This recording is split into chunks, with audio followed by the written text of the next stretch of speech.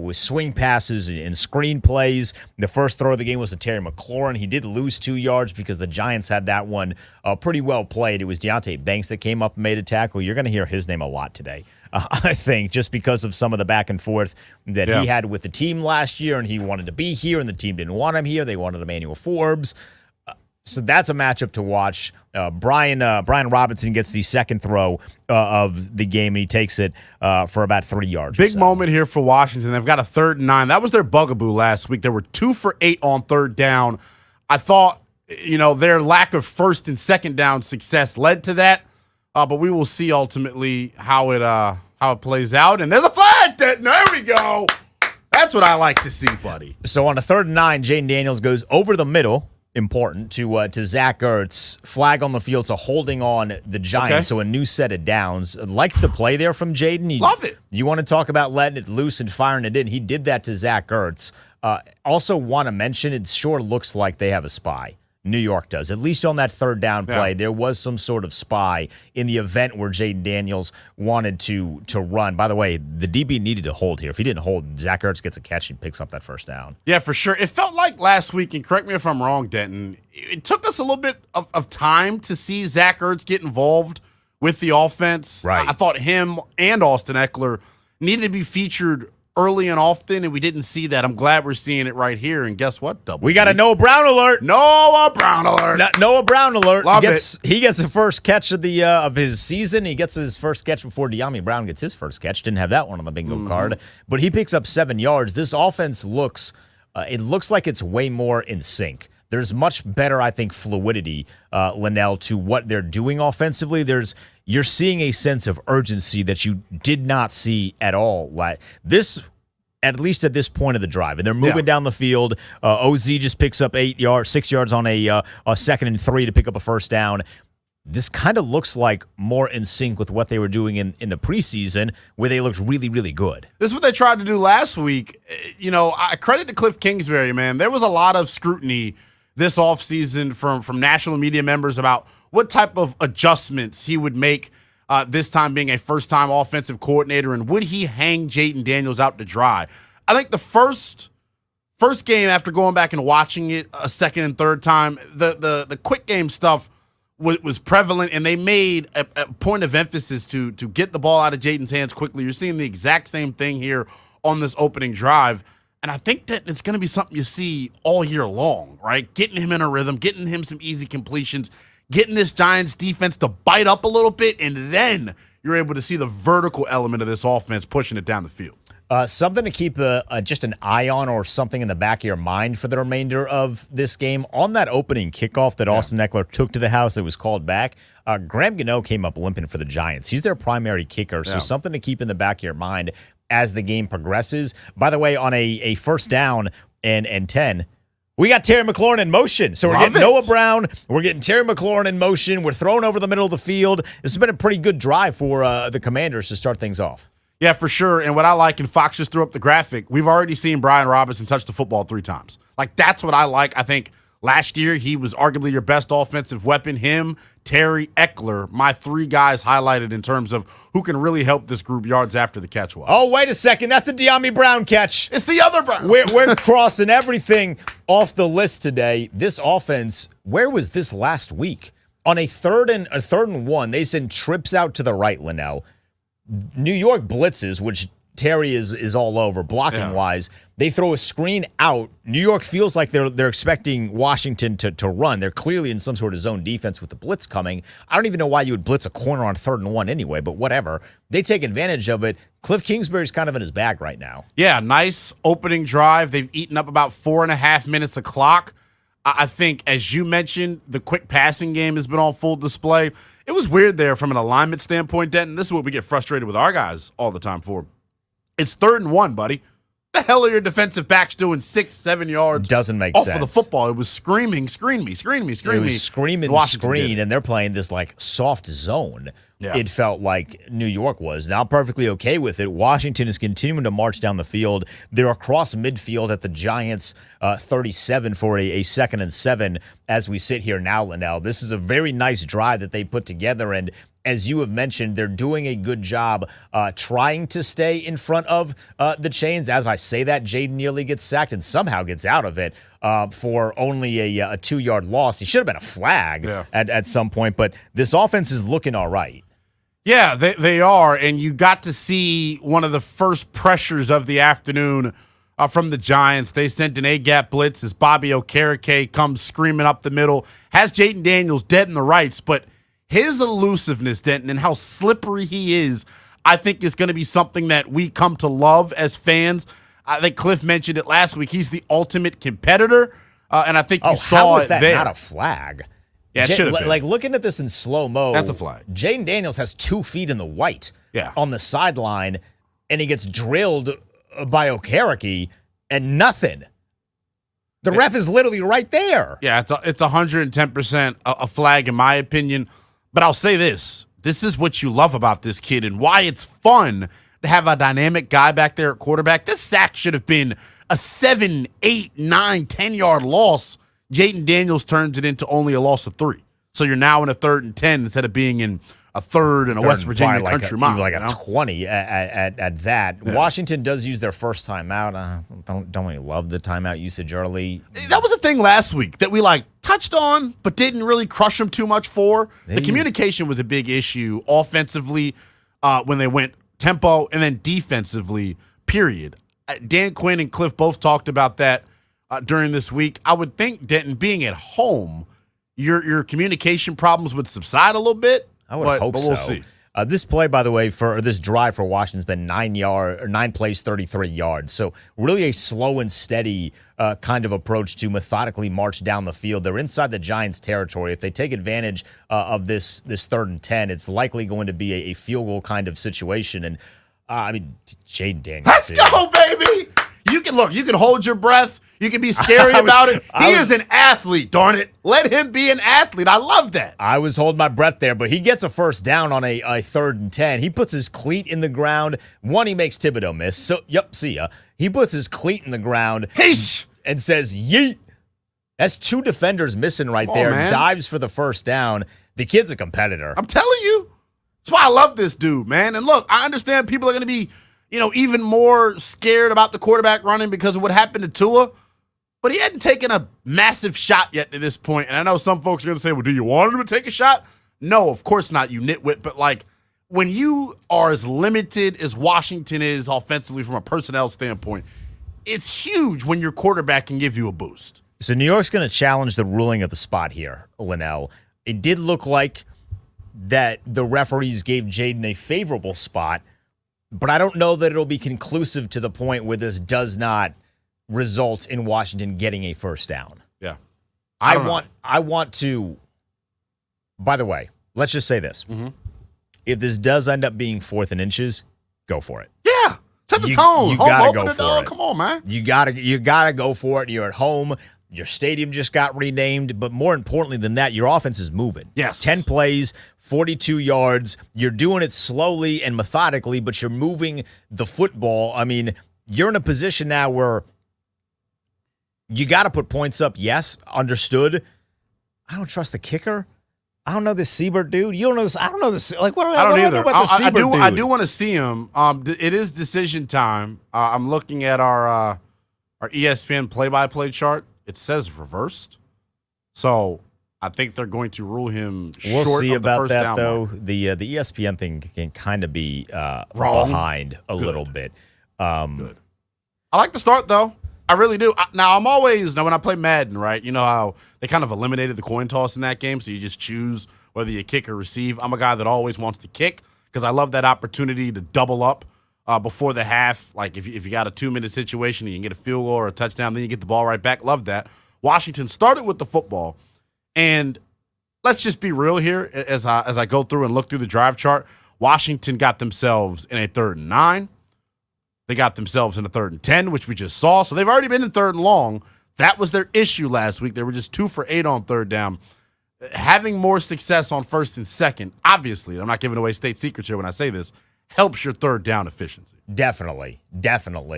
They need to go for this if it does get overturned. We're kind of slowly awaiting what the ruling is going. Look, Dan. We're at the mercy of the officials. How about that? Mercy of the officials. I guess I can take that Get one. behind that I one, can can't get, you, I can Double get D? behind that one. I don't ever want to be at the mercy of the officials, me but I either. can.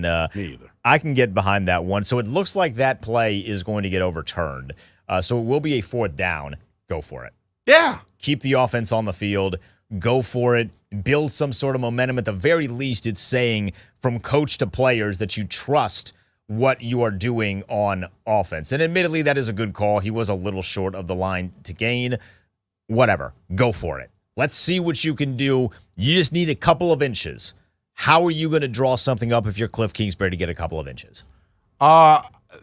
Do you make the decision to go for it here? Does it say that you don't have trust in Siebert? Well, I guess you can't have trust in Siebert. I don't have trust in him. I haven't seen him. I think it's more than anything, I trust the offense, and I trust the guy that's playing quarterback to make the right decision offensively, and he does. Yeah. He just gives it to Brian Robinson, and Brian Robinson chucks through that bad boy. You know what I love even more? Big, bad number 63, Tyler Biadasz, signaling for the first down. You think about this, right? He's been great for Dallas the past couple of seasons. For his first 2 games as a Commander to get to go up against Vita Vea, then Sexy Dexy in consecutive weeks. He played well last week, I thought, against Vea. Looks pretty good here, leading the way for Brian Robinson. First down. Yeah, 6 yards on a 4th and 1 for Brian Robinson. We'll let you know how the remainder of this drive goes. Hopefully it results in points for Washington when we get back. It's Burning Gold Live with Lynnell, Willingham, Denton Day on the Team 980 and on the Team 980's YouTube page.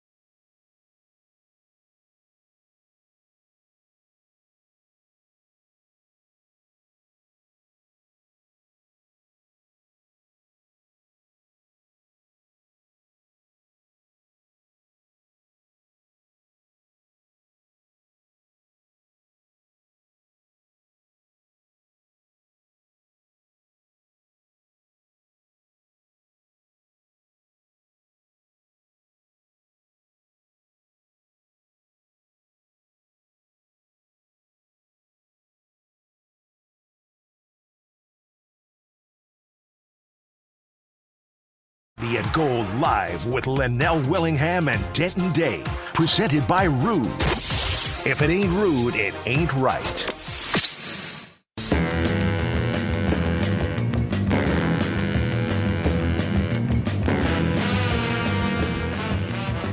Little bit of a buzzkill, Lynnell, to end the drive. Little now bit.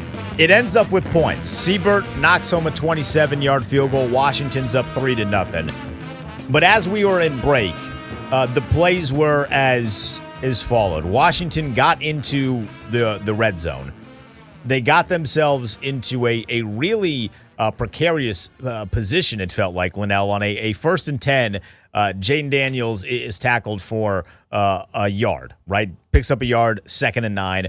On that 2nd and 9, kind of a blown play where maybe Jaden had a read that he didn't get to quick enough. He didn't like the look. He didn't fire the ball in. He gets sacked for a loss of 5, which brings up a 3rd and 14. You can hear him checking at the line of scrimmage as we turn the volume on. LA. You can hear him saying that, right? And I know who used to play in LA. It was Austin Eckler. They run a draw with Eckler on a 3rd and 14, and he picks up nearly all of it. Yeah. I mean, great job by Austin Eckler being kind of elusive with the run, breaking a couple of tackles. He picks up 13, leads to a 4th and 1. Washington staying offense on the field, 4th and 1 for the New York 4.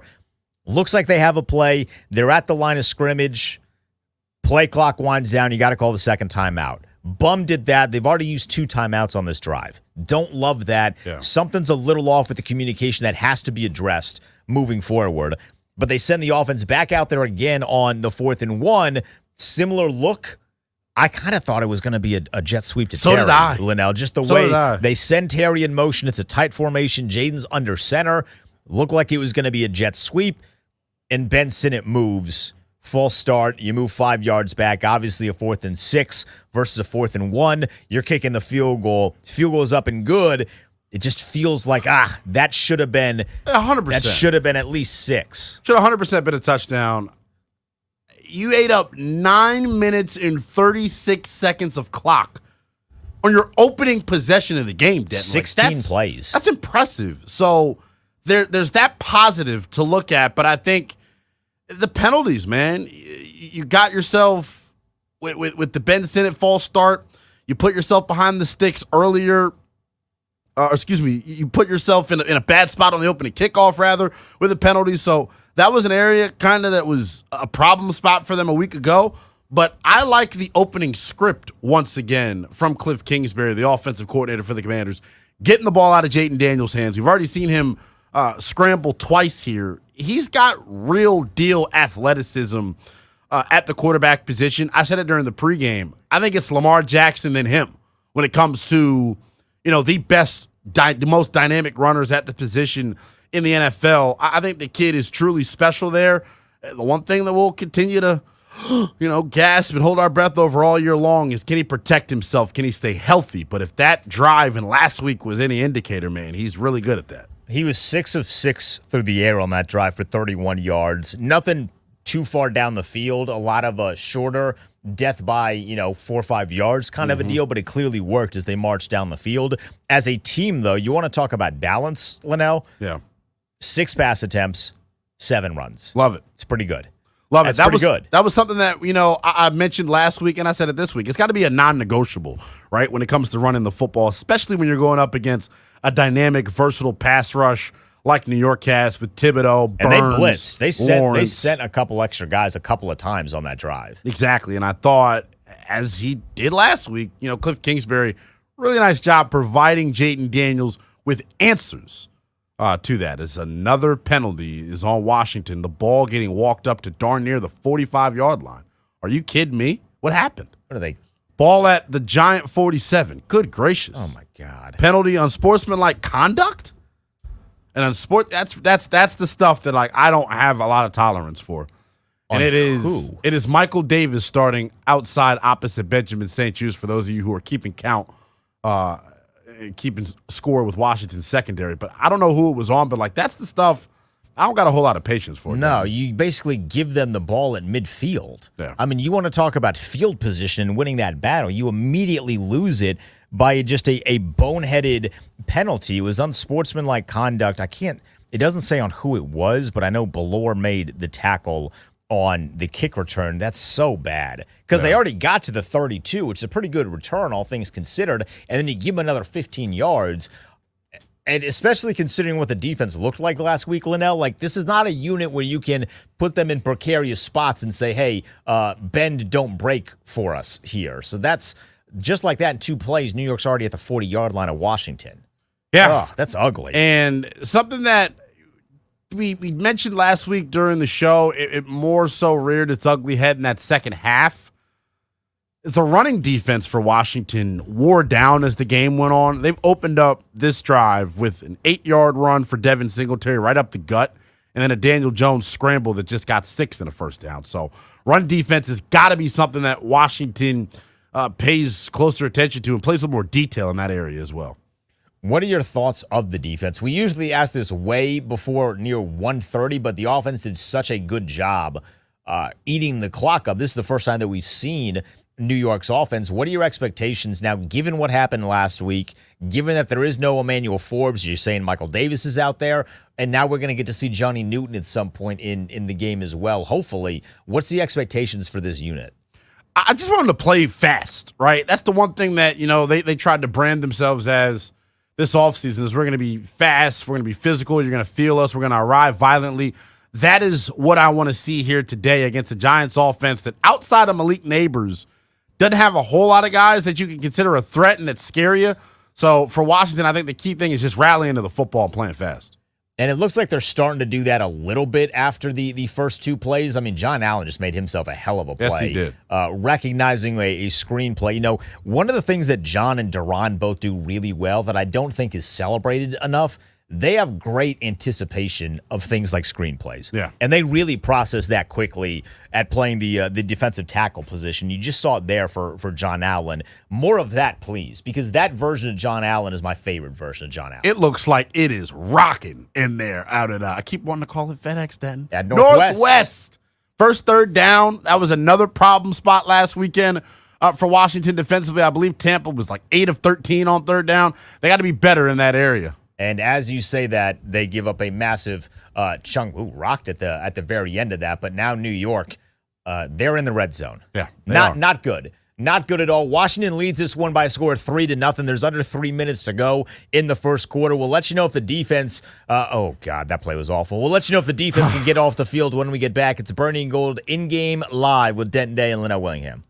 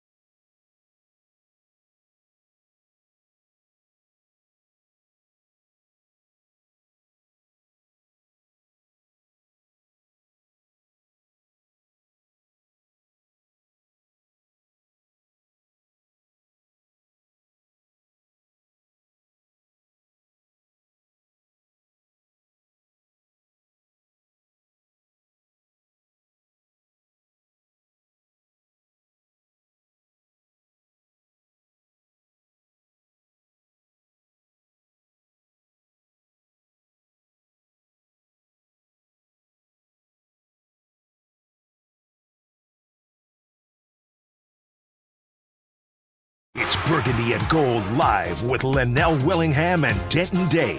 Presented by Rude. If it ain't rude, it ain't right.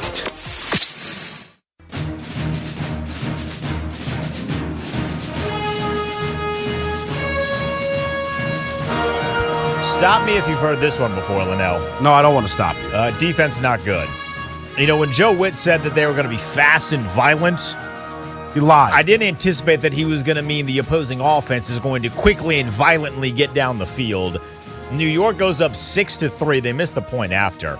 Devin Singletary gets into the end zone, so the lead that Washington had after a great first drive where they eat up nearly 10 minutes, it goes away literally immediately. Michael Davis misses an awful tackle that leads to Singletary getting into the end zone. That was much the same as last week, which is not good at all. But Denton, like the penalties, the missed tackles, like that's stuff that undisciplined teams have happened to them. Well, they're not disciplined. Like that is my frustration early on. 3 penalties, 30 yards for Washington. The unsportsmanlike conduct is on the newest member of the Commanders, Nick Bellore, who's been, I believe, get him off the field. He had an unsportsmanlike conduct and the holding that took back the Austin Eckler touchdown. My brother, you played 2 plays and they've both been awful. Yeah. So I don't know what Washington does about that. I don't know what the Giants are going to do about their kicking situation. Go for 2. Yeah. Graham Gano out of shoulder pads. He's out for the day. He is limping. Yeah. They need to get him fully out of the shoulder pads. Like, if you're not going to be kicking, get out of the shoulder pads. Out of the pads completely. That's going to be something to watch here for Washington moving forward, man. It could be beneficial. The worst play of the drive outside of the touchdown, a 3rd and 12 from Washington's 41-yard line. And a pick play, but not a pick play that the Giants, I don't know if they designed it themselves or what. Bobby Wagner kind of ends up picking the defender who is covering Malik Neighbors, which then leads to a 28-yard gain on what should have been like a 40-yard gain, Lynnell. A 28-yard gain that puts the Giants in a position to where they can score. They're doing some read option stuff with Daniel Jones. You got to hit him. You got, like, if they're going to do the read option stuff, now keep it legal, but you got to make him pay if he is going to decide to keep the ball himself. Yeah, I feel you. Percy Butler put a nice hit on him on the first run that he had, and then he got up and talked to him afterwards. I just feel like the quicker you can, if you can make New York one-dimensional, Denton, I think you got a way better shot. Like, I'm not giving away state secrets when I say that, but, like, Daniel Jones in particular, like, you have to account for him in the running game, obviously. But the way you stop it, like you said, put a hit on him. Make him feel you. Like, you have to do something that makes him say, I don't want to do this anymore. Like, I do this not is not want fun. to run. I don't enjoy this experience. Yeah. So Washington gets the ball back. The kickoff was a touchback, so they started the 30. And it's kind of similar to what we saw in that first drive, Lynnell. The first play is a Brian Robinson 2-yard run to the left side. On the second play, you get Austin Eckler for 40 yards to give yourself a manageable 3rd and 4. Yeah, mimicking a little bit of the game plan last week from Kevin O'Connell with the Minnesota Vikings. The Giants, their pressure numbers last week, when you think about the free agent act or the trade that they made, rather, to acquire Brian Burns and pairing him up with Thibodeau and Sexy Dexy, I think there was a belief universally, right, that the Giants would have a ferocious pass rush. One way to slow down and mitigate a ferocious pass rush, Denton, is the quick passing game. Washington's done that. We saw Sam Darnold do that last week. That's why he started off 12 for 12. I like them mimicking the game plan. It's going to be on the skill position, guys. Right now, Jayden Daniels is more so a point guard, right? You get the ball in the hands of Eckler. You get the ball in the hands of McLaurin, Robinson. Those guys, though, have to make Giants defenders miss, and that allows you to continue to do this because eventually you're putting the tackling of the Giants to the test, I would say. And it feels like they're setting up for a big play. Yeah, they're That's doing the a lot hope. of this dink and dunk stuff. Looks like they're going to be setting up for that screen where they're expecting that New York's going to bite on that a little bit and then hit somebody over the top, Terry, Diami, Ozzie. No, like, I don't really care who it is as long as the ball's caught and you're going down the sideline potentially for 6. Quarter 1 is over. We didn't do this last week because we were in pain last week. Quarter 1 is over. New York leads this one 6-3, but Washington has a 3rd and 4 once the second quarter begins. Just want to remind everybody that Washington started the game with the football, so New York will get it to start the second half. But after one quarter, Lynnell, how are we feeling? Like a vibe check. I'm disappointed in the missed tackles defensively. Like that to me, As you should be. and I guess I gotta understand and be realistic about this. Teams do not play their guys in the preseason, so I have to anticipate that the missed tackling that is going to be a bugaboo for at least the first month.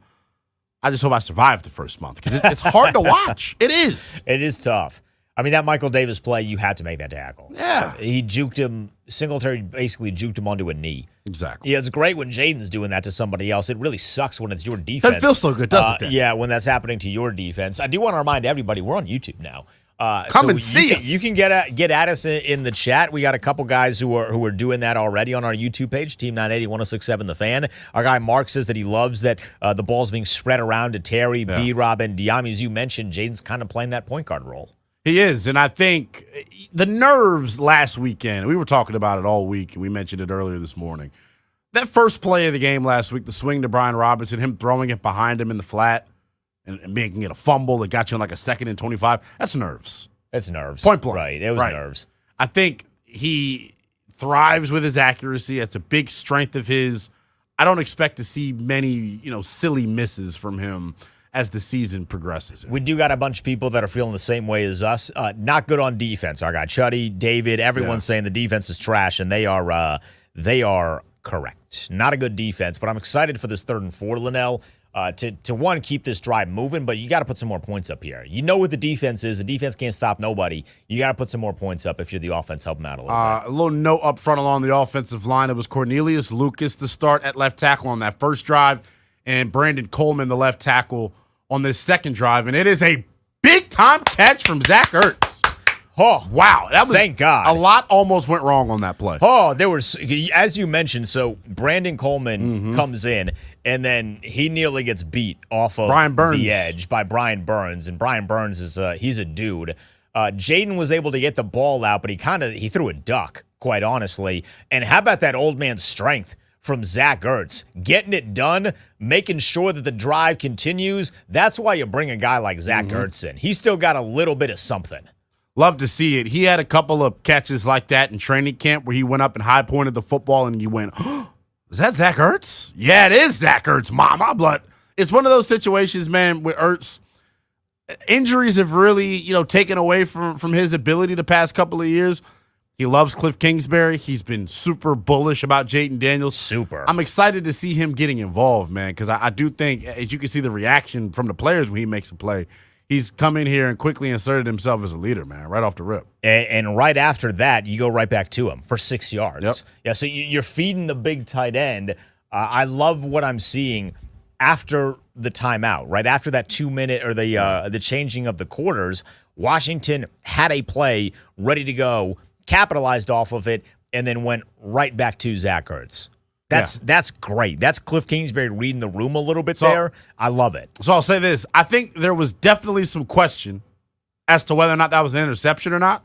So I think that was the big reason we saw them go with tempo and try to get the ball snapped quickly so they couldn't review it or challenge it. But Zach Ertz ripped that bad boy away from him. That was great. Yeah, I think the question may have been, did he rip it away after Pinnock had already come down with the football? But that's spilled milk at this point, man.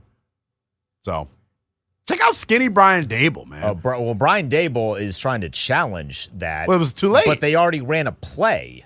So you can't challenge that after. So they use tempo, as you mentioned. Are they going to? They surely cannot. They cannot allow that challenge to stand. No, they can't. They better not. They better not. I'd be insufferable. Those would be one of the things. There's a short list of things today that will make me go ballistic. This would be very high up on that list. Yes, it would. It would be reminiscent of last week where we got screwed because of New York, right? Remember the Brian Robinson touchdown where they call Olamide Zaccheaus for a block in the back, which clearly wasn't a block in the back. I mentioned I was watching that Chase Daniel film breakdown of Jaden Daniels. He also thought, man, if that was what the penalty was called for, no way. That's weak. It was a weak penalty. Yeah, it was. But I want to see this replay again because what's happening? Zach Ertz clearly gets up with the football in his hands. Gets up with the football in his hands, and then they snapped it. And the tie goes to the offense in that scenario every single time. So, what is the point of what's happening right now? They added 7 seconds. Maybe that's what Brian, it is. He's like, hey, man, I want my 7 seconds back. You just pausing the game for no reason. The fact that referees are letting them do this, allowing the defense to get a little bit of a breather, is insulting. Yeah, I don't know. Idiotic by the officials. That's what they're looking at. They keep showing us the replay. While we're in the break, or while they're breaking, we will as well. We'll let you know the results of this. This is clearly a catch. It's clearly a catch by Zach Ertz. The fact that we're discussing it as anything other is absolutely laughable. We'll let you know how this turns out as well as how the drive turns out when we get back. It's Burgundy and Goal Game Day Live. Washington trails New York 6-3 with about 14 minutes to go in half number 1.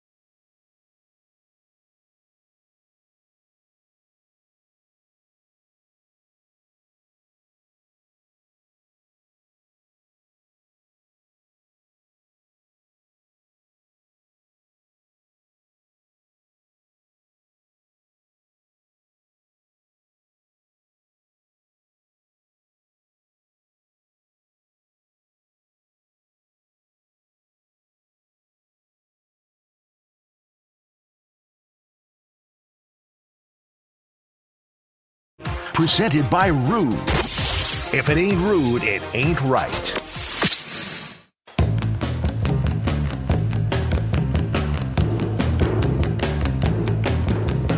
Injured giant on the field. It's Micah McFadden. Washington trailing New York 6-3. with 11:43 to go in the first half. We will be commercial-free for the entirety of the first half. You can jump in on the phones at 301-230-0980 or jump in on the chat if you're on YouTube. We're on YouTube for the first time this week. We'll be answering some of your questions, taking some of your comments in the chat during our halftime portion of the show.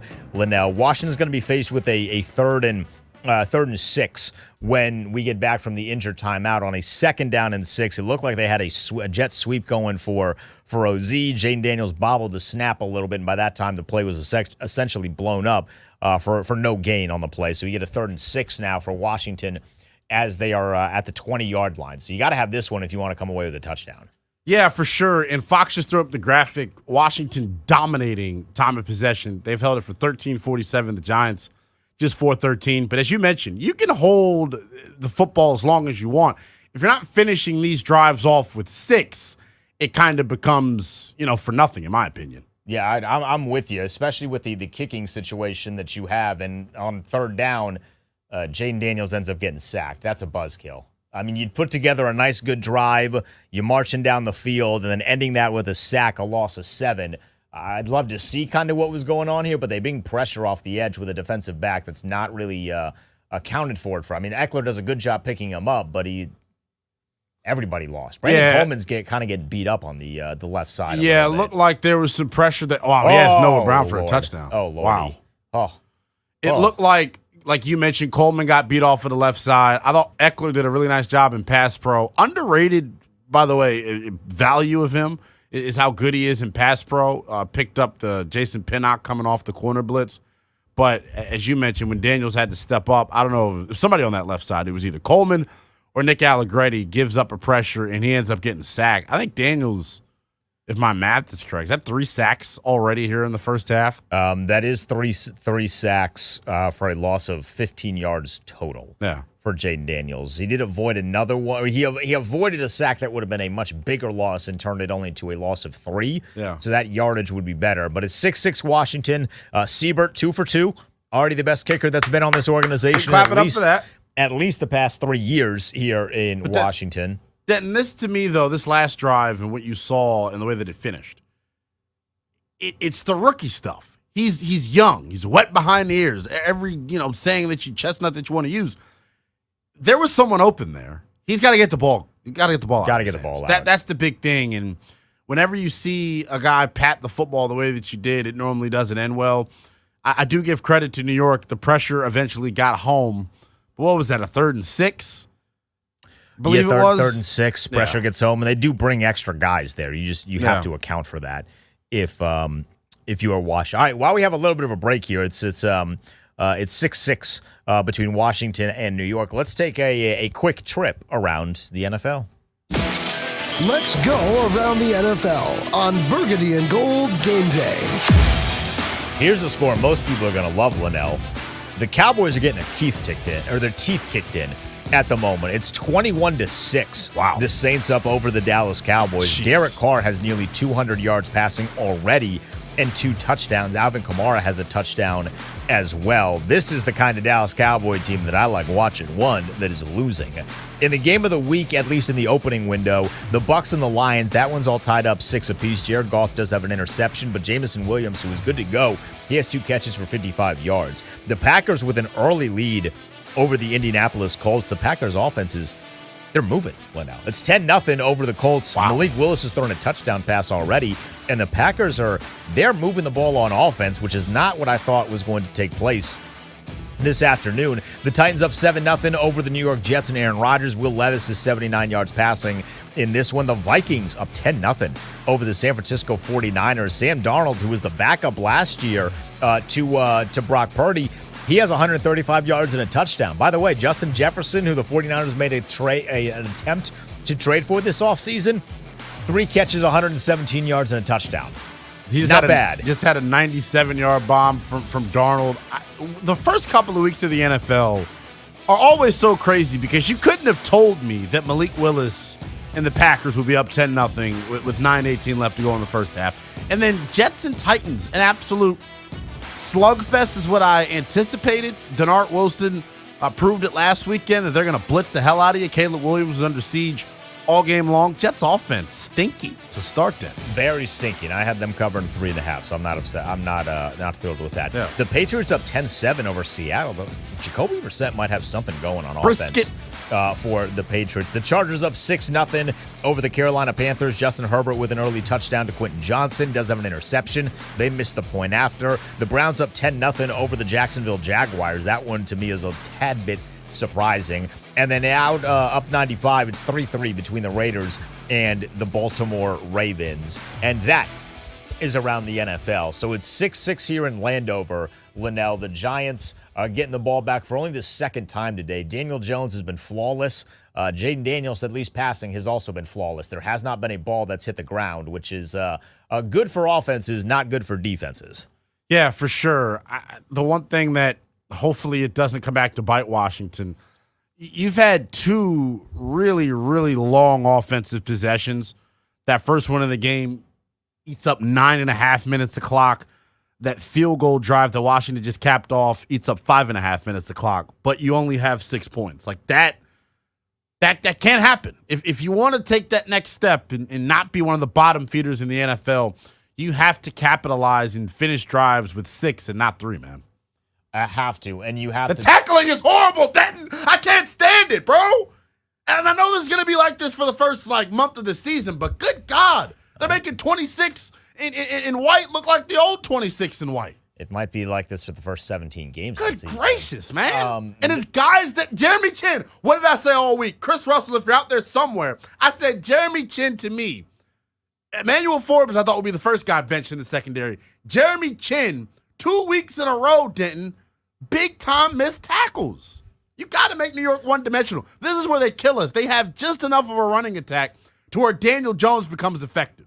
And Daniel Jones becoming effective is not good. He just misses Malik Neighbors. Good coverage, too. That was pretty good coverage. Pretty good route, too, by Malik Neighbors. Denton, the missed tackles, bro. They're going to be the death of me. I'm telling you.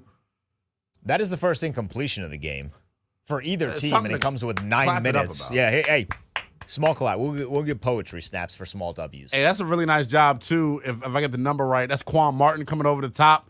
He was questionable with the hamstring. The hamstring looks fine there. That's why they've got him in that spot. He's got tremendous range to be that deep post safety. And right there you saw it. And shout out to Michael Davis, too, man. Pretty decent coverage on Neighbors. You got to find a way, though, to get off. Thank you, Frankie. Thank you, Frankie. Hey, I acknowledge Frankie. Come on. I acknowledge that is going to be a bit. I acknowledge him. That's my tribal chief. That is going to be a bit. Frankie Louvu is my tribal chief. One's up for the tribal chief. Acknowledge the tribal chief.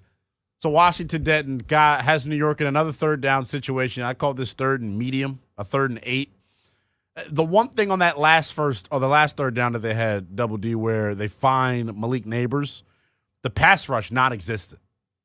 Non-existent. Daniel Jones has done a pretty good job getting the ball out of his hands, but I want to see that group flash, man. We need them. Need them.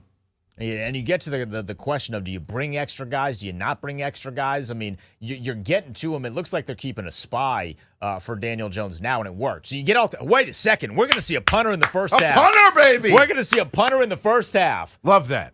Now, Gilliam's going to be getting a workout because he's the kickoff guy, he's the field goal kicker, and he's the punter because Gano's hurt. But Dorrance Armstrong does a nice job winning initially off of the left side. He goes up against the tight end. That's what you're supposed to do, make Daniel Jones step up. Duran wins upfield. And then the closer. You mentioned that spy, Jeremy Chin, making a good play. There you go. Hallelujah. He heard you. He said, you know what? Lynnell thinks I'm sucking right now. I'm going to make a good play. I'm going to be better. That's what I need. This makes me feel good, though, because they got Daniel Jones off the spot, and he wasn't able to run. I don't know. Did you see who was playing the role of the spy? I believe it was Chin. Okay. Yeah, I think it was Chin, because it looked like they dropped Louvu, who I would think would be the spy most times, but it looked like they dropped Louvu back a little bit. So Jaden Daniels is going to get the ball back. We've seen a couple good offensive drives so far for Jaden and the offense. Lynnell, they'll have pretty decent field position. It's going to be at their 18. Not great, but not terrible either. Still with room to breathe. But this is going to be the first time where I think you will see maybe a little bit more of a sense of urgency. Not quite tempo. There's 8 minutes left. It's 6-6 with 8 minutes to play. But I think there might be a little bit more urgency on this drive. I think the big reason, first of all, Dan, I think tempo is going to be a part of what they do week in and week out. I think it will be situational, though. last weekend, they had no confidence in their defense to get off of the field, so it makes it a little bit more difficult to get your tempo stuff going. They've been okay here defensively, so this may be the drive that you see them start to speed things up. The number that I'm most concerned with, and when I say concerned is probably the wrong word, the numbers that I'm most intrigued by, 9 passing attempts, 12 rushes. Yeah. That balance is so key, especially when you're going up against a pass rush like New York. They have the household names, Brian Burns, Dexter Lawrence, Kayvon Thibodeau. You neutralize them, though, when they have to think about playing the run. It's similar to what Philadelphia has done the past couple of years. If you look at the box score, whenever Philly plays Dallas, Micah Parsons is not very impactful because they continuously put him in that option series. There's nothing more a defensive lineman hates than having to not be able to scream upfield and having to worry about defending the quarterback. So I think Washington all year long is going to have an advantage in that department. And they're averaging right now just shy of 5 yards a carry. Love it. And that's everybody. Love it. Brian Robinson, 7 carries, 32 yards. That's 4.6. Austin Eckler, 2 carries for 17 yards. That's 8.5. And then Jaden, 3 carries for 10 yards. That's only 3.3. But that averages out to about 5 yards a carry. Ain't bad. Keep doing that. I mean, if it's working, keep doing that. And then eventually we know, Lynnell, whether it's at the end of the half here or maybe into the second half, based on how New York's first possession goes, they're setting up for a deep shot. Yeah. They're selling this play action. You're making a focal point to run the football, which is a good one. You're setting up for a deep shot, whether that be to Terry, Diami, whoever. But we know that it's coming. Let's just hope that it executes and it looks better than it did the time that he tried it last week. All right, we'll let you know what this offensive drive looks like when we get back. It's 6-6, tie ball game. Washington has the ball at their own 18 with 8 minutes to go in the first half. It's a Burning Gold in-game live with Denton, Lynnell, Willingham on the Team 980 and the YouTube channel for the Team 980.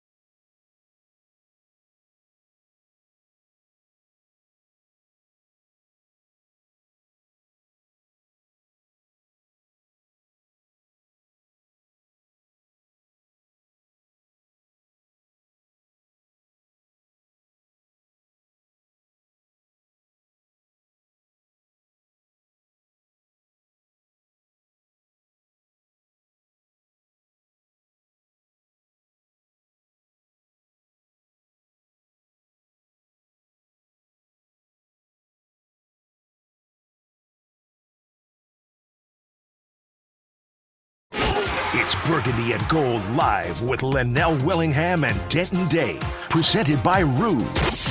If it ain't rude, it ain't right.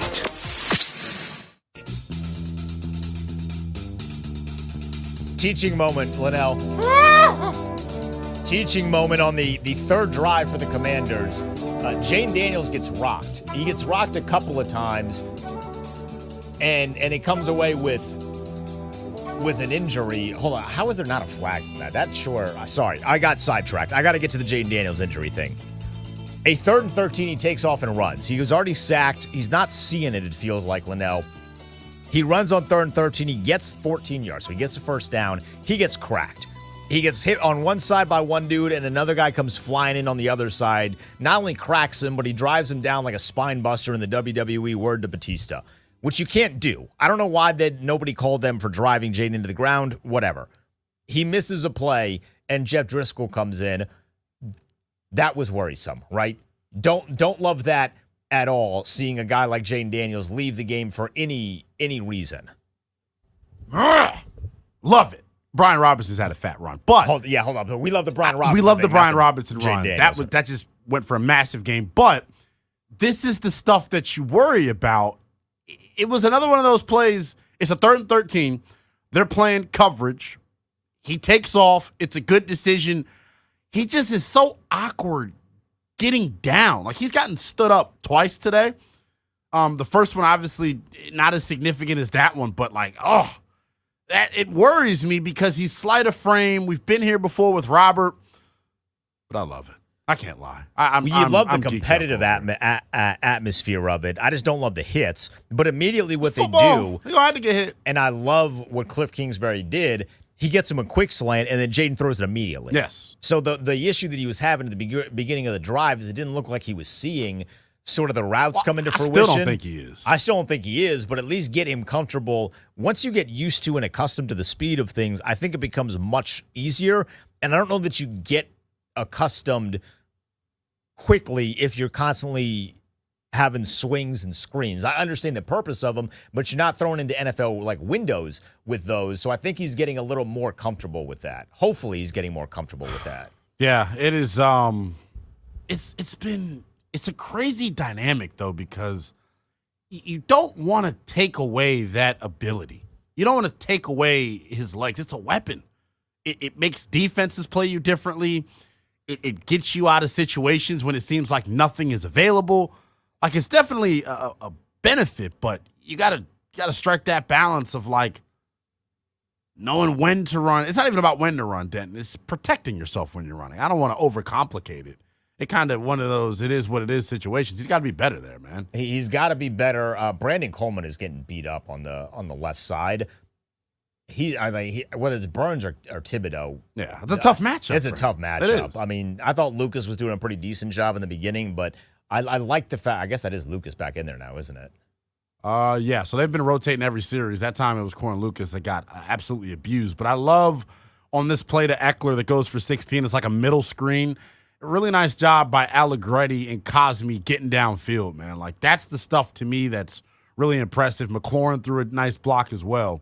Like, that's the stuff that gets me going. And that's also a great play call because Cliff knows they're going to send pressure there. And then executing in that pressure is really impressive. Jaden kind of, Jaden kind of gets hit a little bit with a push, but I thought that was a really good execution. And then, unfortunately, you get a boneheaded penalty with the whole right side of the line false starting. I mean, that's on everybody at that point. Yeah, maybe a Jaden thing with the cadence. Something that was actually a real strength of his during camp. He got the defensive line of Washington to jump off a lot during training camp. Cadence is an area that he's working on. I don't know who they're going to blame that on or who's at fault for it. But technically, they're going to say it was on Sam Cosme, but it was him and Wiley. In terms of like, was Jaden dragging the cadence out or what? Like, yeah, right. Yeah, we obviously can't hear, so I don't know if there was a cadence to that needed some sort of adjustment and work. Hey, Jane Daniels getting out of bounds. Getting out of bounds. Yeah, but the thing is on that one, though, he's got to trust what he's seeing. He had the screen. That was a designed screen. He didn't throw it. So they have the swing to the right side to Eckler, then they're trying to work a backside screen to Ben Sinnott. And I guess, I don't know which Giant defender that was, 31 or 51 rather, gets in his line of vision and he doesn't throw that, I can live with the result because it gets you in a second and manageable, keeps you ahead of the sticks, all that good stuff. But he's got to let it go, man. That's one thing that we will have to monitor really all year long, but specifically here during the early portion of his career, man. Right. And that's just getting used to it. Like, this is only his second game in the NFL, really first and a half, if you think about it, because he's only played one half here. So I assume that those things will come and be more frequent, but you're right, because without having the benefit of seeing the entire field, because we're trapped to the television broadcast, it seems like there are opportunities, and he's just either not seeing them quick enough or just not trusting what he's seeing. He's been sacked already, 4 or 5 times? I mean, that's like Sam Howell numbers. And we would like but to it's all on that. him. See, I'm glad. It's so funny. Like, I think it just shows who fans like more. 4 sacks in this first half. This is Sam Howell-esque, though. Like, it's not only offensive line. This is Sam Howell kind of stuff. This is stuff. him not getting rid of the football. But the best way I could put it is it's okay until it's not okay. It hasn't been detrimental to you yet to this point. But, like, it's something I wanted to see. In terms of week-to-week growth, when it comes to getting the football out on time, work in progress, but it doesn't look like he's much better in that category. And that concerns me because the game plan is going to be mimicked by other teams. It's a copycat league. Teams are going to mimic that game plan, send him pressure from different ways, make him indecisive about what's going on, and you can have some success. It kind of goes back to what I mentioned in the pregame show. Yeah. And again, I do not want this to be the case, but he does not want to turn the football over. Yeah. And I don't want him to start throwing, 18 picks or anything like that. But you do have to understand, like, an interception is not the worst thing in a year like this. No. If it helps you take a positive step in being comfortable with the speed, sling it. Put the ball in there, because if you're waiting too long and then you decide, I'm going to tuck and run, you want to use that athletic ability as a weapon, not a crutch. Yeah. And there's a very big difference between the two. We've seen him use it occasionally as a weapon, but it feels like on this drive in particular, while he has had some positive plays, it's almost being used as a little bit more of a crutch when I don't see it, I'm gonna take it and run. Yeah. I agree with you. It's like I continue to say, it's cool till it's not. Because I think this is where I go back to him being so dynamic as a runner. It makes it okay, is the best way that I could put it. Like, he's getting away with it. I wonder how long he's able to get away with it. Because it's been a big part of his game to this point. It has. And I can't say I'm too salty at it, bro. Like, I want my man to be impactful. I want him to make plays with his feet.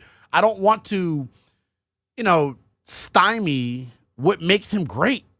And that's the rushing stuff. The time of this graphic's crazy. I mean, the graphic that's on Fox right now, Washington's run 36 plays for 186 yards in 21 minutes compared to New York's 12 for 84 with about 6 minutes, or whatever that math is, 8 minutes. That's tough. That's really impressive for Washington, but you got to have more than 6 or 9 points to show for it. You got to get yourself into the end zone. We're on the other side of the 2-minute warning. It's going to be a 4th and 4 for Washington because they run with Austin Eckler, who gets nothing. We'll let you know if they decide to go for it. Maybe they kick a field goal. You'll find out when we get back. It's Burgundy and Gold Game Day Live with Lynnell, Willingham, and Denton Day on the Team 980.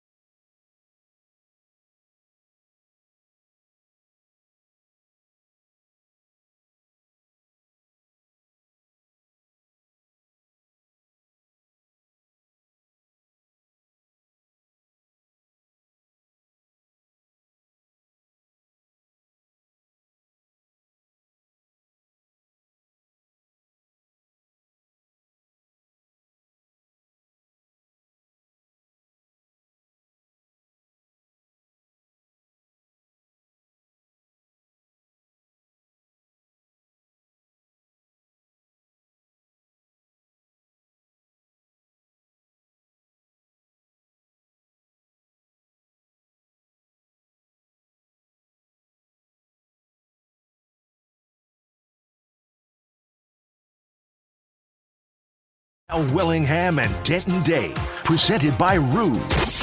If it ain't rude, it ain't right.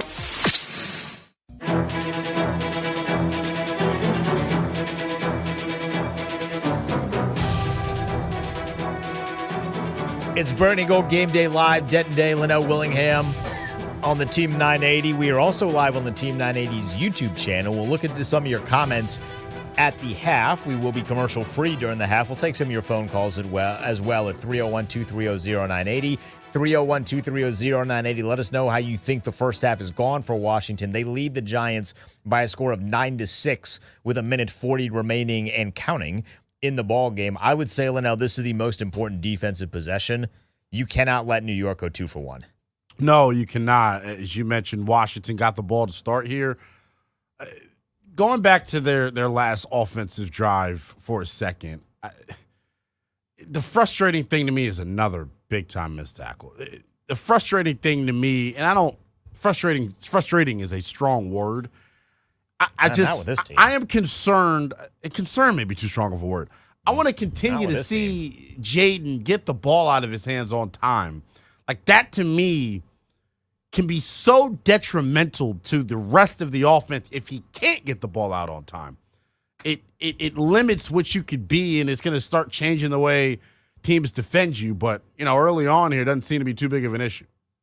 No, it hasn't yet, but you're right. I think the offense hits another level. Yes. If you're playing trying to find the right on time, words for it, in rhythm, and letting your quarterback sling it a little bit. Not letting him, forcing him. Hey, Go out there, sling it. Like, this is why we drafted you. It wasn't just because you're a great runner, although that's a luxury, but we love your ability to throw the football and to pass the ball. Sling it a little bit. So I want to see that more in the second half. Maybe they get the ball back with like a minute left here. Who knows?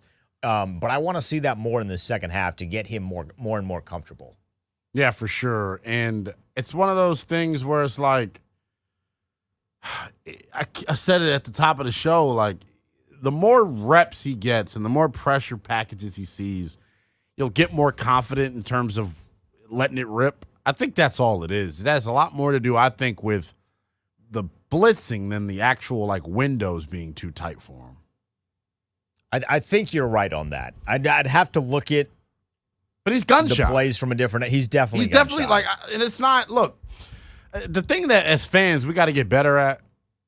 We can critique guys without hating them.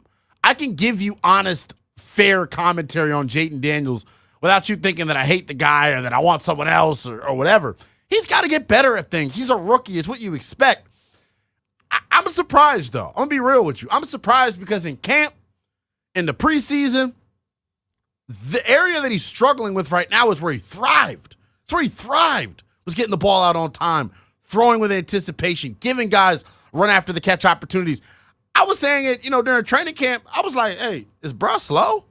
Did he not run? Is he not going to be as fast as he was at LSU because he refused to do it? Obviously, I'm glad he can run, but right. Throw it, kid. You got to have him throw the football. Good God, Denton. Michael Davis cannot tackle. To save his life. It's literally all three of the worst blown tackles today have been Michael Davis.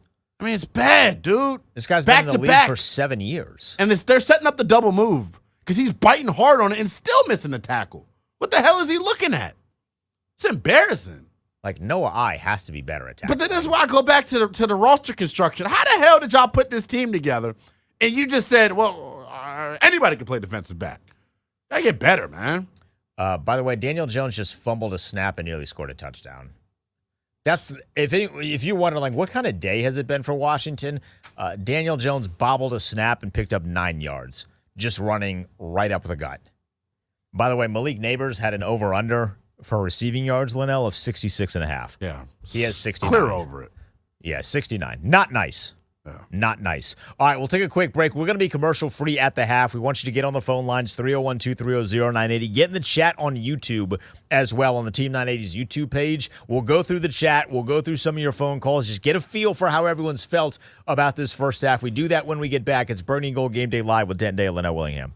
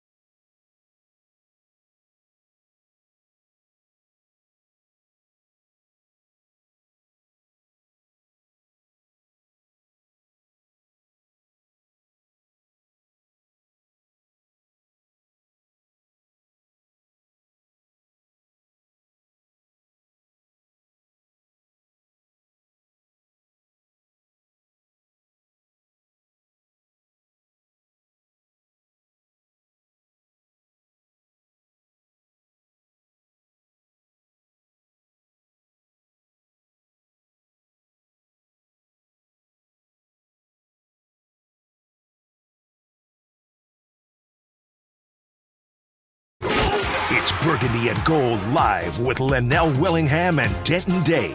Presented by Rude. If it ain't rude, it ain't right.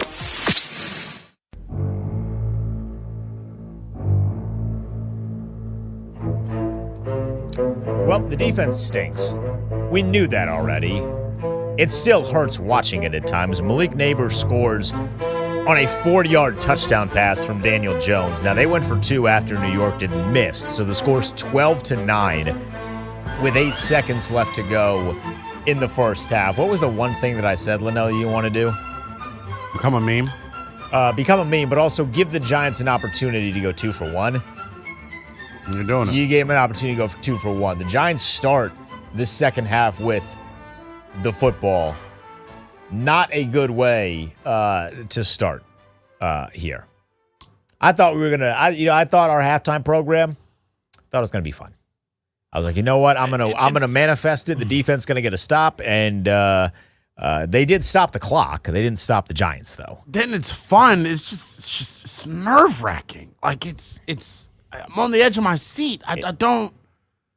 It's like fun in like a sadistic way. Yeah, if you're a sicko, this is great. Get your blood pressure pumping. What do you call it in the gambling world, Denton? A sweat? I'm sweating all right. There's not much sweating going on here. That's because you have the temperature at a nice brisk Fahrenheit. I love it. Feels good in here. That is the half, though. Oof. So it's 12-9 at the half. We want you to get involved on the phone lines at 301-230-0980, 301-230-0980. Get in the chat as well. Let us know how you feel about the first half of this one. There's been some positives, Lynnell. There's been some negatives. Which direction would you like to go first? I want to start with the positives because I think that's just the best way to do it, right? Start with the positives. I think the balance that Washington has offensively is really something that I have been waiting for, and I think it's something you're going to see a lot more throughout the regular season as things play out. Like I said, it is a non-negotiable. They must run the football. 21 carries for 114 yards in that first half, 5.4 yards a pop. B-Rob's got that 32-yard chunk run that makes the average a little bit better. Jayden Daniels, 11-13. So you're seeing the balance that you need. Also like that different guys are touching the football. 1, 2, 3, 4 different guys have at least 2 catches. So that's good. Terry McLaurin's gotten involved. We found Zach Ertz. We found Eckler. In the second half, though, I think the running game is going to be vital that you keep it going. But I think me and you have alluded to it here. We're still waiting for that play-action chunk pass down the field. And I think with the success they're having early on running the ball, naturally you're going to start seeing more 8-man boxes, bringing extra guys up to help, defensive backs, safeties, linebackers, peeking in the backfield. That's when you have an opportunity here to use your speed with McLaurin, Eckler, etc., to maybe get over the top of this thing. I just want to see confidence from Jayden in the second half. I want to see him not be gun shy. Throw the ball. Throw with anticipation. Throw with confidence, right? Because that's what we haven't seen. That's the one thing offensively that's been missing, especially if you're right, because they're going to stack the box. I mean, you ran on a 3rd and 4 with Austin Eckler, and the Giants were uber prepared for it. They're like, we know you're not throwing here. Yeah. You're going to run the ball. You did, and then they were able to stop it. So, like, you have to be better about that offensively because it just keeps the defense on its toes a little bit. Defensively, the positives are that the Giants kicker got hurt. I mean, that's pretty much it. Pretty much it, man. The defense has not been good. They have not been good at all. We did get a punt in the first half, which is not the case last week. But there's not a lot of pressure on Daniel Jones. Nobody is getting to him. And then on top of that, when he gets the ball out of his hands, for the love of everything that is holy, somebody make a tackle. Michael Davis can't tackle. For all of you wondering why Emmanuel Forbes is out there, it's because he's better than Michael Damn Davis, people. And that's not saying much. The tackling's been egregious. I think it's actually kind of saying a lot because we thought Emmanuel Forbes sucked. Yeah, it turns out he's actually not that bad. He's actually like, hey, I'm kind of missing him right now. I did not think absence would make the heart grow fonder in this scenario. Yeah, it for sure is. I just think with the tackling, it's going to be something that it takes 3-4 weeks to get under control because of the lack of preseason action for these guys. And I got to understand that that's the reality of the situation. I'm going to try not to, blow a gasket in here over missed tackles, but it's just frustrating because it's not like guys aren't in position, Denton. They're just not finishing. If I watch Michael Davis blow another tackle, I might blow a gasket in here. That yeah. doesn't happen very often on these shows. We know our roles. We stay in our lanes a little bit here, but I might blow a gasket. Looking through a lot of the chat, a lot of people think the defense sucks. They're right. They're right. This is the same defense. If you take out of your head who is coaching, it's the same defense as last year, and they're playing like it. Nobody is moving fast. Like the fast and violent tendencies that we were promised this offseason are nowhere to be found. They were left at training camp. And it's frustrating because I don't know how it gets better without just playing. And I know that sounds like an easy fix, and like I'm not saying much, but they got to get better there, or it's going to be a long year, man. Our guy Brian says, why do other teams tackle better? Dog, I have no idea. I got no answer for you there. I'm asking myself that same question because it feels like it's only happening to our team. Yeah. Is there anything worse than the bad things only happening to you? Because that's what it feels like tackling-wise. The Giants seem to be very good at tackling. I don't know what kind of drills they do that maybe the Commanders did not do this offseason, but they really seem to be good at the whole tackling thing. Are they? I mean, I don't know. I don't know. I'm just... Well, I don't know. I don't know if the Giants do an in-game show the way we do. They should take our lead if they do, because we pioneered this bad boy. With that said, back-patting machine aside, I don't know that the Giants fans are complaining about their tackling right now. I don't know if the Giants fans are complaining about anything. They're complaining about their kicker being hurt. That's probably the worst thing that's happened to him today. Yeah. I mean, anyone that you could have booked it. I mean, I knew the Giants weren't as bad as they looked last week offensively. Leave it to us to make you look good. By the way, Washington's rushing attack has been really good. Your bold prediction at first was 125 yards. They have 114 in the first half. Yeah. That's pretty positive. We will take some of your phone calls. You can jump in at 301-230-0980, 301-230-0980. Let's go to Cliff in D.C. Cliff, what's going on? Cliff. Hey, what's going on, Denton, Lynnell? I was telling Rooster on Friday, out of respect to Joe Witt Jr., Allen and Payne being the mainstays of this defense, they need to scrap what Joe Witt trying to do and take charge in the trenches, because I don't see no type of pass rush so far or nothing. And where is Bobby Wagner? Is he missing in action or what? He gave up that touchdown to Neighbors. I know. And when are the Commanders going to sign Yannick Ngakoue? Maybe he can help us with some pass rush, and I'll sit back and listen. One of the best outros on a call ever. Our guy Cliff in D.C., he just sits back and listens.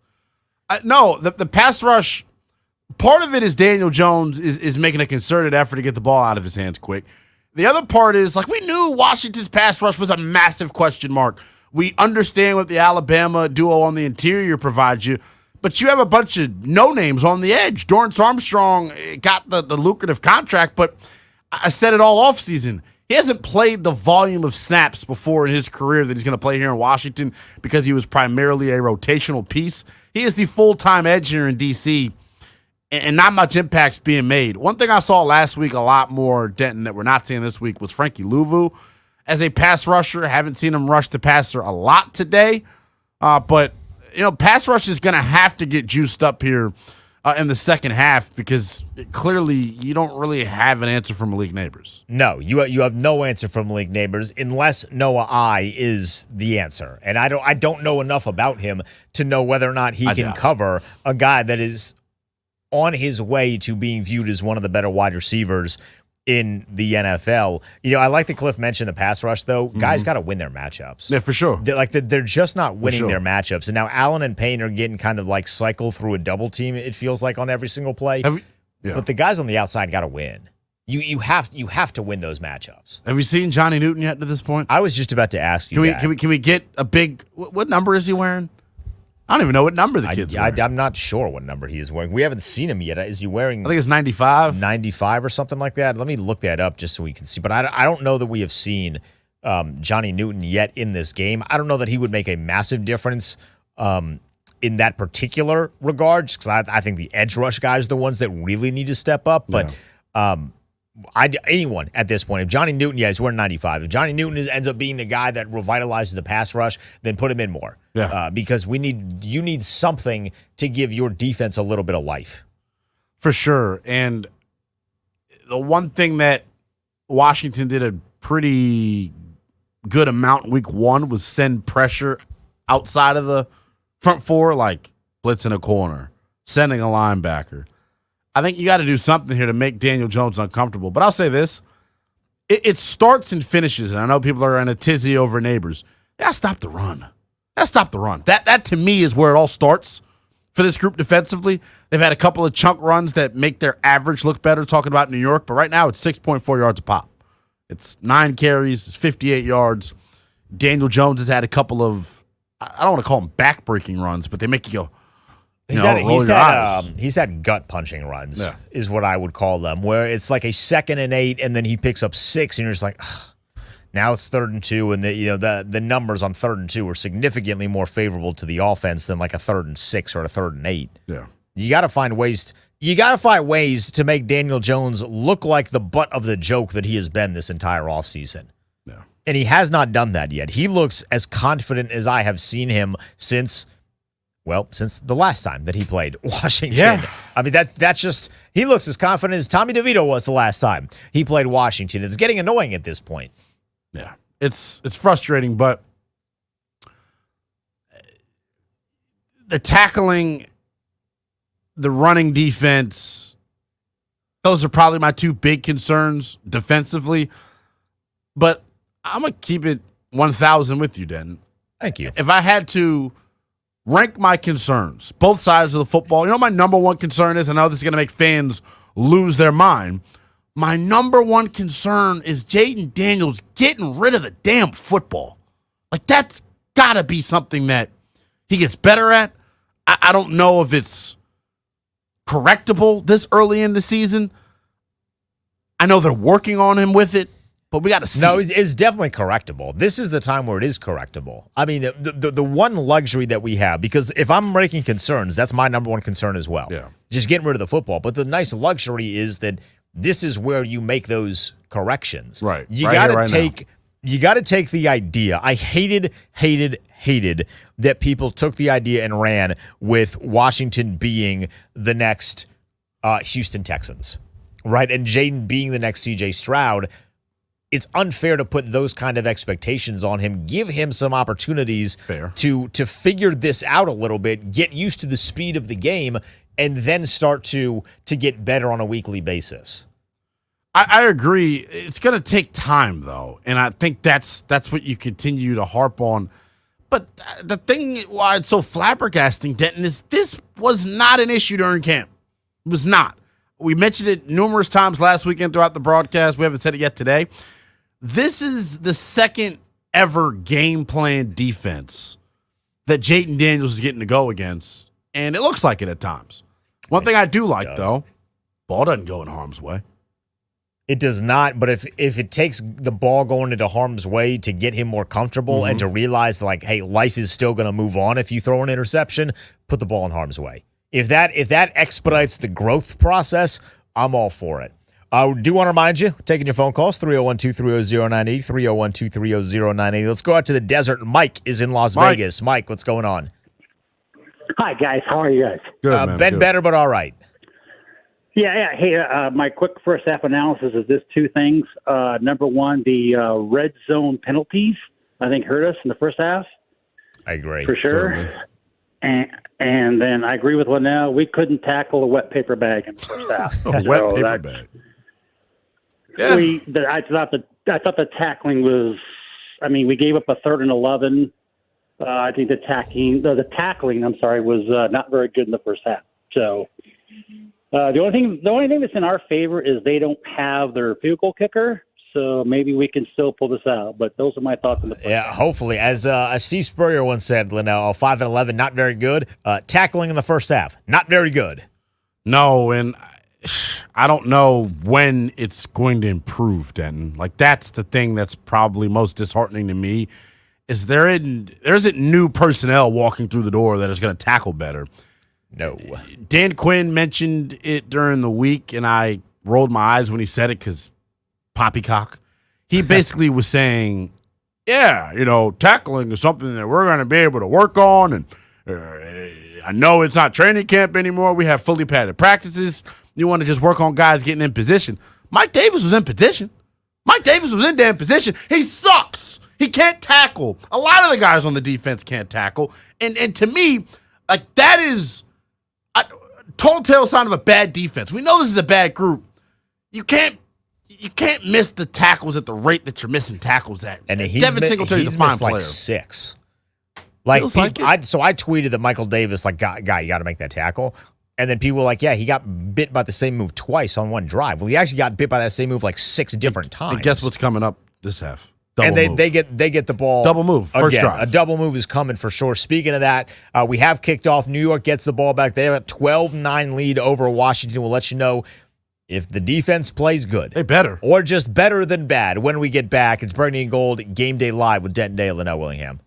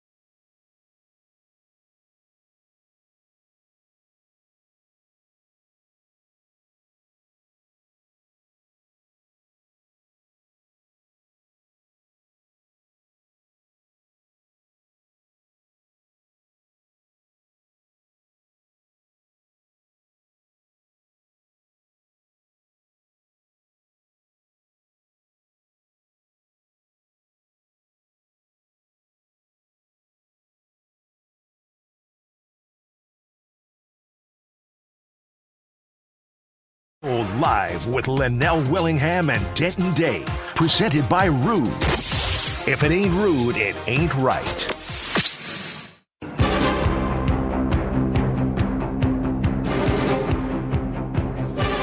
All right, Lynnell, I got good news, I got bad news. Bad news, we did not see the Giants punter. Shucks. Good news, it's because Benjamin St. Juste forced the first turnover of the season. A peanut punch, as it was called after Charles Tillman, Peanut Tillman, back in the day with the Chicago Bears. Jeremy Chin, your boy, falls on it, and Washington's defense gets off of the field. Poetry snaps for the defense. Yeah, love to see that. It's a good thing they were able to force the turnover. The one thing that me and you were, smacking our heads over is the run defense. This is a problem in the second half. Last week, it's a problem right now in this football game. You have to make New York one-dimensional if you want to have a shot here in this second half. Devin Singletary doing a nice job running through massive holes. But I will say this about the interior three of New York's offensive line. John Michael Schmitz and two of the guards, they're doing a really nice job using Deron Payne and John Allen and their ability to scream upfield. They're using it against them, and they're doing a nice job double teaming and then climbing up on Bobby Wagner and Luvu. They got to get the run defense figured out. I worry about that because it was an issue for Dallas defensively last year as well. So it's the same scheme. You wonder if those issues have carried related. over, Yeah. right? Scheme related. I really did not want. I'm mentally not prepared for another John Allen. We just got our ass beat thing after the game. You know how he likes to do those every 3 weeks. How about it this? feels Stop like. getting your ass beat. Yeah, that's That's an easy fix. Right? there's a solution that you were directly responsible for there. Offense gets the ball back on their first play, a beautiful RPO that is called back due to a Biotish getting downfield, which I questioned it at first. I saw the replay. I was like, all right, he was downfield a little bit. But it feels like the offense, Lynnell, they're coming out with their ass on fire. They are, and I love this. Zach Ertz is barking, talking at people. It's what I like to see. Jayden Daniels has come out and been a lot more decisive with the football here on this opening possession. They had their first play called back because of a illegal man downfield on an RPO. But I think all of the things we were pleading for last week, and primarily in this first half when it comes to Daniels letting it go and letting it rip, he's doing it. Hopefully he's turned a corner with that. So on that 1st and 10, it was the 5-yard and eligible man downfield led to a 1st and 15. Brian Robinson picks up 2. Then on 2nd and 13, Jayden Daniels finds Terry for 5 yards to keep the chains moving. God, Brian Robinson's good as hell. Yes, he is. On 3rd and 8, this was a beautiful play that we hadn't seen certainly in the first half and not against Tampa. They kind of rolled Jayden out. First time ever he's left the pocket. It feels First like, time right? ever, yeah. And left the pocket and thrown. Yes. And he finds Zach Ertz for 20 yards. Big time play. I'll have to look back. That might be the longest play. Zach Ertz has the 2 longest catches for the Commanders of the day, 3 longest, actually. And then on the ensuing 1st and 10, he finds on another kind of RPO kind of action to Zach Ertz for 14 yards. He's building chemistry with Zach Ertz. Then the play immediately after that is Brian Robinson for 18 yards. The offense is moving. Yeah, I think the lack of targets for Ertz in the opener was one of the surprising things. I said it during training camp. I thought if Terry is going to be the leading receiver, the second leading receiver is either going to be Eckler or Ertz. They were throwing the ball to those guys a ton during the summer. Ertz had some highlight catches during camp to let you show that, hey, I've still got it. Father Tom may be creeping up on me. We know he's undefeated, but he hasn't taken me down yet. I think he's got to be a huge part of this offense. And we say it all the time about young quarterbacks, Denton. The tight end can be their best friend. Best friend, security blanket, legitimate weapon, and it looks like Zach Ertz, at least today, has been all 3 of those for Jayden Daniels. He's looking way more confident in the pocket. I mean, he didn't just let one rip on a second down, but he did something that I wanted to see, and this is something we spoke to about him getting better as the game progresses, the season progresses. He rolls out and he's keeping his eyes downfield. Yeah. Now, on a second down, he ultimately keeps the ball, tucks it, and runs for about no gain. Maybe they give him a yard, but keeping the eyes down the field, you're seeing those very subtle things, but it is proof of growth and proof of getting better. That's positive for me. Yeah, I love to see that. Even the way he manipulated the pocket, he kind of slid up. It wasn't one of those things where he dropped his eyes as you mentioned, and I think that's going to be key for him is just keeping the eyes downfield. He can make every throw. It's not about that. No, it's certainly not a – damn it. Damn it. I know. We almost have fireworks here. I mean, Sieber, whatever we're calling him, is getting a workout. I mean, he's going to have the special teams player of the week locked up by this one. This is a throw for Jaden that he has to make. He's looking for Dyami Brown on a 3rd and 7 in the back of the end zone, and Dyami lands out of bounds. There's pressure on Jaden. You don't love him getting hit by Thibodeau. Thibodeau's been in the backfield all afternoon, and then he just misses Dyami. They don't have a legit red zone threat, Lynnell. No. It's not Terry. It's not Zach Ertz. It was in the previous 2 years. It felt like Jahan Dotson because of his ability to kind of make you miss in a phone booth when it comes to routes. They do not have a red zone threat. So I'll say this about who their best red zone threat is. I think it's Jaden Daniels and his ability to use his legs. Yeah. Because they were in a 3rd and 8, New York in that situation was able to drop coverage off. They only rushed 3, yet 8 in coverage. It's a tough place to find the football or tough defense, rather, to find a hole in because they've got so many guys in coverage. I think him running, though, is in the future is going to be their best red zone weapon. Him, for sure. Maybe get some Austin Eckler involvement in there because Austin Eckler never goes down on first contact. Right. That's something that I've noticed about him in at least the 2 games that we have seen here. So the score is now tied 12-12. Kick is up and good by Siebert. So at least you get points, but eventually, you have to get into the end zone. Yeah. You got to get into the end zone. The Giants aren't particularly good, but you cannot win with field goals alone on a routine basis in the NFL. You got to find ways to get into the end zone. But all in all, that was a very good drive from the offense. I agree. It's a heck of a way to start the half. Once again, we keep talking about it. It's going to be one of my phrases that we put on a T-shirt, right? Non-negotiable when it comes to running the football. That, to me, has been where they've been most impressive. Brian Robinson hadn't been perfect. There have been some runs where the vision's got to be a little bit better. But I think overall, he's done a really nice job. One, not going down on first contact, and then he just runs hard. And it's going to sound like something that is cliche or that everybody does it. Oh, he's a running back. You're supposed to run hard. What do you expect? That stuff wears on you defensively as the game plays on. You start looking over and you see big number 8 running through the hole. You got to make a business decision. Do I want to put my face in there and run the risk of having, my body plastered to the turf? Like, he's that type of violent runner. I think the change of pace that Eckler provides, Denton, is so perfect in terms of being complimentary for Brian Robinson. One thing we haven't seen a lot of today, I think we didn't see it at all to the second half last week, is the 2 back personnel. Getting them both on the field at the same time. That, to me, can cause major headaches for a defensive coordinator trying to prep for you. And you're going to create a favorable matchup. I don't think a linebacker can guard Brian Robinson in coverage. I know a linebacker can't cover Eckler in coverage. No, definitely not. To me, it's just all about creating those favorable matchups. But as you mentioned, ball's coming out on time. Ertz, now your leading receiver, 4 catches, 62 yards. The running game, in terms of balance, is there. But this is kind of what I alluded to. Exotic smash mouth football.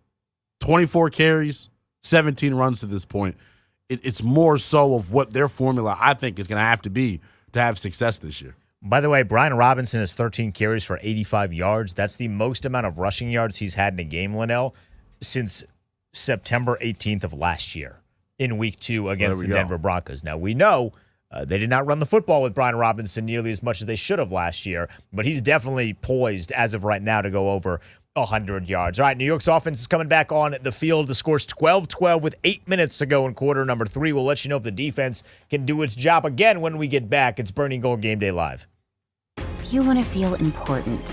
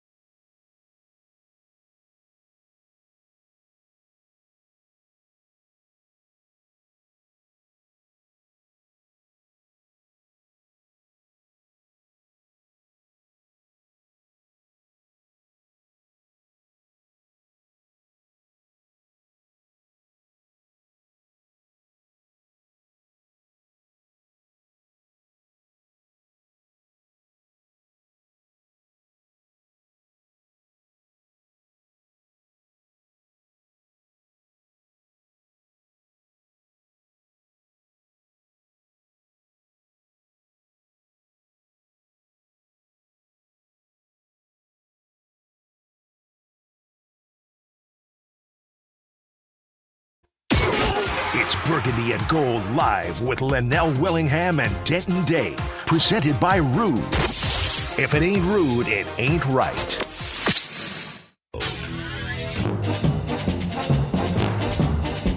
I don't know what was said at halftime, Lynnell. Me either. But I need more of it, I don't know what kind of speech was given. I need to hear it every morning, though, when I wake up. Something got into this defense. 3 and out for the defense. Forcing Daniel Jones into 3 straight incompletions. At one point, this guy didn't have the ball hitting the turf at all. Yeah, man. And then on top of that, they punt the ball to Zacchaeus, who's the punt returner because Jamison Crowder is inactive this week. He takes it back for 24 yards to the 30. Here we go. I mean, there's something going on right here in Landover. Landover's the place to be right now, Lynnell. Something in the water, as the folks in the DMV like to say. But look, I want to go back to New York's last drive defensively. You know, I mentioned they got to get better stopping the run. New York comes out with 3 straight pass plays. A complete idiocy by their play caller, Brian Dable. Lunacy. They have run the ball at will, it feels like, in this football game. They come out with 3 straight passes, the 3 straight incompletions. The first one, a screen to Malik Neighbors where the ball was just flat out too high. On the second one, really, really nice job by Bobby Wagner in coverage. You can take a shot every time I say that. You won't end up too hammered. But it's one of those situations where I know he's going to be a liability in coverage at times. On that play in particular, the veteran instinct took over. Really nice job by him, crashing down on the football, dislodging it loose from Wan'Dale Robinson.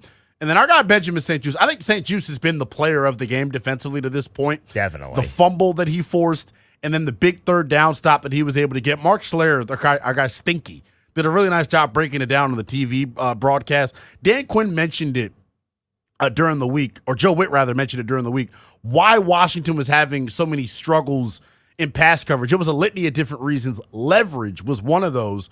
Nice job by St. Juste there transitioning, going from playing outside leverage to then sticking that foot in the ground, using the length, Denton, to knock that football loose on a key third down. All right, we wanted to see Jaden Daniels come out and throw with anticipation and confidence. He's doing that now, and he's doing it by throwing to Terry McLaurin and Zach Ertz. So on first down for Washington, they're going to look at that one. Yeah, I think he only got one. On first down for Washington, that there was a screenplay to Terry, which is stopped. He did get 2 feet and down. And the second play, so it's a 2nd and 13, you find Terry for 13 yards. On his birthday, by the way, Brian Dable. Wasting a timeout. You formerly, I was going to call him fat.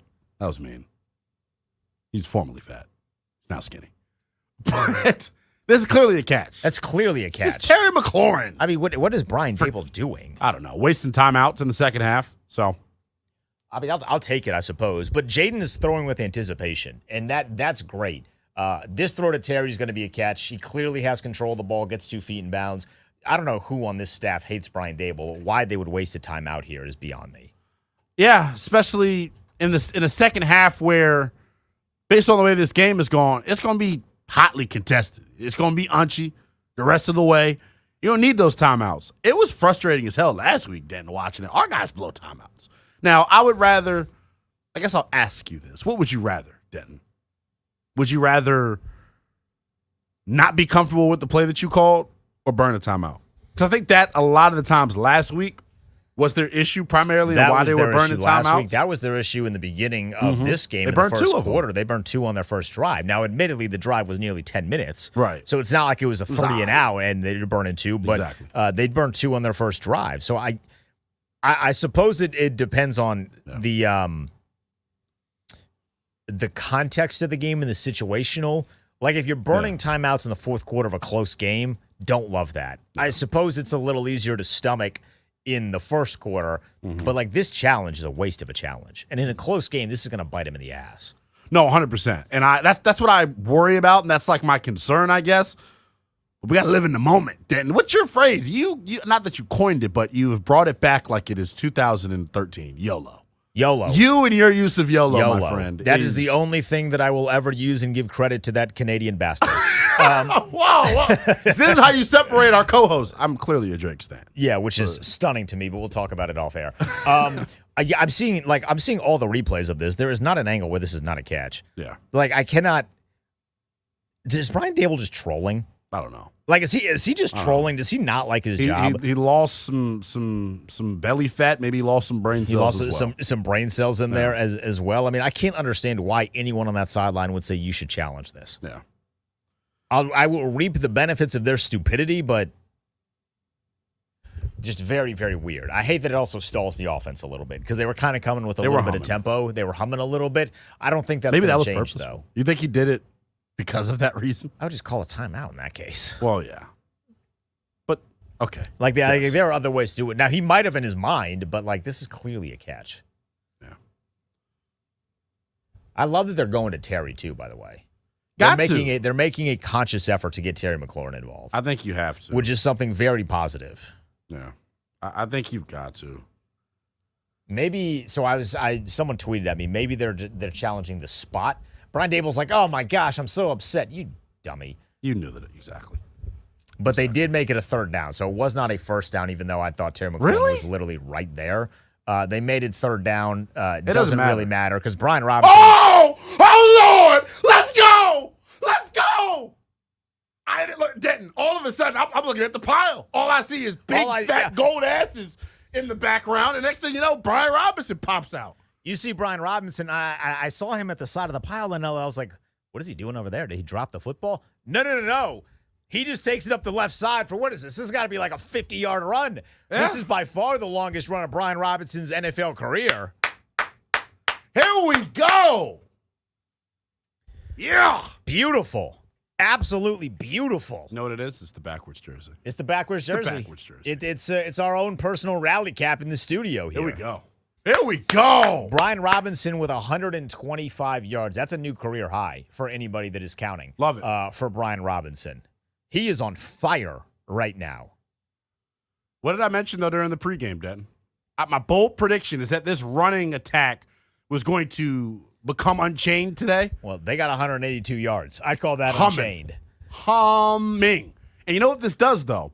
If Washington can establish themselves on the ground, it helps Jaden Daniels with that little problem he has of getting the ball out. Because if you've got to commit 8-man boxes to stopping Washington, the play action stuff's going to be there all day long. I'm excited. Eventually, they're gonna go for the play action stuff. I don't know when, but they're going to. And Austin Eckler is getting it done too. Doc Walker is somewhere with his bald head sweating. I mean, feeling amazing. This is old school smash mouth football. They are punching the Giants in the damn mouth right now.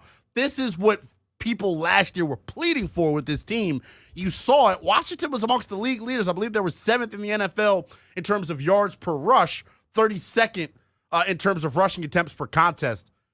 This looks like a group. Say what you want about this makeshift offensive line. I know a lot of you out there were hesitant to lean into this group. You were skeptical of what they could be. They're moving people right now, man. They are moving people right now. Let's go. You think Brian Dable feels dumb for making that challenge now?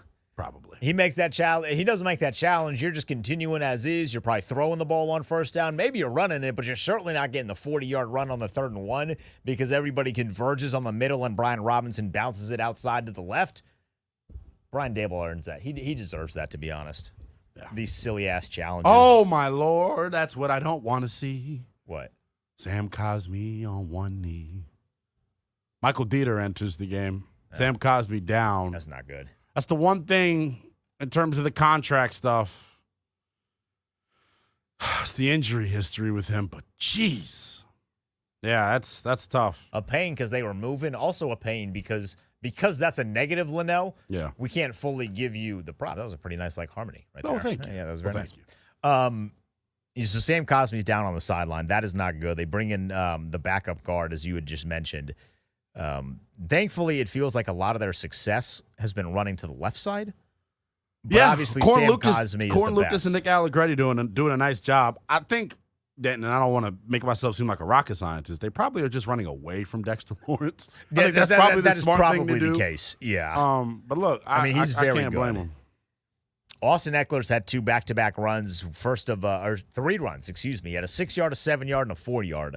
He's racking up the yards after Brian Robinson went for 40. If you're just counting numbers, maybe you're a stat nerd like I am. I'm about to say we are said stat nerds. Yeah, we are said stat nerds. Brian Robinson, 125 yards on the ground. Austin Eckler, 38 yards on the ground. Washington is 7 yards away from 200 yards rushing today. It's amazing. And I'm glad Cliff, one, listened to the Team 980 on 106.7 The Fan during the week. That a boy. But no, like this is, for as good of a game as he called last week, and I feel like I may have been in the minority. I thought he called a real good game in terms of giving Jaden answers to the pressure and stuff like that. But the lack of a running game, to me, limited what they could be. Looking at a big picture here, because now I think we're starting to get a theme here for Washington offensively. Yeah, capitalized. Denton, realistically, they should have scored 26 points last week. You got to put the ball in the end zone. They should have scored 26 last week. They had 2 missed field goals. You should have 35 points right now. I only want to see Seabird again on point after attempts and kickoffs. I don't want to see him kick another field goal today. You need to put the ball in the end zone, especially it's not going to be often, Lynnell, that you are going to get 2 back-to-back drives positive from the defense. Yeah, it's not. You got to capitalize when given those opportunities. You got some points off of the peanut punch by Benjamin St. Juste. They just forced a 3-and-out. You just had Brian Robinson go for a 40-yard run, the longest of his career in the NFL. You got to capitalize on this. Now, Sam Cosmi's upright right now, so I don't know what the deal is. We'll get more information. Big cheer coming from the crowd says J.P. Finley. Good. We love ourselves some Sam Cosmi. Hopefully he's able to re-enter the game. We'll get more information and we'll pass it along when we do. But Washington right now, Lynnell, has a 2nd and goal inside the 5-yard line. This is Jaden Daniels' territory. Give me a Terry McLaurin touchdown. It's his birthday. Can I get scary in the zone? Another false start on Ben Sinnott? Another false start. Are we serious right now? Is it Ben Sinnott again? Come on, young pup. Ben Sinnott, yeah. This better be egregious. Like the first one was pretty egregious. This one better be egregious. Or maybe it was Nick Allegretti. Okay. I love Nick. He yells at himself, beats himself in the chest, and walks back to the huddle. A man's man, people.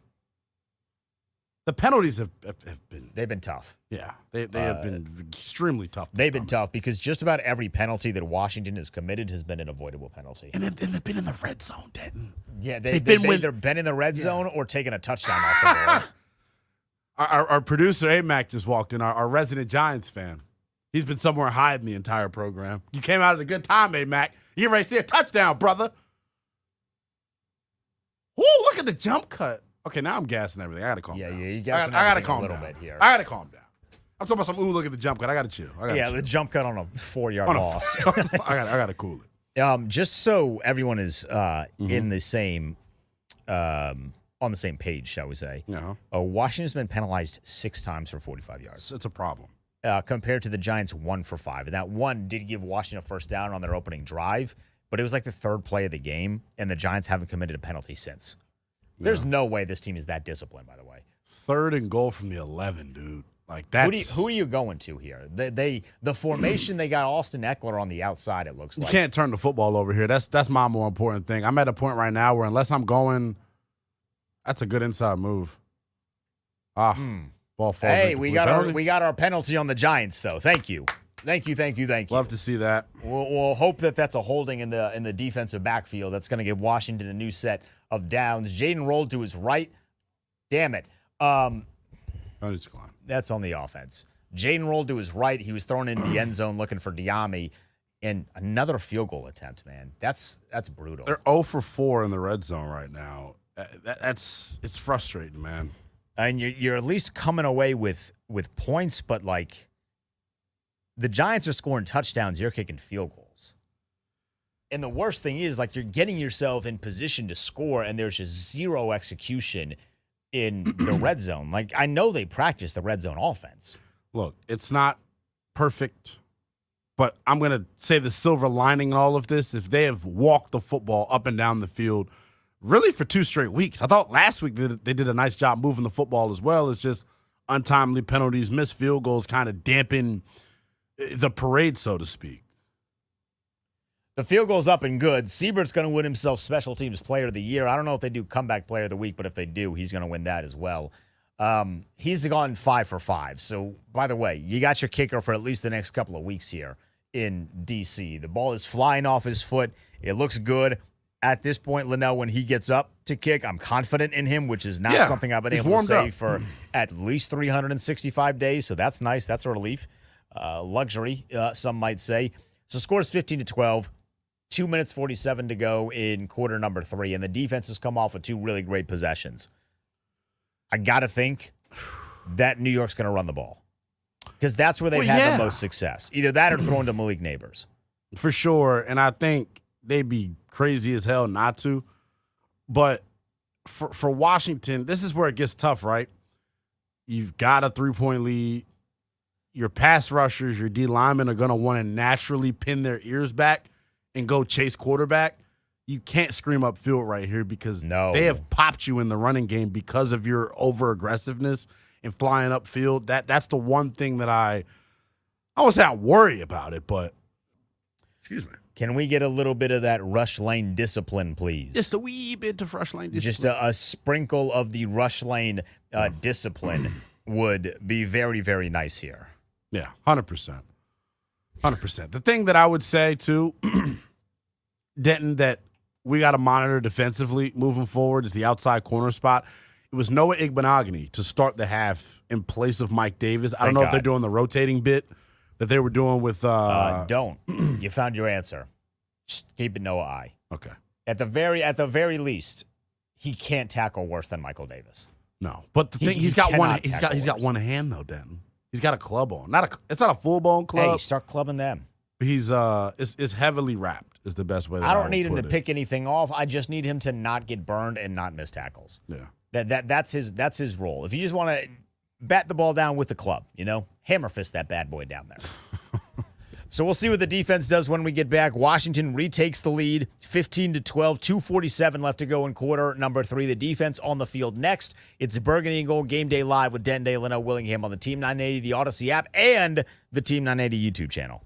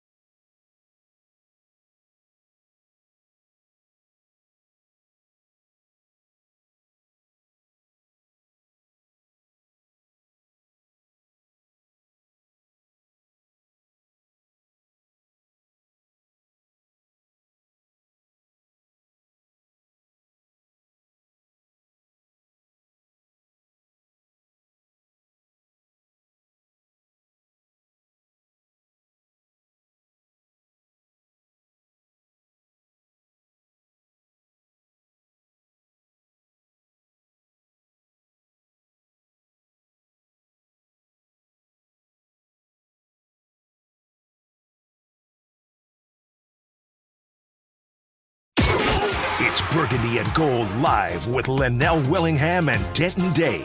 Presented by Rude. If it ain't rude, it ain't right.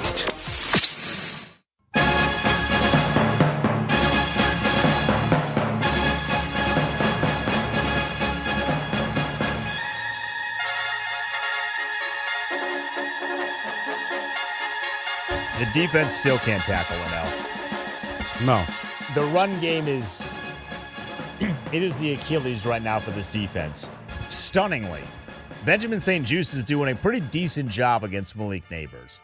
About as good as you could reasonably ask for, but the second level, I mean, I just tweeted this, Lynnell, but it's such a great, hilarious tweet that I think I need to share it with you on the air. The more I watch Jeremy Chin, the more I am in line with Derek Forrest's dad. In reality, though. I mean, like, he's not tackling, bro. there's no way that Derek Forrest is a worse tackler than Chin. Yeah. He's just getting broken down. They're doing a really nice job double teaming on the interior and getting up to the second level. But, like, the missed tackles have been kind of egregious from Washington. Chin missed key tackles last week, too. That's why I was like, can't have your best defender. Yeah, you're not doing this tackles, again, and you know? he does it again. It's embarrassing. I mean, once you get to the second level, it's like, oh, God. Like, who's going to bring these guys down? Singletary's having himself a great game when he should. I mean, he has 11 carries for 81 yards. Yeah. Giants using the defensive tackles, willingness to scream upfield against them. They're double teaming. They're doing a nice job working at the second level. Like, it's textbook. Yet still, it feels like the defense is playing better, at least. I think it's more because I don't trust, or I'm less fearful, rather, of Malik Neighbors breaking one over the top because Benjamin St-Juste is playing good defense on him. And, every deep shot that New York has taken, there's been a safety over the top in good position to help. Thankfully, the deep shots don't come away with anything, but Quan Martin has been playing really, really well. For a guy that we had some questions on whether or not he'd even be available today due to the hamstring situation, he's played really, really well today. He has. I think the entire secondary outside of Michael Davis. Outside of him and Jeremy Chin. Has been pretty good, and Jeremy Chin with some more missed tackles. It's a markedly better effort defensively. I don't even care how – let me not lie to y'all. Yeah, I know I care how the game finishes. You definitely care. You know I care how the game finishes, but, like, I can live with this effort defensively. The tackling, though, is frustrating, but I think other than that, they've done a nice job. You haven't seen the busted coverage yet today. Quan, as you mentioned, has done a really nice job. Outside of the one on the Malik Neighbors 28-yarder where they kind of picked themselves. Mm-hmm. That's the only one, but it wasn't a touchdown. Usually busted coverages have been touchdowns. Right, and Quan, I think, has done a really nice job as that post safety, using his range and speed, getting over the top. Like, it's been cool to see, man. I am certainly thrilled with there's a conversation right now between Jaden and Neighbors. Neighbors probably saying, y'all DBs suck. And Jaden probably says, yeah, I torched them all camp. But, I mean, it's been oof. Well, we officially in the fourth quarter? We are. We're vibing. Fours up. Everybody in the chat, throw your fours up. Come on, man. You can watch us on YouTube, too, by the way. So get in the chat, throw your fours up for fourth quarter. At Liberty, it was called 4 quarters of fury. I don't think they actually do that in the NFL, but 4 quarters. It's a 3rd and 6 for the Giants. Got to get off the field here. Yeah, we highlighted third down deficiencies being a issue. Oh, that's a false start. Oh, thank God. They called it? Yeah. Yes. Look at Noah I. Oh, they're calling encroachment, I think. Are they calling encroachment? No shot. That's a false. Yeah, that's a false start. My man on the top of the screen, I think that's Wan'Dale Robinson. My man on the top of the screen nearly did the cha-cha before the snap. Or Darius Slayton, excuse me. Darius Slayton nearly did the cha-cha before the snap. I think both Washington offensively and defensively have been like markedly improved on third down. He had 4 steps. That's Wan'Dale? That was Slayton. He got 4 steps. Yeah. Well, hey, we got people in the chat throwing the 4s up. See, good things happen when you throw the 4s up, Lynnell. That's what we love to see. That makes it a 3rd and 11, which you already had to get off the field on a 3rd and 6. You extra got to get off the field on a 3rd and 11. I mean, this would be a back-breaking give up if that's what the defense ends up doing. And the Giants it's almost a delay of game. For a delay of game. Just come up and tackle, y'all. Somebody make a tackle. There we go. Thank you.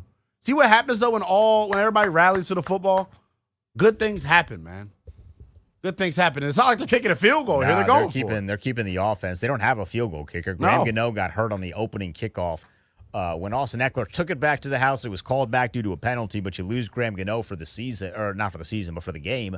So on a 4th and 3 at the 31-yard line, this is prime field goal territory. The Giants called 2 plays in the huddle, so Washington hadn't really been able to substitute or do anything defensively. They rushed 4, and guess who? Yeah, it's Malik Neighbors. It's 1v1 with Neighbors and Noah I, and Malik Neighbors is going to win that one. Yeah, for sure.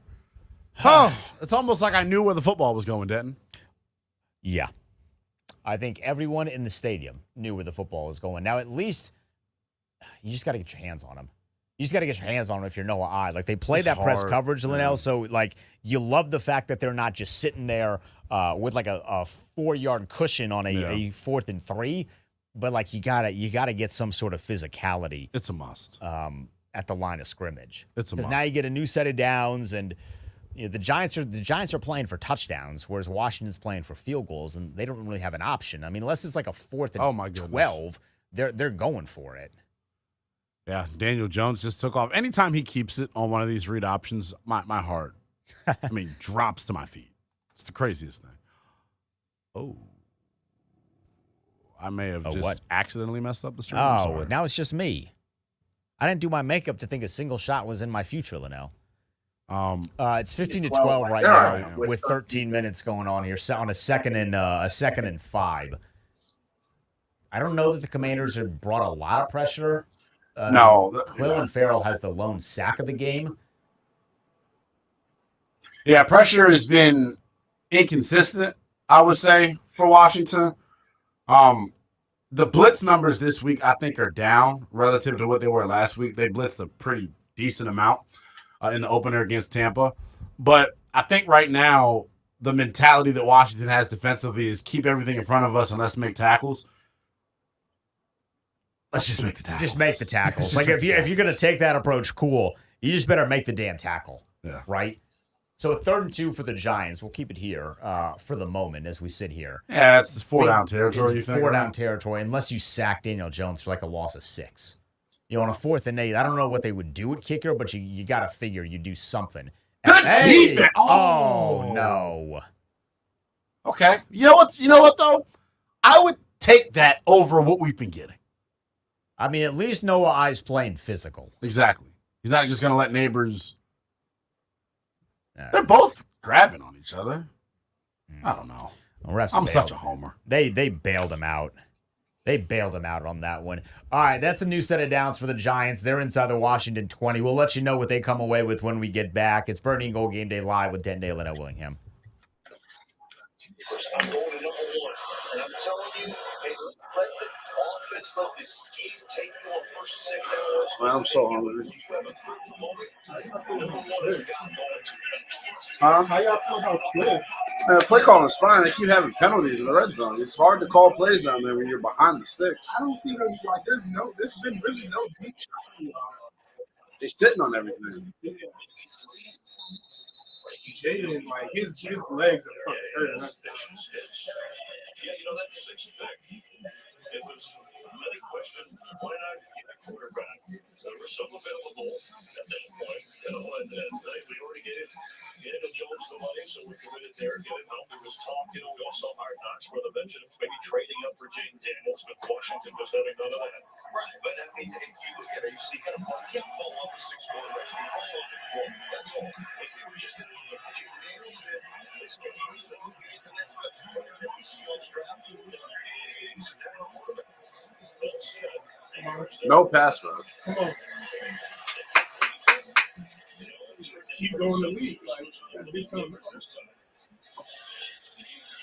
idea where it's going, right? I mean, he's to the other side, get Neighbors, but that connection right now is strong. Great window right there on that offensive line. Great opportunity. Those issues. You know what? Zay just got beat a couple times last week, and I was just like, it was just good coverage you could have. And I'm getting some touchdowns. But that was right there in the cover again. Really good right here. We had to be in the middle of Is the mic on? The mic's on? the blitz is on.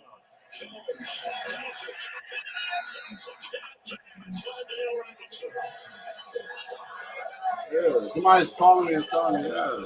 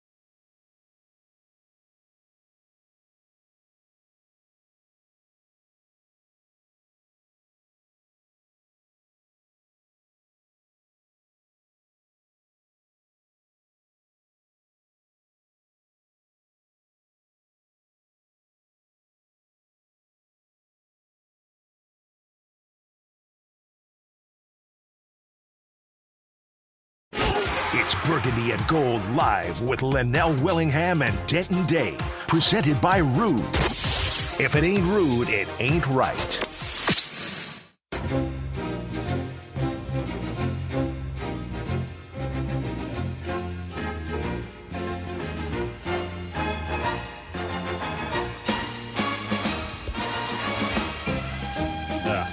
Yuck possession by the defense.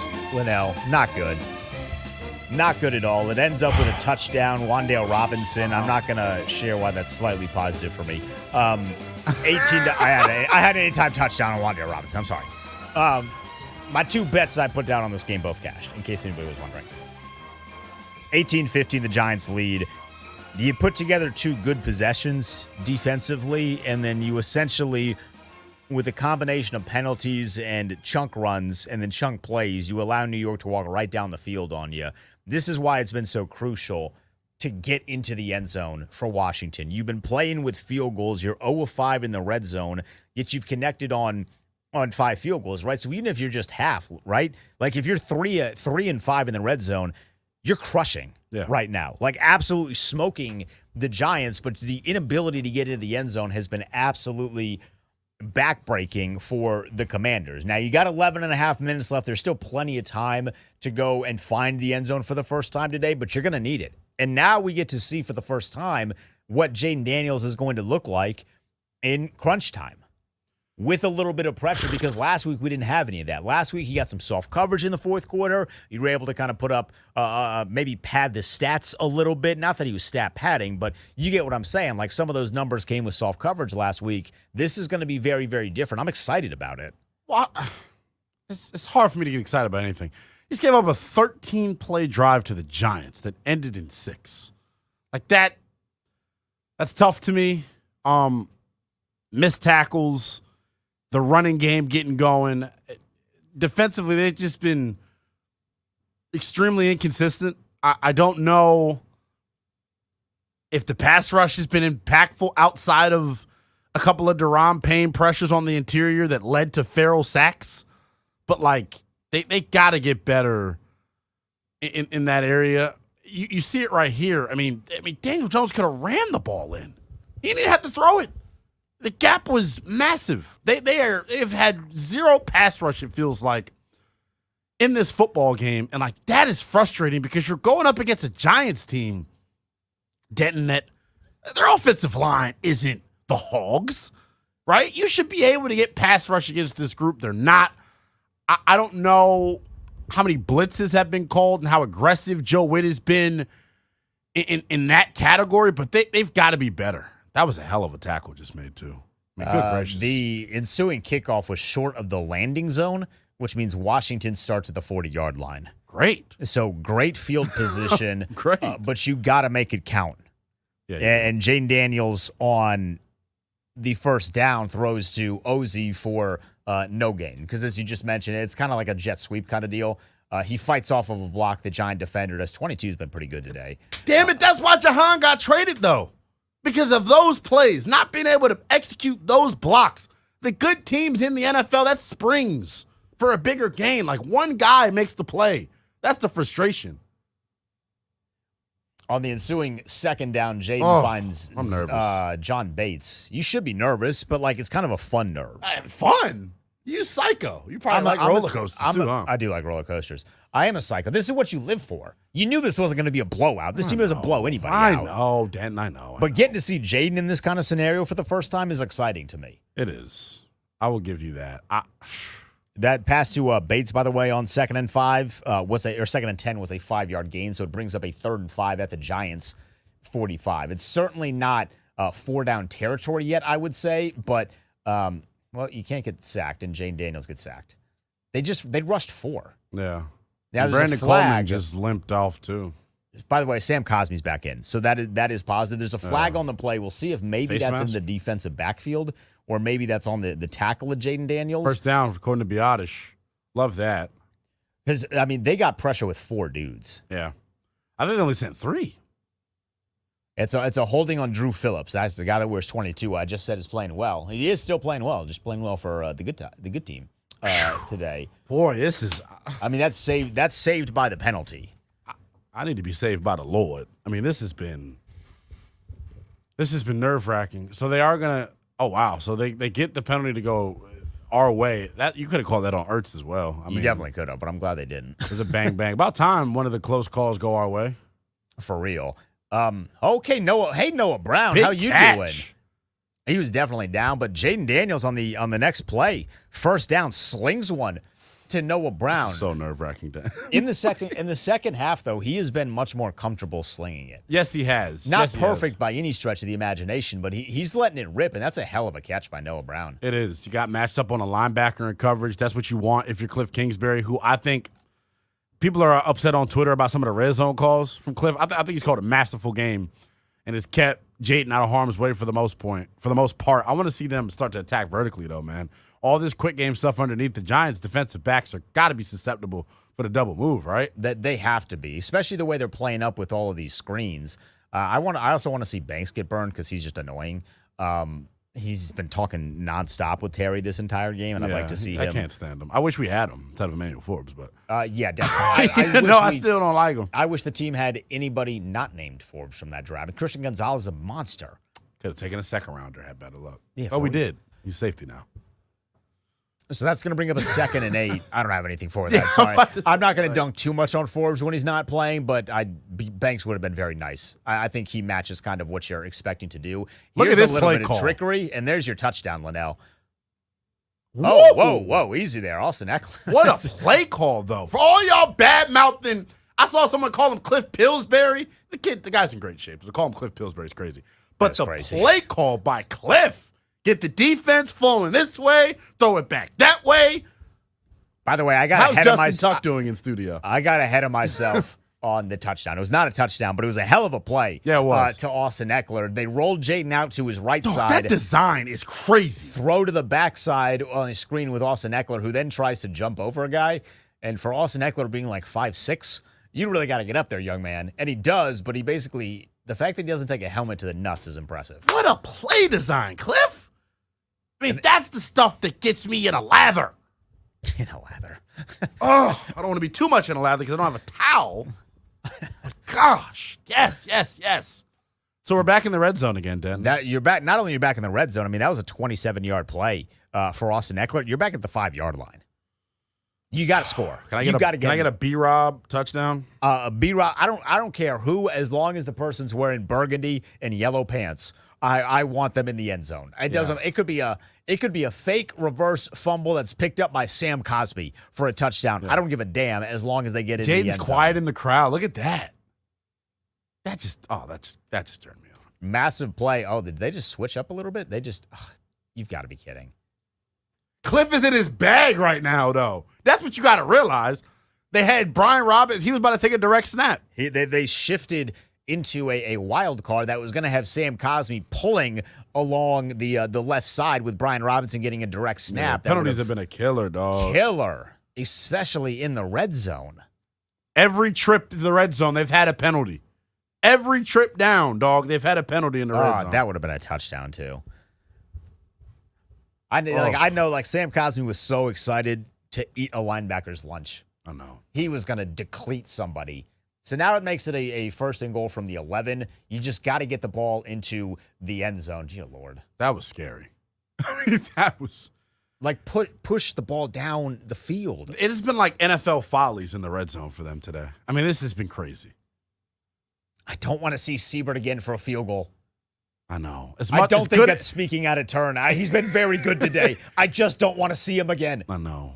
Get into the end zone. I know. This is killing me, Denton. Because it shouldn't even be this close. No, this should be like a 15-point lead right now. It should be an absolute rout. But, you can't. Y'all want to blame play callers and coaches all the damn time. Blame the players. The lack of execution in the red area has been disgusting, man. So, second and goal. Oh, all right, gosh. Third and goal from the 10. Jaden steps up for a 1-yard gain. Yeah, you got to keep his eyes down. There's nobody that can create separation in the red zone, it feels like. Either that or he's not comfortable with some of those tighter windows, because as you progress down the field, as you know, those windows become tighter in the red zone, and there's just no one that is either getting open or that he's comfortable with. I'm about to lose my mind. We're about to see Siebert for the 6th time. I'm scratching my head I'm scratching my neck like a junkie. This is exhilarating. I don't know what. But what's been interesting about the lack of red zone. Another penalty. Another red zone penalty? We're the most undisciplined group in America. Oh my gosh. Why do we keep shooting ourselves in the foot? Embarrassing. From veterans to rookies, everyone's made mistakes. But you know what? They're young, right? Some of them are. Some of them are. But, it's tough when you this is what you call beating yourselves. And this is what bad teams do. They find a way to lose. What's the old saying? Bad teams find a way to rip a win away from the jaws of whatever the damn saying is. We stink right now in the red zone. Hasn't been very good. Not very good at all. Ugh. The ball thrown in the dirt. Ball thrown in the dirt. At least you threw it in the dirt and didn't throw a pick. You had to see Siebert again. Damn it. At three getting is working, I'll tell you that. But it's almost like cartoonish what's happened in the red zone, Denton. I don't understand how it's like Cliff is so good and the execution has been so good until you get inside the 20-yard line, and then it's like the area is just filled with kryptonite. Yeah. And everything that you were doing well, you just completely lose sight of. This has been so frustrating, Denton. On all levels. I'm insufferable watching it. At least the Siebert guy's good. I mean, I'm ready to give him a 5-year extension. I mean, this guy's 6 for 6. What a debut. He is amazing. I don't know if it's something with the count. We don't have the benefit, Lynnell, of hearing right now just because there are legalities to that. It also would not sound very good if we were doing our job with the television on in the background. However, if it's something with the counts, you have to be aware of what the count is if you were the offensive line, because it's not like it's just been one person. It's been literally everybody. Cosmi, Biotish, multiple different tight ends, receiver. Everybody is making these silly mistakes in the red zone. You can't have that, especially in a divisional game. No, you can't. And I don't know what else to say about it. Veterans have done it. The young pups have done it. What we're not privy to, and I think based on the lip reading that I was doing with Tavita and Jaden, I don't know how much of it is on Jaden with some of the snap count stuff and why they're jumping off, but It's been hard to watch, brother, man. It has not been an enjoyable watch at this franchise record, single game record for Siebert. Wow. Huh. Yuck. Oh boy, this is where the broadcast gets interesting. This is where I become memeable because like I can't stand still. I can't stop moving. Can't stop moving. I don't know what to do. This is. You know what's gonna make you a meme then? What? When in doubt, just hit some jazz hands. Hit some jazz hands. Let me get some jazz hands in the chat. All right, when we get back here, we'll see the defense on the field again. That worries me. They put 2 drives together that were really good. They forced a turnover, they got a 3 and out, and then they just got walked down. We'll see what the defense can do when we get back. Please don't make Daniel Jones into the savior of New York. Please. It's Burgundy Gold Game Day Live with Denton, Lynnell, Willingham.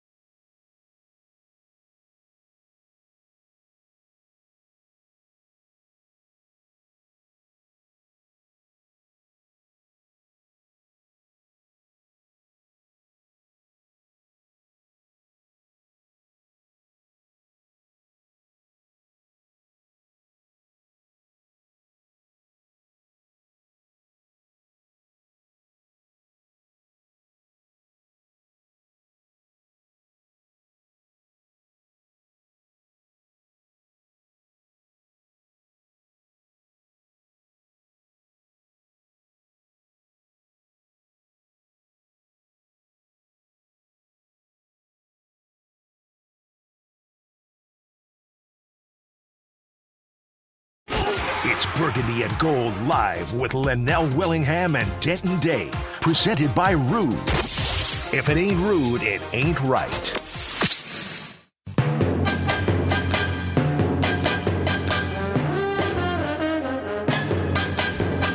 It is a bit embarrassing, Lynnell. As we're in the fourth quarter, it's tied up 18-all with 5 minutes to go, just over, in the ball game. It is kind of embarrassing that the Giants feel like running is still like a viable option, and they're correct. Punched us in the damn mouth. We have no answer for the inside run game in New York, and I'm gonna get nerdy here for a second because this is I played defensive line at college. They're double teaming the interior. They're working up to the second level. John Allen, Deron Payne, Johnny Newton, Phil Mathis. You got to get skinny. You can't just scream upfield. They're doubling you. Understand that. Get skinny, man. You're not getting off blocks. You staying square. You got to get diagonal on these things, man. They're whipping our ass in the interior. Devin Singletary almost got 100 damn yards rushing to the Giants. Well, last time, hey, Mac, you know y'all can't run the football. Last time a Giants rusher went for 100 damn yards, not named Saquon Barkley. The Giants had a 3rd and 1 that I thought Frankie Louvu timed the snap, to be honest. So did I, but I saw the replay, and I still felt like he timed the snap. It gave the Giants a new set of downs. Daniel Jones threw to Benjamin St. Juice. Benjamin St. Juice is good, man. Like, Benjamin St. Juice is playing the game. I say that, and he gets burned. Oh, my God. Why do I talk? Washington only rushed 3, and they still had someone that damn open? How do you rush 3 and someone screams across the middle of the field like this? Are we picking our own guys again? No, this is definitely a pick play, though. Yeah, Washington only rushed 3. That's not a pick play. You got laws, got to communicate, man. God, Daniel Jones and Malik Neighbors has been quite the combo. Anybody that didn't, I guess I'm the anybody, huh? I was not the anybody. Yeah, I know. I played Malik Neighbors over. I know, Bucks. The green, mean betting machine. The number was 66.5. The guy has 123 yards on 9 catches, and they're still running the football. You know, I'm confused as to how they being the Giants are going to handle the end of this game, Lynnell. So am I. Because you don't have a kicker. So, like, you have to get into the end zone. Everything's got to be 4-down territory, it feels like, unless you want to trot your punter out there to kick. Or, I don't know, can Malik Neighbors kick?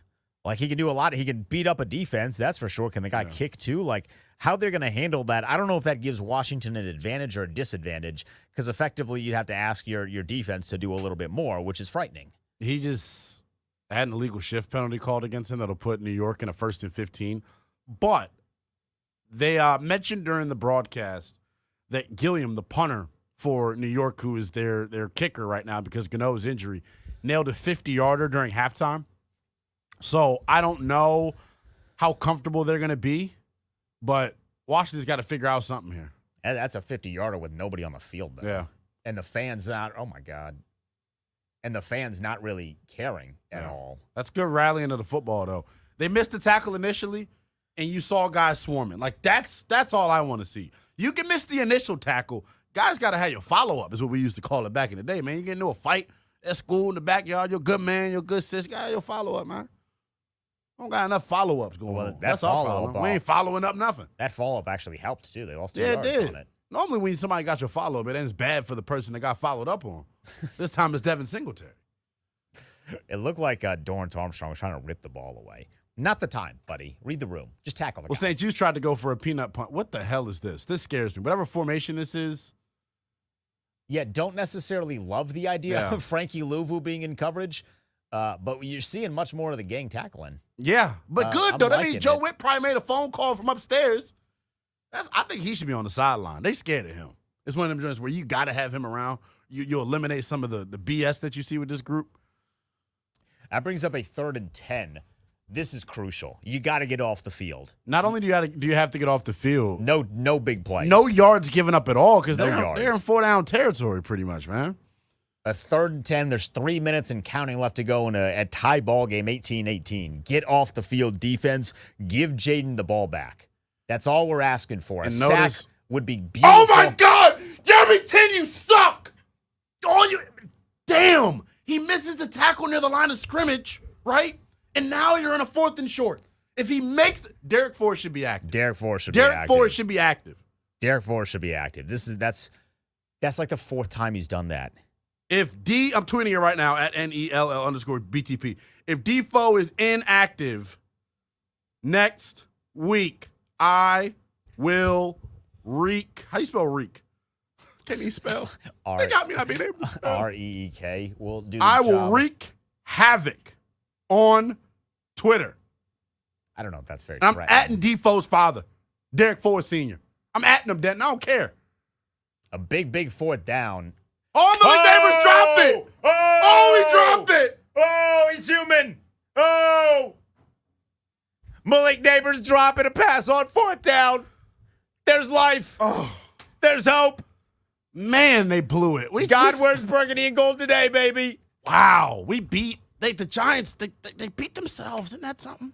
Somebody else can do it. Yeah, Not finally. just us. Yeah, for real. By the way, anyone that's paying attention to my wardrobe, I am wearing a backwards Jaden Daniels jersey. It's our Different form of than a the rally forward. cap. Come on, man. It's clearly giving us a shot. Chin misses too many damn tackles for me, though. He does. It's very bad. It's like him and Michael Davis are playing a game that's not very fun at all of anything you can do. Can't be your starting box safety if you can't tackle. So we get to see Jaden Daniels, Lynnell. 2 minutes, so he gets a 2-minute warning. 2 minutes and 4 seconds. 3 timeouts. He just got to get automatic Austin in position to kick a field goal. What you call him? That not like that. Automatic Austin. They're running the football on This first is the down. second toss they've ran all game. Cliff, you was in your bag, bro. What happened? Yeah, like let's keep doing what was working. Okay, you know can I what tell mean? you why they ran the ball? I do this in Madden all the time. Because of it's almost like in this situation, normally you don't run the ball because you'd have to burn a timeout for clock purposes. The 2-minute warning's there, so you run it. It's almost like a free timeout. Right. And you're kind of catching New York off guard because why the hell would they expect you to run it? Yeah, hoping something big happens. So we're at the 2-minute warning. We're tied up 18-18. We'll take a quick step aside as they do as well. We'll come back. We'll see if Jaden Daniels can make some magic happen, put the team in a position to come home with a win, their first of the season. It's Burgundy Gold Game Day Live, Denton Day, Lynnell, Willingham on the Team 980 Odyssey app and the Team 980 YouTube.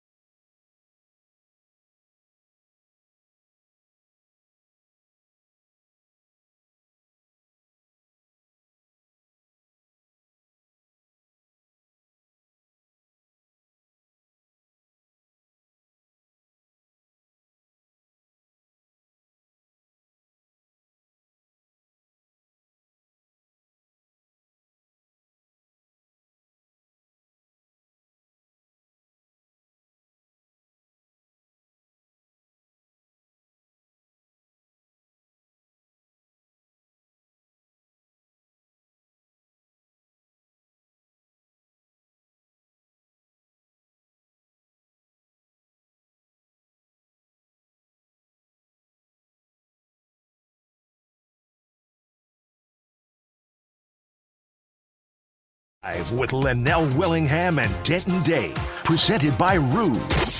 If it ain't rude, it ain't right.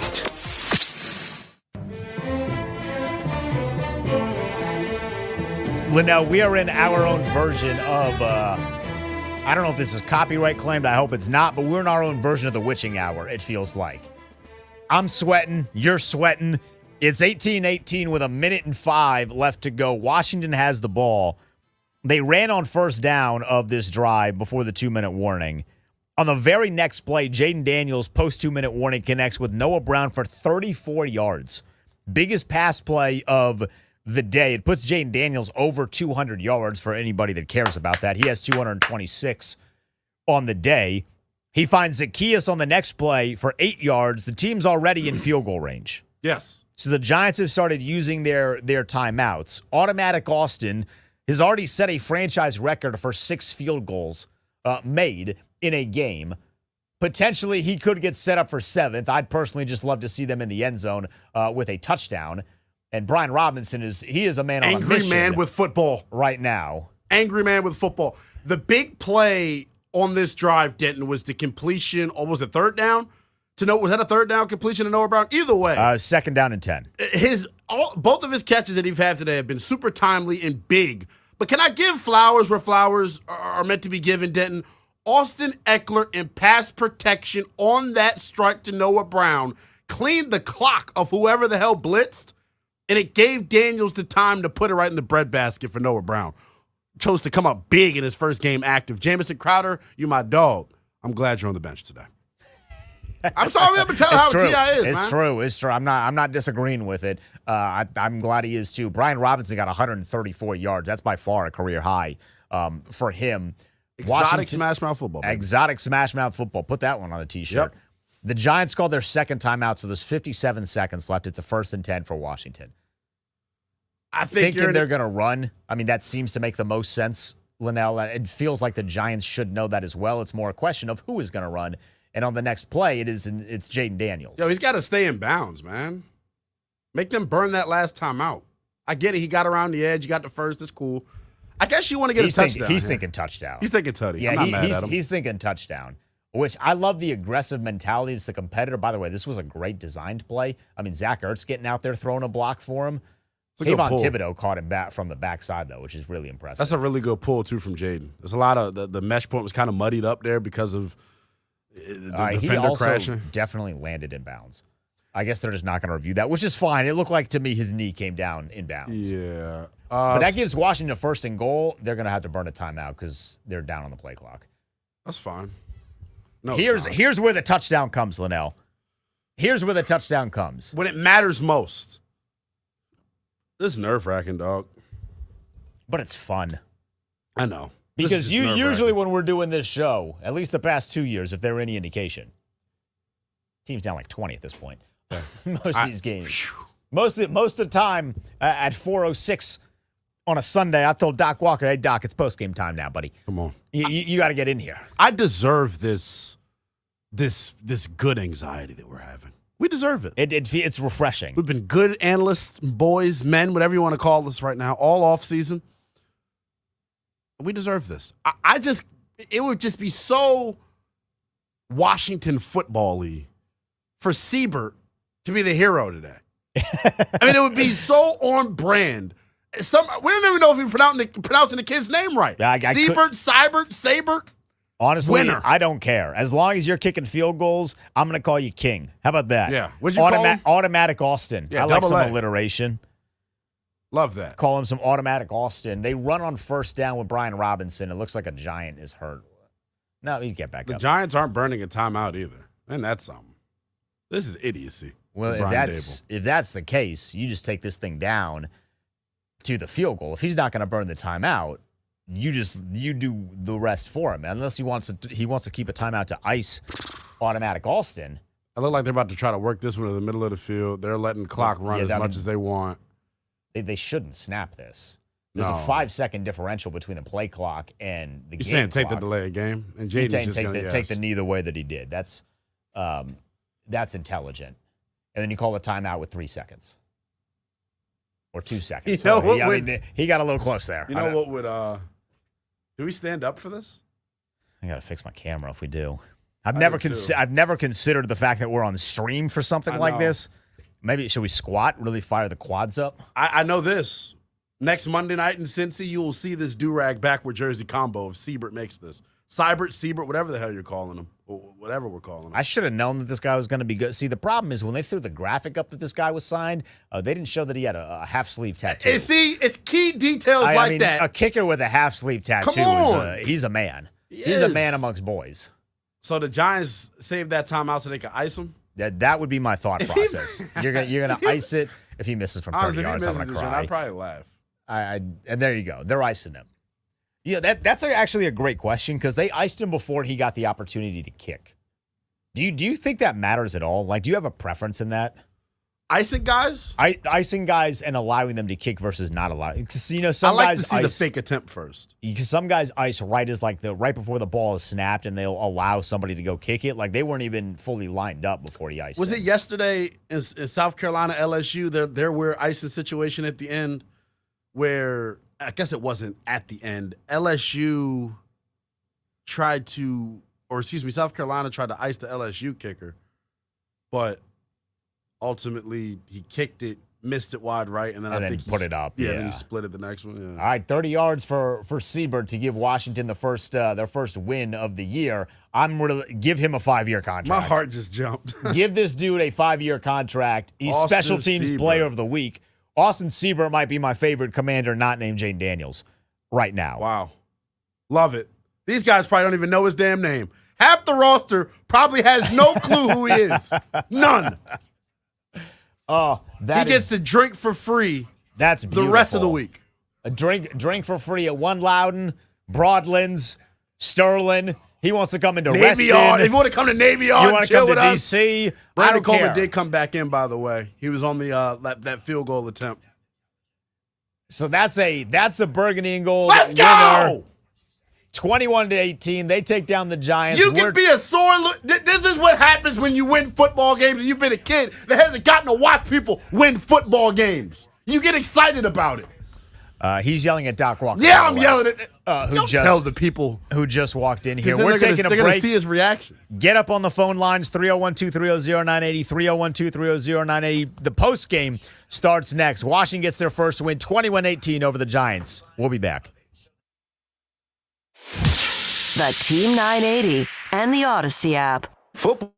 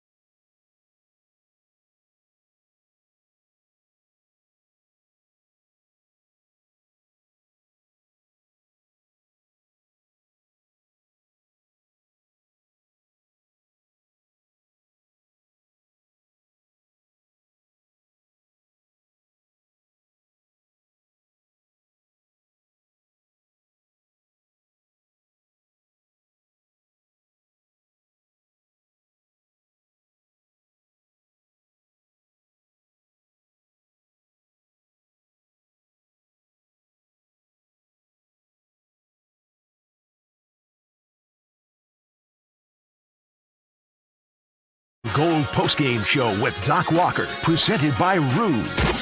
If it ain't rude, it ain't right.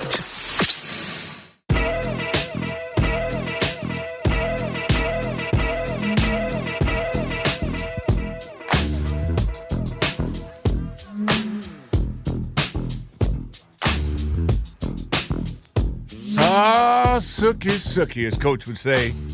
It's a victory. And there are no bad-looking victories in my time.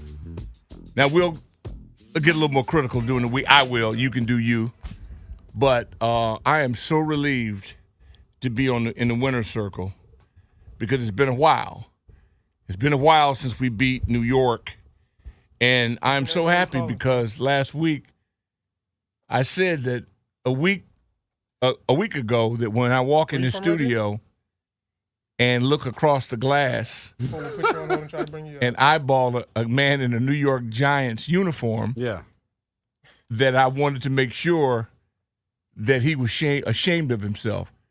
And I should have made him put on a Daniels jersey today. I didn't think of that. But at any rate, let me be a gentleman and say to the man who came up short, first of all, although he's on the phone right now, he's producing. He might not even have anybody on the phone, but he's acting like he's busy, which is okay. Donald's in there trying to console him. I love that camaraderie with our engineers and all of our technical staff. That's a good thing. What's your name? But I heard you screaming and hollering today. Man, I deserve it. Day. I love it. Hey, man, you're the generation of the lost generation that has not seen anything. Nope. For the most part, and you deserve to have an emotional pass to go for it, and today had to be nerve-wracking for you. It's terrible. Yeah. But the critical thing, it's fun to watch a victory, obviously, and to get paid to watch the game. It's all a blessing. But like they give you a damn heart attack. To me, and I don't want to start off being critical, so I'm not. Well, why wouldn't you? You always are. Okay. The penalties were egregious. The final count. It's not winning football. The final count was 10 penalties for 69 yards. Yeah, it's not winning. I'm doing my darndest right now to try and chart each drive and go back and look at it. Washington was penalized.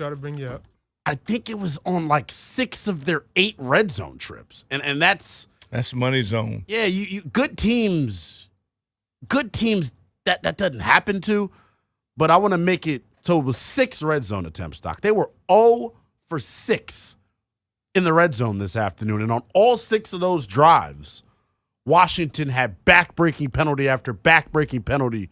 And I think that, to me, was the thing that was most disheartening. But I told you all, I said it in the summer, I'm going to put it on a damn T-shirt. Exotic smash mouth football. That is what you saw from them today. I know you were, wherever you were watching the game at, you were somewhere I was right here. cheesing. And I was right here. And now I heard you saying that, and I was hoping that that we would play the physical game. And Eckler is you haven't seen anything yet. I mean, he's just getting started. He's just scratching the surface. He's a bell cow. B-Rob is a beast. And how about Noah Brown coming up big? Noah Brown just can't. Doc, I highlighted it, man, while it happened in real time. Everyone's gonna give all the flowers to Jaden Daniels and Noah Brown on that final catch that he had to get pass Washington. Pro, brother. Without pass pro. Man, Austin Eckler, he don't care. But that's that undrafted dog mentality. Eat peanut butter and jelly sandwiches for dinner. He don't care, man. But I'm glad you pointed it out because if you don't, most will miss it. Yeah. Unless it's picked up. Maybe the stats people will pick it up. It's all the little things. Like the penalties are things that will keep you out of the playoff picture. For sure. It'll put you in last place if you're not smart. It made it a dogfight. Yeah. And then when you win it, it's cool because you say, well, we proved we can go toe-to-toe. We can win punching. We can win boxing and all that. But, no, we want a knockout punch. For sure. We want to be able to knock people out and impose our will, and we, frankly, couldn't do that. Too many failures in the red zone. 0 for 6, it's not going to cut it. It's just not. It's not. But, again, 24 hours, the wine tastes great. It's good to have avoided losing to the Giants. Yeah. Shout out to Dr. William A. Taylor.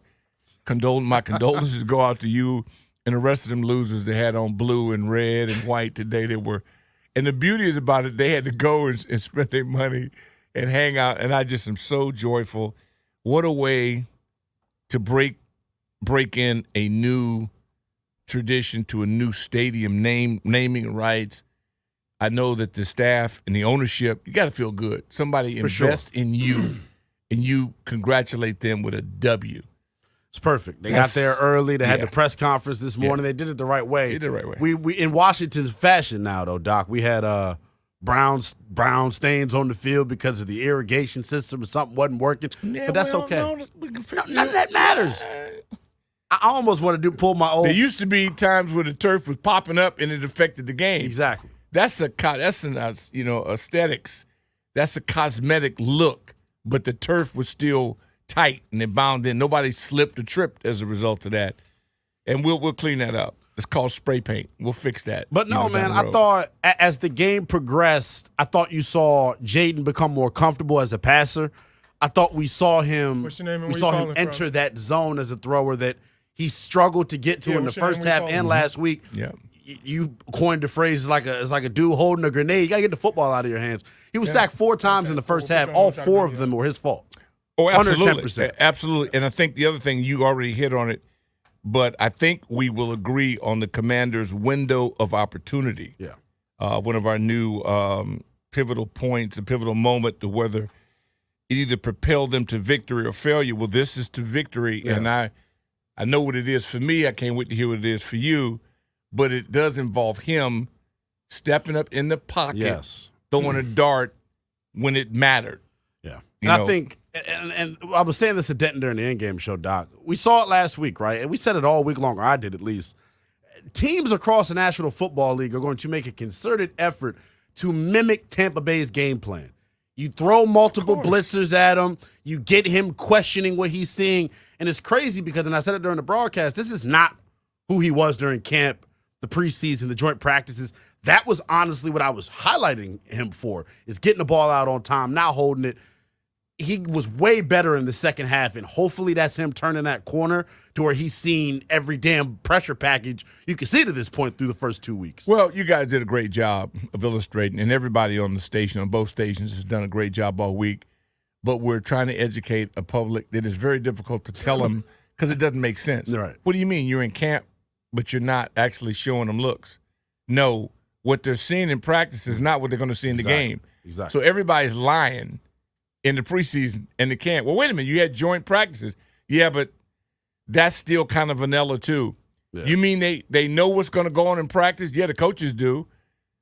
So really it's all fake until the first real game. Exactly. So that's why, personally, I'd like it to go to 18 or 20 regular, and let's just start it off like college. The hell with it. Week let's zero, not fake nothing it. Week 0, let's go. That way, at least we get to see the real players playing. Because clearly now, and they won't admit it, but clearly now there is no advantage to not playing them. No. Because they don't get any better. Exactly. They get worse. But you see the tackling, man. It's going to be a problem probably the first without doing it 5, live. 6 weeks. Exactly. It's going to be Even a problem. the Hall of Famer. It affects the Hall of Fame. It affects everybody. Yep. Nobody. I guarantee you this, there ain't a person out there listening that would let a person perform surgery on them that had by a surgeon that had not performed surgery. You see what I'm saying? Guarantee you that. Yeah. No, so that's all. It's ignorant, and what it is bank robbery. I know. Unless y'all make it $1 a head, $5 a head, in a pop for $1, you got to do something. Yeah. Because that's absolutely bank robbery to tell us, oh, by the way, nobody's going to play, and we expect full ticket and parking. Really? It's one of those things, though, Doc, that I hope, and I'm giving them 4 weeks. I've already conceded, which I hate doing. I'm going to give them 4 weeks. I'm ready to bench people. I'm ready to pull starters. Because at some point, when you play a competent football team, hey, Mac, we're not going to play around. The Giants are like a third world country. They're not a real. No, give him 24 hours, man. They're not a real NFL professional outfit. But you know what? You can't say that and you beat them by an inch. Look, how many inches did it take to win? 1. I'm good. Now. We won. Come on. But let's be realistic about it, because we got a game next week too. Against a Cincinnati team that's going to come in probably pissed off, angry. It's prime time. They get to take on the champs later today. But after watching this group, defensively, the tackling bothers me. But there were a couple of standout performances. If I had to give out a player of the game, it'd be Benjamin St-Juste. I thought Benjamin St-Juste was awesome in terms of the forced fumble that he had, with the peanut punch, him being physical at the catch point with Neighbors. It wasn't perfect by any stretch of the imagination, and we know it. Neighbors is going to be here for a while, and it's going to be wreaking havoc on defenses for years to come. But I thought St. Juice did a really nice job tackling. Yeah, well, he might be the candidate for the hardest working player of the game. For sure. Yeah, presented by Miss Utility because he was active in a number of different things that he did. His length is I wasn't mad at him last week. You couldn't be as close. Yeah, and he but see what I love about him is when a man can say, I turned it wrong, he corrected his faults. You saw the leverage going against a Hall of Famer. Yep. You know, and what did Coach Witt Jr. say? Leverage, assignments. They identified what they did wrong, and then today was like, let's come out. Did we close a gap on some things? Yes. The other thing is that it's still a lack of pressure. Right. In some areas, your interior pressure appeared to be decent at time, which you got to find a way to get somebody on the edge to go wow. Yeah. You know, and then again, give the Giants credit. But then again, they're supposed to be not too good on offensive line. We didn't take advantage of it. That's the frustrating part. Yeah, so what you going to do when you play like you'll see Bengals. They had a real deal offensive line. Yeah, they know what they have to protect. 2 6'8" tackles on the edge, and then the interior, though, I wonder if they're putting too much on John and Duran's plate. Because pretty much if you watch today and last week, all of the wins, quote unquote, that you saw on the edge came from the interior pressure. So I wonder how you strike that balance. They're great getting interior pass rush, but you saw John and Duran get beat up on today. They're playing this scheme defensively. Well, it's a one-gap scheme. Let's clarify that. You mean they got doubled? They got double teamed. Okay, so if they get doubled. They're not playing it fundamentally sound, though. That's my problem. When a double team comes, you get skinny. You turn. It's the torque technique. You turn and you twist your knee. Right. They're playing it straight up and squared, and it's allowing these guards and centers to move up to Bobby Wagner and Louvu, and that's why some of these runs hit the way that they do. But what I'm saying to you is that if there's 2 on them, I'm not blaming them as much as I'm blaming the person who's only got 1 on them. Well, there's they're the ones that make the sack. They're the ones that bring home I the understand, money. But if they occupy 2, then I'm saying somebody else is not beating the 1-on-1. That's fair. Yeah, and so now based on how big your bag is, that's how we pay people in this ecosystem. Straight up. Everybody talking about the bag. Well, you got it because you got to be able to beat a 1-on-1. Yeah. Now the bag men, they beat doubles. There's a few of them, they bad men. They defy doubles. Yeah. We clearly don't have anybody like that yet. No, we don't. Nobody has showed up like that yet. Well, it was tough to see. And that's okay. 52 is inactive today. I thought in terms of pursuit, he's one of the fastest edges that you got. He probably is the fastest. But they made a decision. They made a decision that, may come back to bite them in later weeks. Today we have a victory because of it. It's going to have to be addressed moving forward, though, because against good quarterbacks, good offenses, Daniel Jones had too much time to throw. Well, that one, they got a number 1 and did what he wanted to do. This next number 1 you're going to see is better than him. Exactly. So what I wondered about is that you got a guy going underneath crossing routes. You have got to find a way to get somebody to put hands on him or run with him better. Now, maybe you don't have anybody that can run with him. Then his hands on him, but we got to find a way. So you telling me you don't have anybody that can get to the quarterback, and you don't have anybody that can run with a 1. Then you looking to occupy last place. Well, it's clear that what's the word that they've used? Recalibrate. They clearly have some shortcomings in the personnel department, and I always say it. No new player is walking through that door that's going to come in and make an impact. He wouldn't be available at this juncture of the season if he was worth a damn. But that's true. Defensively, they have lapses. Offensively is what I really want to harp on here and what I want to focus on. They got into the red zone 6 times today, Doc. Yeah. They walked the That's ball the good news. up and down the football field, over 400 yards of offense. That's the good news. They punched New York in the mouth offensively. Think about the way this offensive line was criticized all offseason. They were the biggest question mark on the team, according to a lot of people. They come out today, 35 carries, 215 yards on the ground, 6 yards a pop. But I want to focus on what you were alluding to. Once again, you showed that you're decent, but you're not good. You don't get into the red zone 6 times and completely self-sabotage the way Washington did. And this is my thing.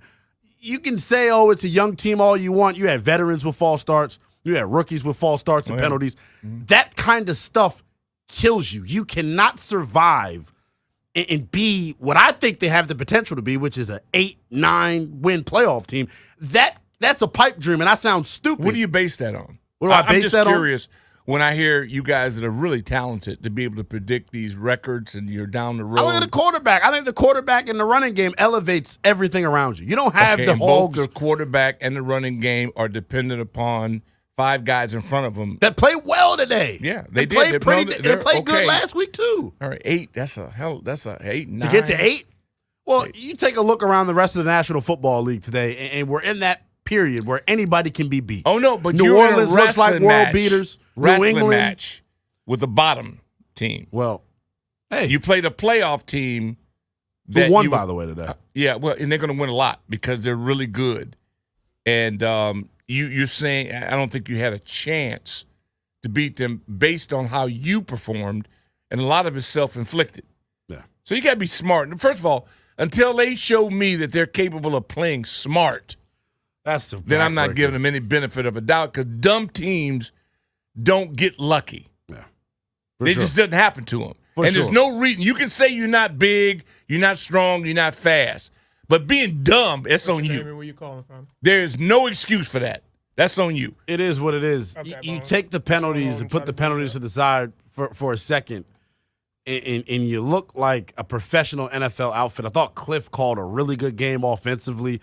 People on X trying to be critical of the red zone play call, and it's hard to call plays when you're shooting yourselves in the foot and your offense is consistently putting you behind the sticks. Jaden showed off the superpower today once again. He can run he's special. with the best of them. I think it's Lamar and him. They're in a category of their own. He's special. In terms of the running quarterbacks in the NFL. But you got to keep him helmet in the game. Shot. Yeah, but that's on got him. the wind knocked out of him. That's on him. Live to see another down. You got to keep him in the game. He's got to keep himself on the field. Yeah. But it's football. Thank goodness you got a competent guy that didn't wet the bed. He can come in and play for him. To think that you're not going to play some snaps without what you're just unrealistic. Yeah, This is a violent game. For sure. So that's going to happen. But I'm impressed with it. I just think that, are you better than you were last year? You have to be. Because they were god-awful. Bad, yeah. Yeah, and so that's the first thing you got to do. You won a game at home. There's a difference in understanding how important that is. That faithfulness out there, wearing colors, you came out, you identified now that a look is associated with a win. They go bottom. So the marketing, it's got to. They got to win too, right? They go real hard at that. Yeah. So finally, you have something you identify with winning. Yeah. With the marketing campaign, which is good. And the other thing is that we can't afford to lose anybody. No. So hopefully, I think we came out unscathed again. I think so. Coleman left, but came back. He was on for that final field goal. Yeah. So when Cosby went down, I nearly almost fell in the studio. I almost collapsed against the wall. I couldn't believe that. And then, of course, Longhorn Strong, he had an eye deal, so he came out. Well, he can play with one eye. He played well, man. Dexter Lawrence, who? All we heard about all week was Dexter Lawrence. We got to play him again. That's a bad. Let me tell you something. Yeah, he's a bad man. 5 sacks, but they were all because the quarterback wouldn't get the damn grenade out of his hand. They are He's good. self-sabotage. You see, you're going to mess around and try to get that man killed. Leave the Giants alone. We beat them. We got the W. You want to hear from the crazy folks leaving Northwest Stadium for the first time? They're some of my favorite people. Let's do it. Let's go out to – we'll start with Reggie, Silver Spring. What's going on, Reg? Hey, what's up? Hey Doc, Reg. I understand. I agree with everything you say because you're the man. But let me tell you something. They're just lucky they played the Giants. They're lucky that Gano pulled up lane to begin the game on the first play of the game. Mm-hmm. And to rely on somebody who's only been on the team since Monday, mm-hmm. and you driving up and down the field and you're making all those mistakes in the red zone. Mm-hmm. And then the only reason why we're talking victory today is because Neighbor missed that ball at the end of the game. And I said when he missed it, like a good neighbor, State Farm is there. Mm-hmm. Yeah, well, it happens. So that's the only reason. But it happened, right? Just like, Terry in the end zone. And we could go back and forth how many times our games have been decided by a play. That's what happens when you – two bad teams. Exactly. And that's how it works out. Neither one of us should be bragging about anything other than we're both in the NFL. That's what happens when you self-sabotage yourself and you shoot yourself in the foot with penalties. In reality, the Giants did nothing to beat you today. If you would have lost, it would have been because you beat yourselves. Yeah. And I can live with that. Yeah. I can live with that. Realistically speaking, and I said it this offseason, I figured I knew it would take the defense some time to come around. I thought the offense and defense both had the schematic advantage of teams not knowing what they wanted to accomplish. Mm-hmm. But offensively, you look like a juggernaut right now. You moved the ball up and down the field last week against Tampa. Mm-hmm. You did it. You moved it up and down the field this week against New York. He's potentially scary. Yeah. It's a good group, especially if they're going to have the balance they had. He comported himself from the pocket. Look at his development. I'm going, who developed more? Well, who's the guy with the most experience? What's your name? Dimes was good, but Dimes got a killer at 1. Yeah. But I thought 5, he was better than he was in week 1. And what we're looking at is his growth. But we're going to go as he goes. Okay. And then we can keep up with him. B-Rob stepped up. We also got our tight end today. Ertz distinguished himself. He said, look out. Yeah. Yo. I'm here. I got something left. So that was I was like, wow. Now, if we can get another receiver, Scary going to always be there.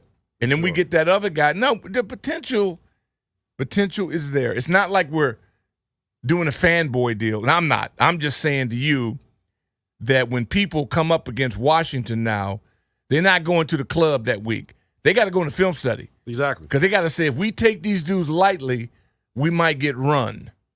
I think that's legit. For sure. And I just think the mentality that they came in with offensively, that they were going to punch you in the mouth and bludgeon you, I love that. Now, it was my key or it was my bold prediction during the pregame show that they would run for, I said they run for $150. I mean, you almost ran for $250. But New York was bad last week against the run. Moving forward, I still am wondering what the offensive identity is going to be. Because the quick game stuff's going to be there. I still want to see them attack more vertically. But, I think you have a couple of building blocks offensively with the quarterback and then your running game. The receiving core, even Terry, no one's stepped up yet. But it's week 2. We'll give him time. I'm fair. That's fair. We'll go back out to the phones. 301-230-0980, the number here on the Burgundy and Gold postgame show. Greg is in Fairfax. What's up, Greg? There's one thing that makes today's messy victory a little sweeter that y'all haven't talked about yet. 4 words. How about them Cowboys? Have your stat guys look up the last time the Redskins won or the Commanders won on the same weekend. The Cowboys lost by 25 points. Does make it sweet, doesn't it? Well, I didn't pick them to lose, and I never pick them to lose in the regular season, and I really don't. What's your name and where you calling from? I don't care about Dallas until we beat them. Well, I ain't one of them guys. I don't take no joy off something we can't do. You said Sean, right? It's like the Giants. We hadn't beaten the Giants. I don't talk trash about somebody I can't beat. When we beat them, then I'll deal with that. I don't give a damn about Dallas. Still there? 301-230-0980 is the number. We'll take a quick timeout. 106.7. Get ready to join us. Nats postgame just wrapped up. It's a postgame party. Team 980, 106.7, The Fan, in the Odyssey app. The Team 980 and the Odyssey.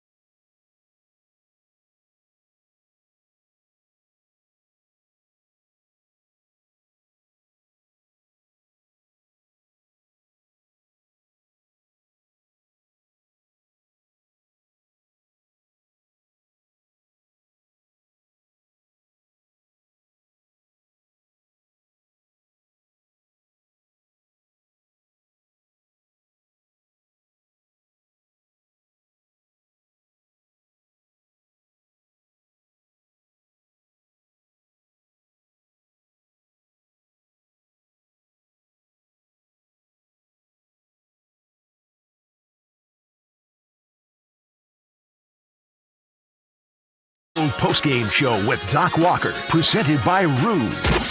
If it ain't rude, it ain't right.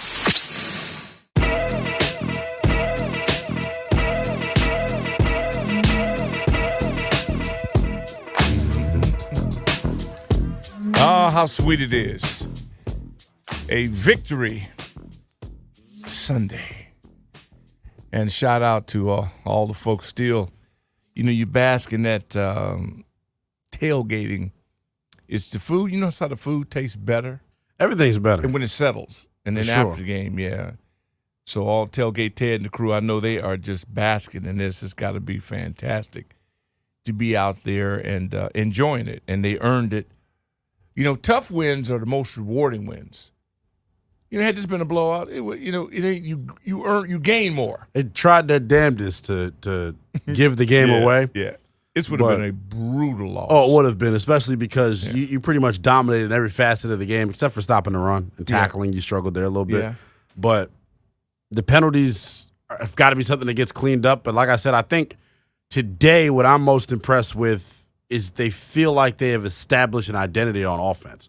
It's going to be exotic smash mouth football. It's what I've been screaming for all off season long. You had a dynamic weapon at quarterback that's as electric and elusive as anyone in the league. Yeah. Your offensive line, I think, is criminally underrated. They were really good last week against a badass Tampa front.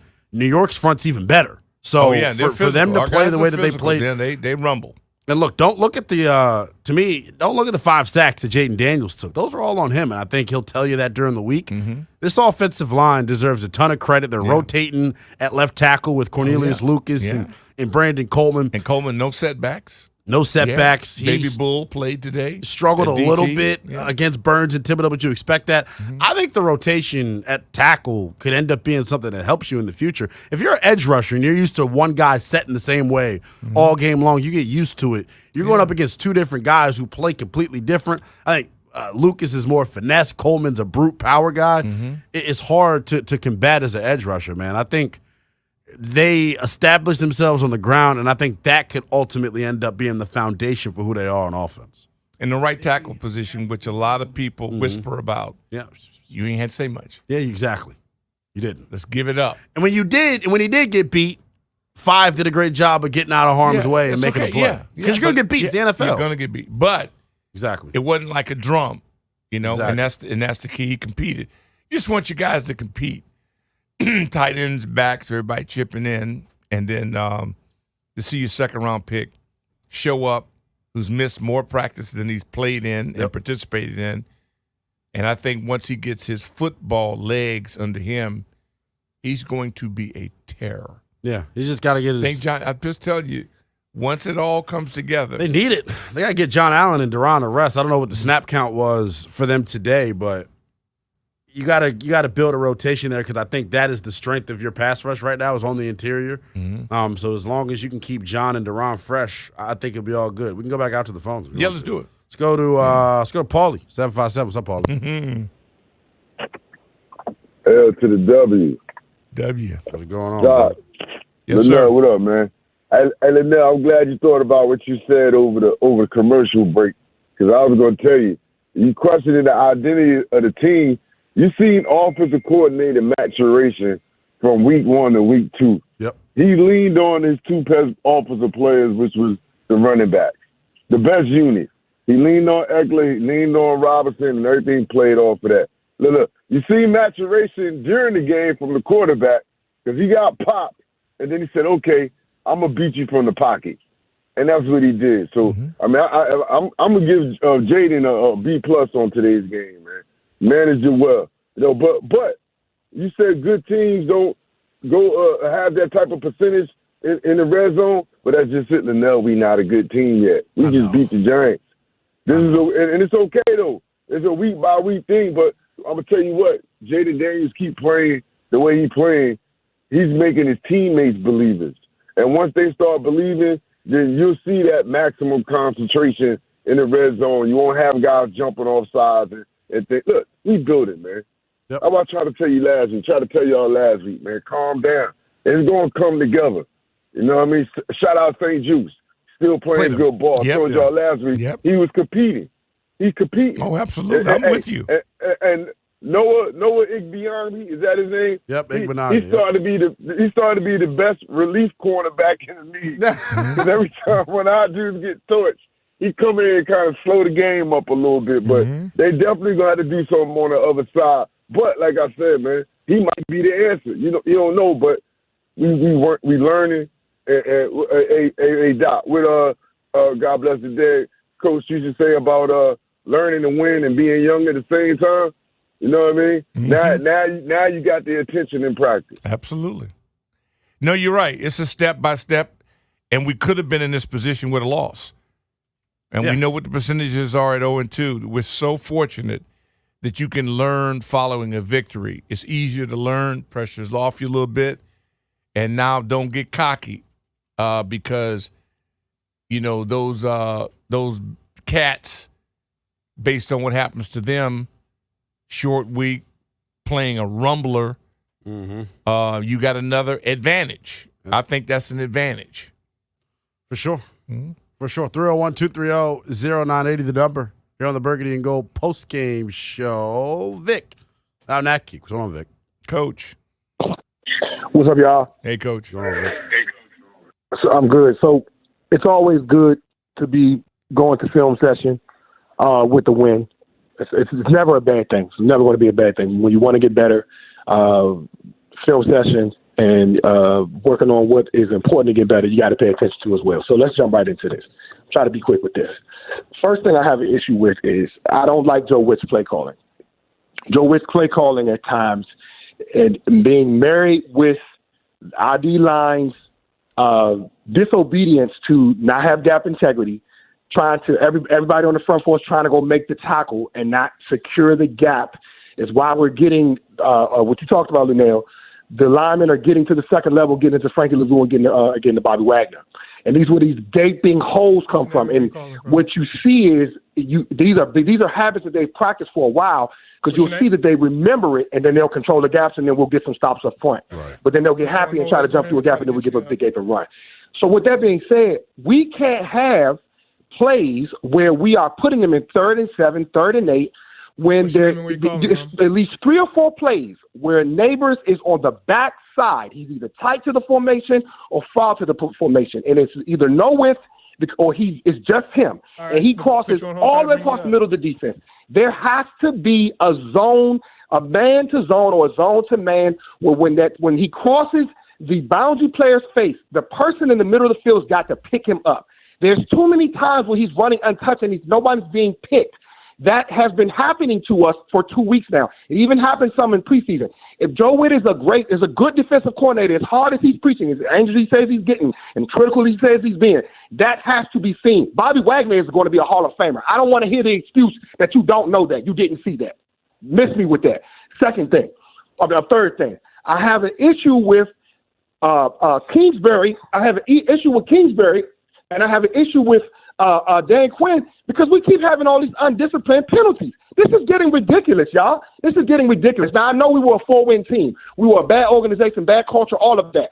But eventually, somebody got to start making people feel uncomfortable about getting penalties to the point where you feel like my position, my starting role, my responsibilities that I'm given are going to be removed away from me. This is ridiculous. This is what happens on Saturday afternoon when we watch these great these high school football players. This is getting ridiculous. Hey, Vic, the one thing I would say about some of the false starts, and I don't know this is just speculation because at the frequency that it's happening at, it can't be some just routine thing. I think it may be, and I guess I can ask this during the week, is it have anything to do with Jaden Daniels' cadence? The rate that it's happening at, you almost think that's what it is. And this was something that happened in the summer as well. He got the defense to jump off sides a couple of different times during camp. But this is not something new. Any of the beat reporters that were out there, boots on the ground every day, knew, and I know you're going to get a chuckle out of that, knew that this was something that happened during training camp as well. So you can't stay serious for a second. I mean, not for a damn second. But no, in reality, like, this isn't new. I wonder how much his cadence has to do with it. I don't think guys are just not knowing the snap count. It's having a different quarterback in there. different cadence. You It's just going to hate take time. to not perfect the things that aren't physical. I know. Yeah. Tackling is physical. So you can say, well, we're not doing that because we want to avoid injuries. Yeah. A cadence, you can't get hurt.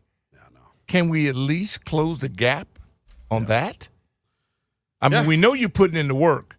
Yeah. We know that you're not slackers. So how do you get better results? And that does come down to the guys have to believe that you'll chop a head off or two. Because it makes me think that there's just too much buddy-buddy going on. If we're going to keep doing this and no penalties, I just – we'll see. It's tough. It's still young. 301-230-0980 is the number. Let's go to Athen. I got double A out in Athens. What's going on, Athen? How did you enjoy the game, my friend? Well, it was good. I'm glad it didn't go into overtime, even though that was my prediction. But I'm more glad that you're not on suicide watch. Me too. Just glad that you came out of this breathing. But I mean, long story short, I mean the defensive line is what concerns me the most because the offense is growing. They grew today. They ran the ball well. They had some penalties. They didn't score, but they found a way to get it done. You can't tell me that they can't manufacture a pass rush or at least a respectable one. You'd have watched it 2 weeks in a row now. Yeah, but they got to figure it out though. Because what I'm looking for out of this team, like I said earlier in the week, if they go 6-11 or 7-10, I'm looking for the effort that the Raiders are giving Antonio Pierce right now. There's one player I know on the Raiders defense, and that's Max Crosby, who is a game wrecker. I don't know anybody else, okay? And it just goes to show that you get max effort, you do more with less, and they've got to figure that out because you're going to play some much better teams that are going to run the ball. I mean, the way we got gashed today, it's unacceptable. We could talk about John Allen and Duran all they want. They ain't done much the first 2 weeks, but a W is a W. Lynnell, you're still breathing. Glad everything went well today, and we found a way to get a W. But they've got to get better on defense. And kudos to St. Jude. He played really well today. Yeah, I agree. No doubt about that, and it's good because I thought he got not victimized. He got beat by a true Hall of Famer and a guy that's going to be borderline. So sometimes better people get you if your guys don't bail you out with pressure. For sure. 301-230-0980 is the number. We'll go out to, let's go Ray, DC. What's going on, Ray? Hey, Ray. Hey, what's going on, fellas? Quick. The previous caller said we need to run a man zone. I was saying that all game. If they keep running drag concepts, you got to cover them underneath. But what I want to know is, do you all think that we brought Frankie Louvu in as a game wrecker, as a poor man, Michael Parsons? Shouldn't he have his hand in the dirt and be coming every play? And do you think that'll make a difference in helping the defensive tackles get home and get that pressure and make the corners better? Well, Ray, this is the damn problem. You take Louvu away, that's your best linebacker. I mean, Bobby Wagner, he's making plays. He's a liability in coverage, though. So I think Louvu helps you out in that aspect. If I was them, I would have Louvu as an edge rusher. I would take Wagner off the field in obvious passing situations, and I'm playing my extra safety. You kept 6 damn safeties on your final 53. Use them. I don't know what happened to 52 today. For him to be inactive, Doc, I couldn't make sense out of it. You lost a guy. I couldn't make sense out of it. That has better wheels than all the rest of the older guys. And it's just motor thing, too. He runs. Some of these plays where Jones is getting flushed and he's able to throw it down the field still, it's because the defensive ends ain't fast enough. I'm not going to say they stop running. No. They're giving you effort. It's just nothing beats raw speed. Exactly. And he's got that. So exactly. I'd love to get a real answer as to what's going on with him. Yeah. Let's go to break. And when we come back, you know our giant, you know what? Dude, you know this is, we're going to play again. You'll get a shot at this. I don't want you to. We've all been there. We all been there. I feel so bad for him. You know what I mean? I feel like we double team him and stuff. Burgundy and Go post-game show. We will have the Window of Opportunity Award and the Hardest Working Player of the Game Award, too. So stick and stay. We'll be right back. The Team 980 and the Odyssey app. Hey, it's Brian Mitchell here.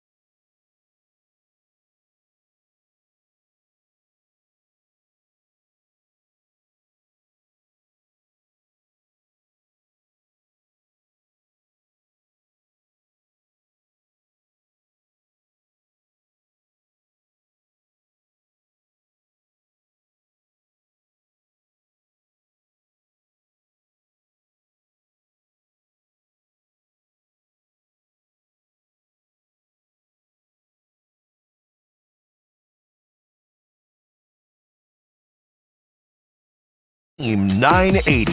Always live on the free Odyssey app. It's the Burgundy and Gold postgame show with Doc Walker, presented by Rude. If it ain't rude, it ain't right.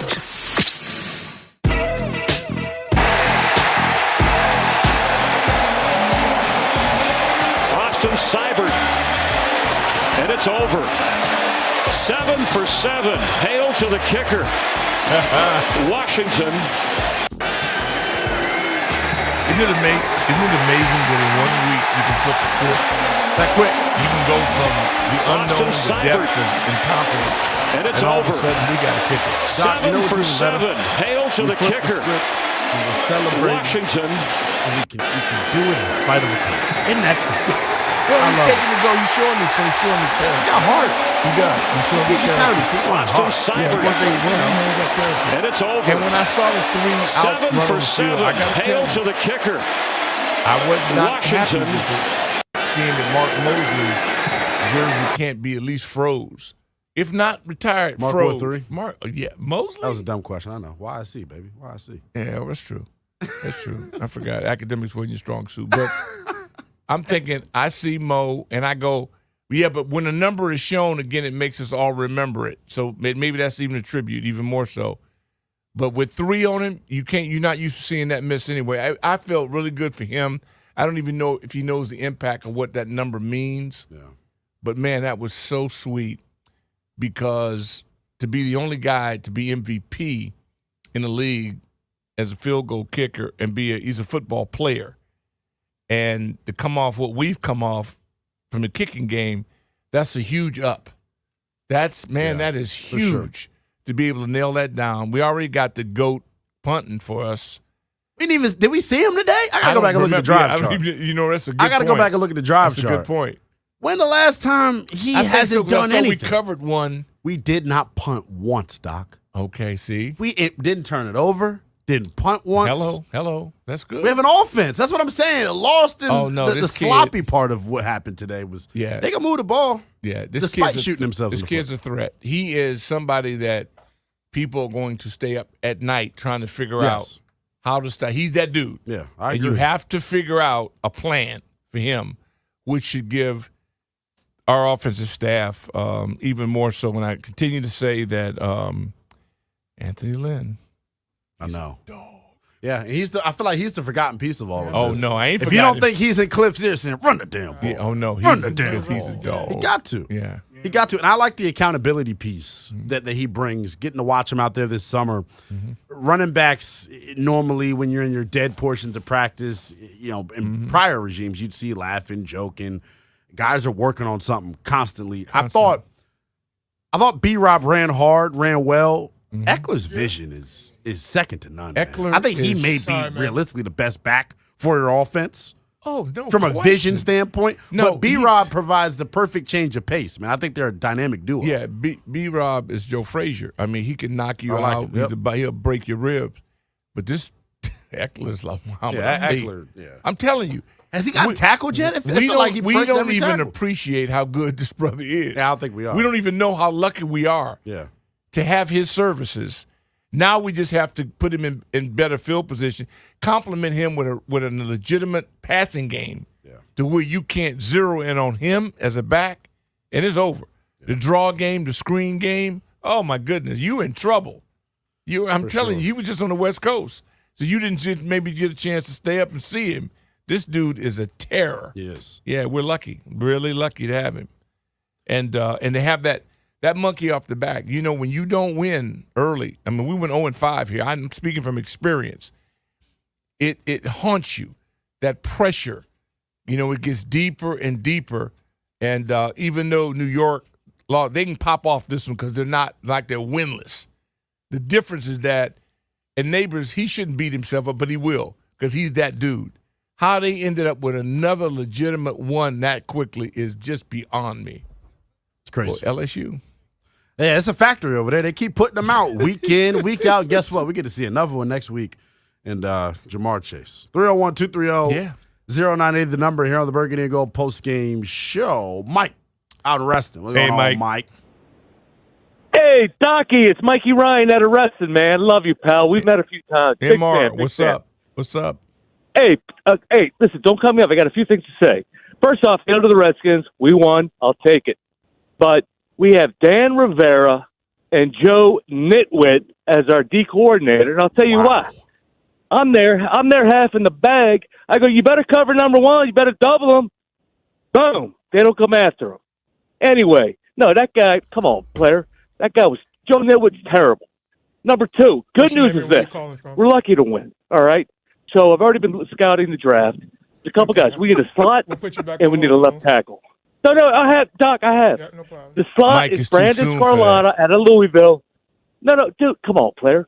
The other one is Paul Bresson. He's a D3 guy. Worcester Polytechnic Hold on, Institute. you scouting Division You III haven't players? heard about it. No, You haven't Mike, heard you it. own it. You own it. Dude, I've been studying film, player. Go to YouTube. Go to YouTube. These are the guys we need. We need. Hey.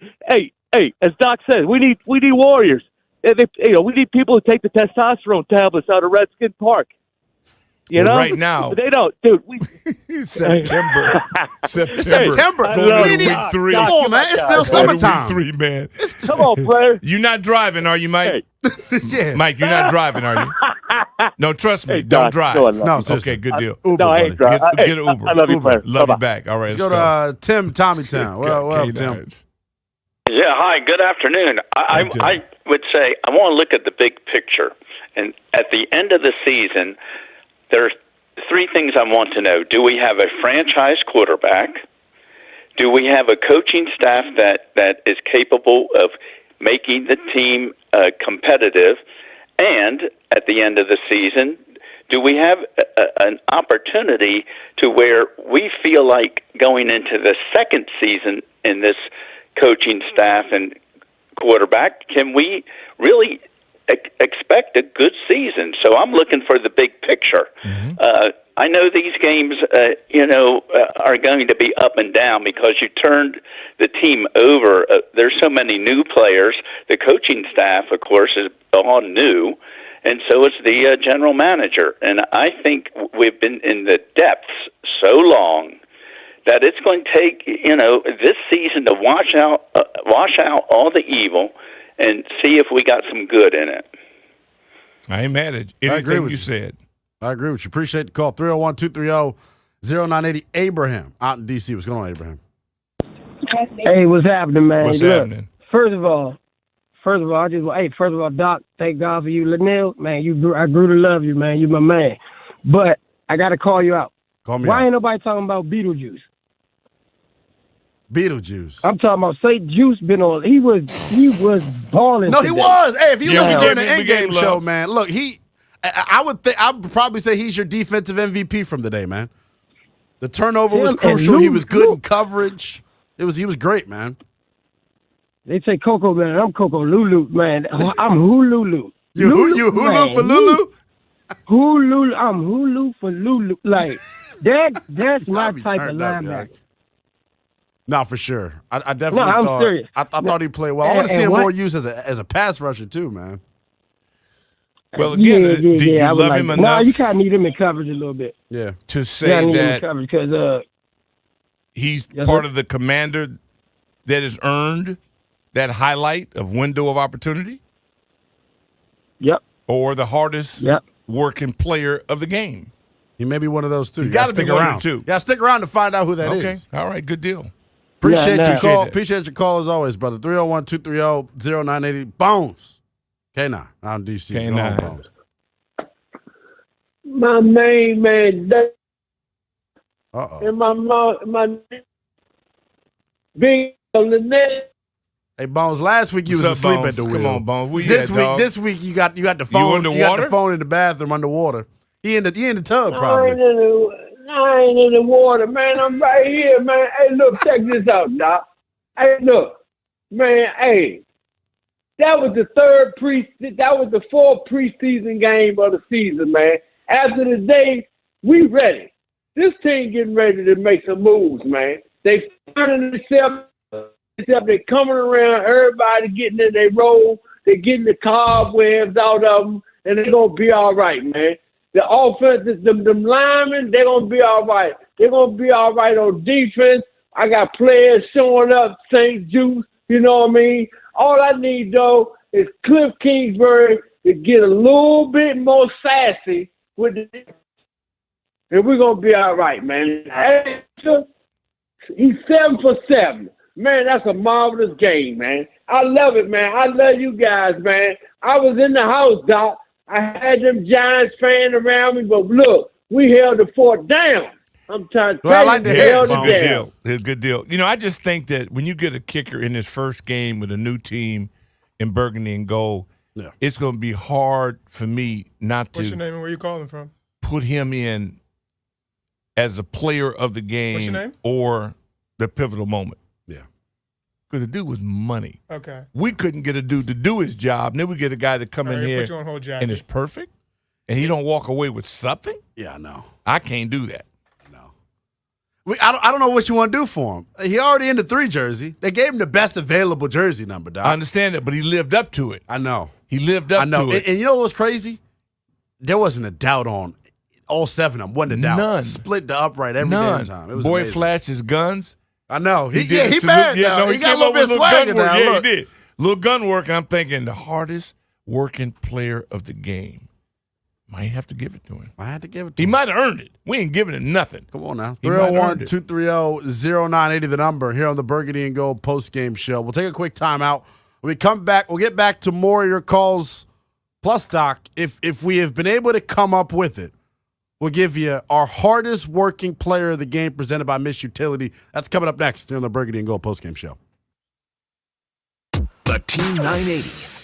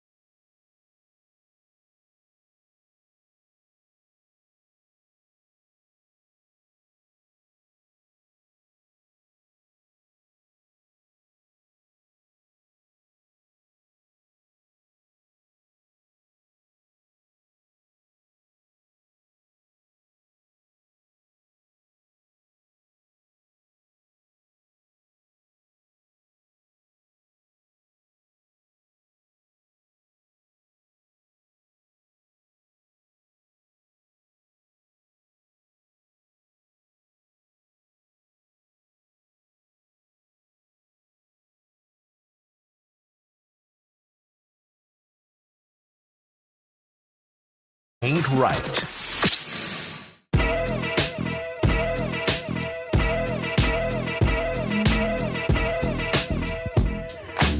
Oh, how lucky are we? Lynnell Willingham, the author of the Lynnell Super Six Pack, right? And the guy who has shown us last week with the Rooster and yours truly, his unique ability to pick winners. I can't wait till this time around. Oh, this week? No, I think I'm going to replace you this week. And last place. As a guy in dead last place. I cannot believe the games that are going on. And I'm going, how could I have picked the right? And again, I usually go against Dallas because I'm messing with Goldsboro. But usually they lose at home. It's kind of rare. They lose at home all last year. They lose at home all last year to the playoff game. That's my point. Usually January, I never pick them. But other than the regular season, yeah. But this is going to be – I can't wait to see – poor Clay. He's just going to be devastated. But we will see. And then the Steelers, I'm waiting to see. That'll determine whether or not we hear from Big Tony today or not. So you want to get to it, though? Absolutely. Our hardest working player of the game. Hardest working player. Presented by Miss Utility. Remember to contact Miss Utility before you dig. Mm-hmm. Every dig, it's the law. Visit missutility.net or call 811. 811 is important. 811 is important. Yeah. So my hardest working player of the game. In a win, Doc, there are a lot of worthy candidates. I'm going to go on the offensive side of the football. Mm-hmm. I got to go with Brian Robinson, the 8 car. Mm-hmm. I mean, he was running today like a man possessed. He came into this week, Doc, 4th most broken tackles in the NFL in week 1. I would have to think he's number 1 after his performance this week. 17 carries, 133 yards. Didn't find the end zone, Doc, but his impact, keeping Washington ahead of the chains, breaking tackles. And then it's all about, to me, my most important takeaway from the game, they have established an offensive identity. And I think that's exotic smash mouth football, and he's at the forefront of it. I don't usually do this, but I'm going to agree with you. And that's something. And because it is my nature I want to meet. He just reminded me old number 44. There you go. Yeah. Sledgehammer. Yep. And when if it's a tie, we win because JR is going to tote the mail. And B-Rob, I just feel confident that he can break all ties. If we need a yard, we're getting the yard. Exactly. We have the ability to play bully ball with him. So if we get the right calls, and now that we have this unusual talent at quarterback, you just can't go all out on B-Rob. No. Because if he pull that thing out of his belly, you're dead. Exactly. And I think he's going to make B-Rob more effective as the season wears on. So it's the combination of those two freakish athletes and Kingsbury's ability to call it and get the big uns up front some credit. Oh, they deserve all the credit, man. Because if they just avoid the perfect no-hitter, that is, just get surface on surface. You know, it ain't like everybody killed everybody. JR, if you left anybody, he would just break their arm. A bus run through his shoulder. And that's what B-Rob reminds me of. I love it. Yeah, I thought, Washington offensively, that's the one thing you're going to hear me saying all week long. Exotic smash mouth football. If you listen regularly, I've coined the phrase, weeks, months ago. For them to coined a lot of things that we no longer pay attention to, but this one is this one might be a keeper. Pretty, because when you say exotic, that means you got freaks out there. Yeah. You got Terry. Yep. You got 5-car. Eckler. They have some cards in their hand and their deck. They do. Dude, that are serious, that are going to get people's attention if no self-inflicted wounds. Yeah, I know. And I don't want to harp on the negative. That is the big disappointing thing from today. 0 for 6 in the red zone. On all 6 of those drives, you had penalties in the red zone that break your back. Good teams. On first down. Good teams, exactly, on first down. Good teams can't even overcome that stuff. You're right. You're not a good team, so you have little margin for error. Okay. I do think, though, man, as excited as we are about the running game, my other thing that I'm super pumped up about is when you get on-the-job training and you watch someone improve as the game moves along. I think you saw that from Jayden Daniels. He was gun-shy in the first half. He was holding on to the football. You saw the 4 sacks. In the second half, ball's coming out on time. He's trusting what he's seeing. And I think his eyes were in the right place. I think that is something to build on moving forward because I think as the game progressed, New York kept bringing the pressure. But if Cliff Jaden are going to show that they have clear answers to the pressure, I don't think you can get away with continuing to send guys the way you are. I would be fascinated to see what Gino does, or Lou, Lou Enaroma, the defensive coordinator for Cincy. What he does next week, he's a veteran defensive coordinator like Bowles is. Yes, all so of them, I assume the game plan will get mimicked, but I like that Washington got better in that aspect as the game went And on. my favorite moment of the game was when 5 got crushed, went out, and came back in. Yep. See, he's been hit like that his whole life. He got the wind knocked out of him. But it's was okay. What they said, But he's been hit like that his whole life. Yeah. Because he's been that size his whole life. Right. And he's grit tough, as Glenn Harris coined that phrase, and I use it with good intentions. He's grit tough. So we agree on this. This is a rarity, but we agree on this. For sure. And that's good. Let's get back on the phones. 301-230-0980 is the number. Our guys, go to Jonesy. Jonesy, what's up, man? K9. Hey, what's going on? What's going on, Lynnell? Yeah, my life today was, the kicker. I mean, 7 for 7, you got to give him at least the goal foot, if nothing else, man. As far as it go with the sloppy tackling, we had guys out there on the Giants team for losses today and just couldn't get them down because of sloppy tackling. The other thing we need to work on is we need to work on the discipline on both sides of the ball. You cannot be in the offense, red zone, and you're committing penalties, shooting yourself in the foot to set you back. On the defensive side of the ball, you cannot have a guy in your grasp and you holding on to him. Leave that alone, especially when you're going down the field. But work in progress. I ain't tripping. We got a win today. It was a hard win, and I'm good. So it's on to next week, and the word would be for me is, hey, let's hope our team gets better as we go down the stretch here. For sure. And preseason matters. I'm out. Amen. Appreciate you, Jonesy. 301-230-0980. Greg is in Springfield. What's going on, Greg? Gregory. Greg dropped. Let's go to Giants fan. Let's go to Will and Alexandria. What's going on, Will? Hey, what's going on, fellas? I called in last week, and they still got the same problems, this week as they had last week. And I'm gonna tell you right now, had they lost the game today, and it was by the skin of their teeth that they won, we'd be looking at Ron Rivera 2.0. I mean, Dan Quinn talks with no fire in his stomach whatsoever. They can't block. They can't catch. I mean, what's his name? They got Sam Cosmi thinking that his name is paying him like his name is Joe Jacoby. I mean, this team's in trouble, and I know after one win against the no-account Giants, everybody's going, we're going to win or whatever, but they need to really check themselves come Monday against the Bengals. Thanks, fellas. Bye. All right. Man, to think that there could be people upset after today's shocking. Well, high standards. Shocking. High standards. High standards. Yeah, Jackie, high standards. out in Frederick. What's going on, Miss Jackie?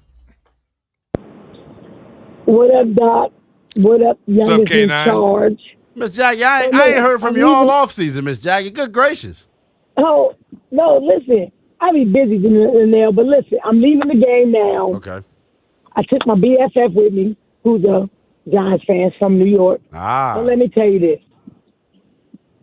I'm not discouraged. I'm glad we got the W because we're going to have a victory Monday, but the kid left a lot on the field.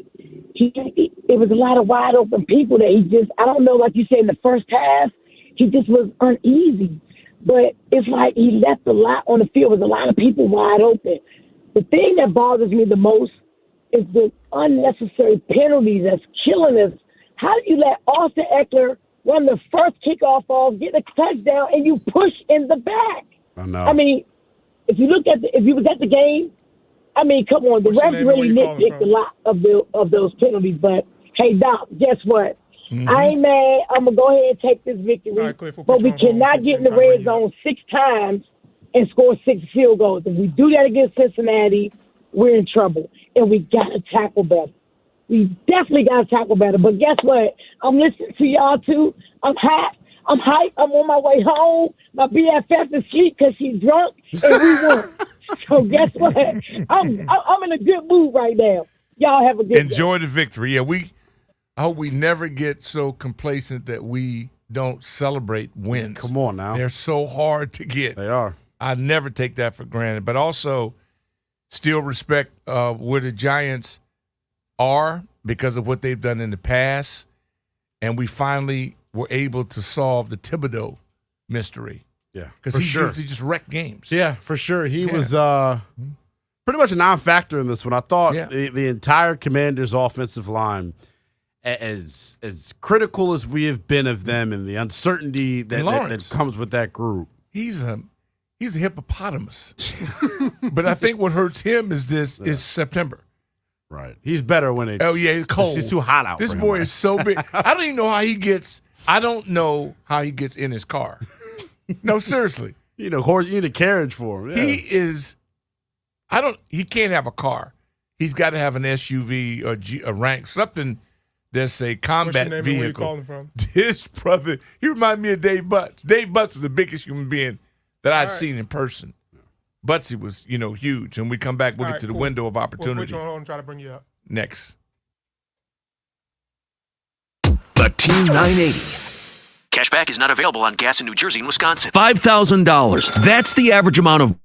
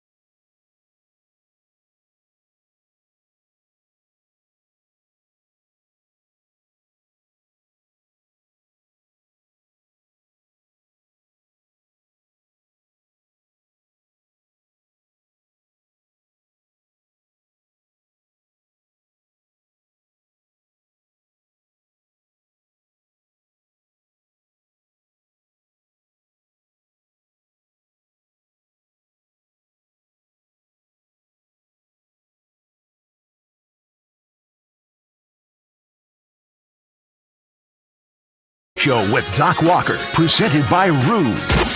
If it ain't rude, it ain't right.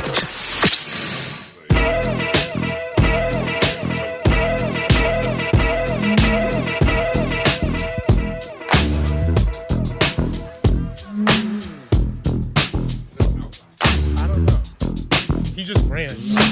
Shout out. 3 Mayo Monkey. Come on, family. You know it's not clowning you. It's clowning, just laughing at the whole idea of the theme. Come on, brother. You know better than that. I respect your game and love the fact that we are on this level of understanding the history of our game. Now, as you comparing our tackles as opposed to, there's no way to compare Manley and Man back in the day, Butts and those guys, to these guys.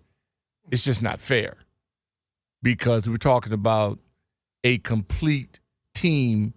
They offensively hogged the ball, put them in position. They were playing with leads often, not really being behind. But I get your drift and respect the game. Absolutely. Don was telling me he was doing it that from the his clown laptop, shot was laughter. So. Absolutely laughter. I had thought about back here on Burgundy and Gold postgame show, DOC and Lynnell Super Six Pack, the author of Super Six Pack, the exotic Smash Mouth Football, and several other things that he has benchmarked or has current patents that are sitting right now on the desk somewhere on Congress Hill. Hopefully to be approved somewhat soon. Window of opportunity, the pivotal moment that either propels them to victory or failure that pretty much signals their defeat. So it feels like to me, and our Commander's Window of Opportunity presented by the Window Man. Since 1989, the Window Man has been the educational window company. Get your free, no pressure in-home estimate at the Windowman's, at thewindowman.com or their Fairfax showroom. I think it's key what the pivotal moment was. I am going to try and find it here real quick on the drive chart. There it is. 12:58 left to go in the third quarter. Devin Singletary busts a run off the left side for 15 yards. Instead of hanging their hats, being sad that they gave up a first down, they played through the whistle like a Dan Quinn team is supposed to. Benjamin St. Juste punches the football out. It's recovered by Jeremy Chin. After that play, Washington goes on to kick a field goal on a 9-play drive that eats up 5 minutes of clock. I think, Doc, for my money, that is, the window of opportunity from this game. Their first turnover forced under Dan Quinn and Joe Witten. We know how much of an emphasis they have put on forcing turnovers. It was great to see one, and it came at a pivotal moment. I see other people doing it whenever you watch the highlights, and I'm certainly glad to see guys in Burgundy and Gold pull it off. Couldn't agree with you more. This is a pivotal day, one that may never be duplicated, that I agree with you to this level. Twice, huh? But, yeah, absolutely. Absolutely. It is big play. And they showed it back. And to hit that, to punch that with that type of accuracy, every time I see it done, I go, wow, pretty good. Something like that really wasn't prominent back in the day, but it is now. And it worked to a point. And I just feel like it set up the opportunities that the game we lose in Tampa because we miss kicks. Remember, we talked about making kicks. It just it fuels you. It makes you, oh, yeah, we are on the right path. It makes you feel like your 10-play drive wasn't for nothing. Exactly. But I said it last week, Doc. They should have put up 26 points realistically last week. You're right, and you were right. This week, they should have scored 30-plus. Yeah. They have an offense, and I think you see my voice change. I get more passionate when we talk about this. We haven't had an offense under Ron Rivera for the 5 years that he was here and wasted. Jay Gruden, they could score points. That's why I love Jay so much. But like, if they can get this defense to get on the same page, it's going to be a good football team moving forward. Let's go to Peter out in North Carolina. Hey, Peter. Great show. I predicted they lose. I'm so glad I was wrong. Me too. I want to talk about something. Can you hear me? Yep. Gotcha, brother. Okay, I want to say one thing. We now put out some film to the Giants, to the NFC East, that we're not going to be pushovers anymore. Yeah, we're not a good team yet, but we're working on it. That quarterback got better from the first half to the second half. He took that hit, and then after that time, he was better. He realized, start passing the ball, stop running. And he's great. He's going to be good. The play of the game, well, you're right, that punch out was awesome. But I really like the way that we kind of set the tone. And actually, if Philadelphia loses, and I know this sounds so ridiculous, we'll be in first place because we actually have the first NFC East win in the division. And that'll be Doc, unbelievable. I know you don't give a point. rat's ass about that, but I'm clapping it up with you, Peter, because I care about that stuff. We'll see how long it do lasts. too. We'll see how long it lasts. I don't know how long. Good. I know Doc. Doc is.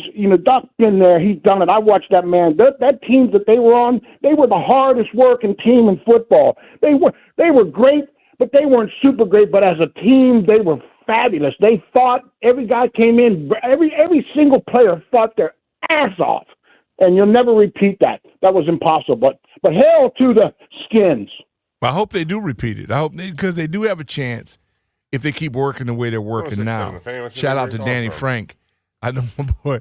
He's out there, and one of the people that I often mention that have a 3 or 4 hour drive that do that regularly to come here. And usually, they have their hand in their lap on the way back. That's an awful trip in defeat. But it's glorious with victory. Let's go to Trey out of Rockville. What's going on, Trey? Hey, Trey. Hey, what's going on? Thanks for taking my call, fellas. But, the positives, yeah, we won. Jaden has shown great progression. Robinson looked good, and we have a kicker. But let's not fool ourselves. This was a Giants team that was not that good, and we struggled, and they didn't have their kicker. And for a guy who used to be the defensive coordinator of a winning team, I don't even want to say the team's name, I just am not impressed with what I'm seeing so far. The tackling and the lack of discipline. Thanks for taking my call. We appreciate you. You're not necessarily wrong, but it looks a little bit better with a W. And you can't be blind to the concepts that we could be close to jumping the broom because of 5 and because of that sledgehammer and Eckler. For once, we can say we've got some difference makers. Juice St. Juice, man, as much as people want to ride him, he hasn't backed down. He's still grinding, still trying to make plays. And I'm telling you, man, we're one edge rusher away. Johnny D came out there and played a little bit today. And our offensive line hadn't fallen apart. They've stood up. And we haven't lost anybody. So I think we're closer to turning the curve than we are to falling behind. You can say ass. For sure. For sure. 301-230-0980 is the number. Mark is in Largo. What's up, Mark? What's up, guys? Doc. Yes, sir. December 1982. Mm-hmm. You guys beat the Giants the same way at RFK Stadium. And Mark Mosley, that kick, I believe, got him that MVP. And this team, you know what was special about that 82 team? Look, the 83 team, in my opinion, I think Doc can probably agree, was a much better team than the 82 team, even though they didn't win the Super Bowl. Is that fair to say? Yeah. That's fair to say. Yeah. Okay. The 82 team reminds me of this team because you had a dynamic quarterback in 82 in Joe Theismann, just like you have now, and you got a workhorse. Robinson could have got 300 yards out there today. I mean, they left so many yards running the ball with just not giving him the ball. It reminded me so much of smash mouth football. If they play like that, they'll have a chance in every game. And I think they found their number 2. But, Doc, to reiterate what everybody is talking about, you said this a couple of weeks ago, and I think this is evidently clear. This is why you play your players in the preseason. And this is what you're seeing now with all the false starts is what, when you don't play your players in the preseason, this is what you're getting. And it probably won't get corrected, Lynnell, probably until I would say the first week in October when they'll get normal. I hope it doesn't happen next week when they play Cincinnati. But, I mean, look, they got a lot of stuff they got to work on. But like you said, Doc, I'll take this. As long as 5 is upright, they have a chance in every game. Every game. and run Robinson. Look, you could just this is the formula Gibbs used for years to win a Super Bowl. Really? You don't have to be the most talented team, but you could be the toughest team out there. Yeah, I think we're on the way. And I agree with everything you're saying because we lived it, we went through it, and you have to have some dynamic people in that group, and I think they've got enough. Now, if they stay healthy and they're still learning how each other performs under pressure because you're right, they didn't play. That rotten preseason schedule, they're paying for it, in my opinion. Can't put a guy out for a series in a game. I think you paid for it. But now they're catching up. And it's not like other Septembers where September's always been hit or miss. It's always felt like you've been a little uncoordinated. But I think we see now with a place kicker in place, you got a shot. Got a shot for sure. Franco is in D.C. What's going on, Franco? Hey, Doc, man, look, the Washington Red Alert is alerting people. I mean, you got people calling in, man, they win the lottery. And they ain't satisfied. They could pay the bill. But guess what? They still ain't satisfied. They want to pay another bill. Pay your bill with the win. Stop complaining. Listen, man, it's hilarious how people call in with the critical things. It's all right to be critical, but listen, in a win, inhale, exhale. The Red Alert is alerting people that we're on our way. I love you guys. I'm out. Appreciate you, brother. I mean, people are allowed to be critical. I'm critical after wins as well. We open up the show What's being called critical. Constructive criticism. It's the same thing they're going to hear during the week from the coaches. I mean, you can't go 0 for 6 in the red zone, expect to be good teams. You can't have 70-plus yards in penalty yardage and expect to be good teams. But a win is a win is a win. They handled their business. Well, if we don't point this out, exactly, they'll be at the club tonight thinking they did something, and then we'll get butchered. Exactly. Yeah. And then I'll be angry next week. Let's go to Carl out in D.C. What's going on, Carl? Hey, guys. How's it going? Good, brother. How you doing? Say, bro. So my main concern is that it doesn't seem like Cliff Kingsbury trusts Jaden Daniels to throw further than 10 yards. Like, I'm watching all these dink and dunks, and it's getting it done, sure, right now. But if he's not trusting him, is it the offensive line? Hey, Carl. Yes, sir. I love you, brother. Yes, sir. You sound crazy. See, Cliff calls the play. Jaden decides where the football goes. If you watch the broadcast, there were multiple instances of guys running open downfield. He just did not see them for whatever reason. So that's not a Cliff Kingsbury problem. That's a Jaden Daniels problem. And the quicker we realize that the both of those two need each other, the better our conversations will go during the week. I can't sit here and try and have people scapegoat Cliff Kingsbury for Jaden Daniels being a rookie. He's a rookie. It's going to take time. It's not instant oatmeal. You think Lamar Jackson turned into a 2-time MVP overnight? It's the kid's second game ever against a game plan defense. He doesn't have a touchdown pass. Who cares? He's 1-1. RG3 had a touchdown pass on his second pass. Jaden Daniels today, if he eclipsed 37 yards rushing, it's the most rushing yards ever through the first 2 weeks of an NFL career for a quarterback. Post last week that said he had rushed more than any other quarterback ever, which is a horrible idea. Hey, it's not a horrible idea to win. That's what happened today. I agree with you. I'm fine with that, but I'm worried about our quarterback. I mean, you're probably say worried. You mean worried about your quarterback more than you were worried about last year's quarterback? Exactly. Worry is a strong word. I've been worried about my quarterback for 12 years. Yeah, but you have the right to do that. No, everybody has the right to lead their life the way they want to, right or wrong. I think I'm relieved that we're out of the mess that we were in last year. And I see it open to this kid, even if he couldn't throw, and he can throw, and he's got a great arm. He's got a gun. It's the decisions that he's making. Well, you don't want to see him throwing it to the opposition. He doesn't want to throw picks. So I'll take this over picks. Peyton Manning had more picks his freshman year than anybody else. That's right. And we don't want the Indianapolis Colts record in his first year. Is that bourbon or tequila? I want Peyton Manning on my team. Carl, is it bourbon or tequila? Yeah. No, I agree with you. We'll never agree on this. No, because I don't want to be in dead last place at any point in time ever. I'm allergic. Now, that was a disaster. Josh and Peyton was slow as duck butter. He couldn't get out of his shadow. What you call it? Slow as duck butter? Slow as duck butter. Yeah. How dare you compare Peyton Manning? This boy is an athlete unlike anything you've ever seen. Yeah. Just wait on it. Josh.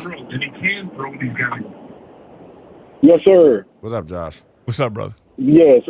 Yeah, so, I'm happy we got the win. I was just at the game with my brother. We came down from California, Maryland, 2-hour drive. Hey, love it. The little things I'm concerned about, I wish Jaden Daniels could get rid of the ball sometimes. But, that's a rookie. He has to grow. He has to develop. Defense looks a little scary. I'm not going to lie to you. St. Juice balled out. Did his thing today. Frankie Louisville all over the field.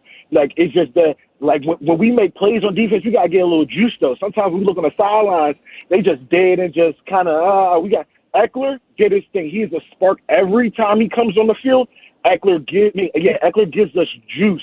Man, I love where we're going. We definitely need to grow a little bit. But, man, we on the right path. I think we need to slow down. We ain't going to no Super Bowl, but we got to take this week by week by week. We just won a divisional game, and we just got a dub in the NFL. People are tripping on that. This is a good win. We got to win. Hopefully we can get a touchdown or two next game. But, man, we got to win, so we got to be happy. Yeah, you do. And, Cincinnati's up over Kansas City. They may not win the game, but they're up 16-10. I think one suggestion would be that I'm still in the Joe Witt Jr. camp. Where you calling from? And I'm not afraid to suggest that maybe he needs to be on the sidelines to impose his will on his own troops. Sometimes that presence might even be more of a spark for his own troop.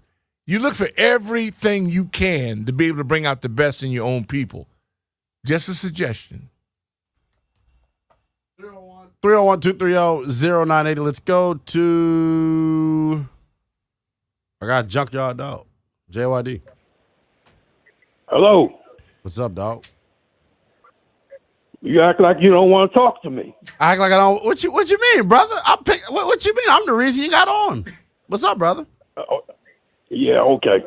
The only thing I can say about the whole thing I can say about the whole situation is I listen to the fans calling into your show.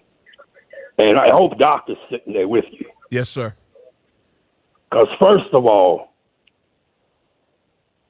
people should know that in the NFL doesn't just stand for not for long. The NFL, it's hard to get a win in the NFL. Mm-hmm. You don't just press a button and instantly get wins. So everybody today who has won, who is a fan of the Commanders, should be happy. It doesn't matter whether we won by 1 point or 5 or 6 field goals or whatever. A win is a win, and it's something to be happy about. For sure. You're right. This is a process. And I think we all are, acknowledging that this is a process. But man, I'm willing to be the guy to look ahead in the process. I like where the thing's going. It's a week by week league. You're only as good as your last game. I just honestly feel like one of the other callers said it. I agree completely. This quarterback gives you a shot. And I love the fact that he got better today as the game progressed. Let's go to and our O-line. I am so for sure elite. You know how good we know firsthand. All kidding aside, how good the New York front is against us. Yeah, not even just against us. They're a good front. Yeah, but they kill us usually. Right, and they didn't this game. This is out of the last 5 games or so that we've gone up against. Their front, Mac. Your front has dominated our front. Yeah. No, for sure. And so that to me, if nothing else would have happened, that would be even, or we won by a nail or whatever. It's that close in this league. That's encouraging with the changes we made in the offensive line. That to me shows that our front office people got the right people. Yeah. You make selections. We ran the ball well. And it still can't. I'd love to see it even more, and I think it could happen. But you got to take those as wins.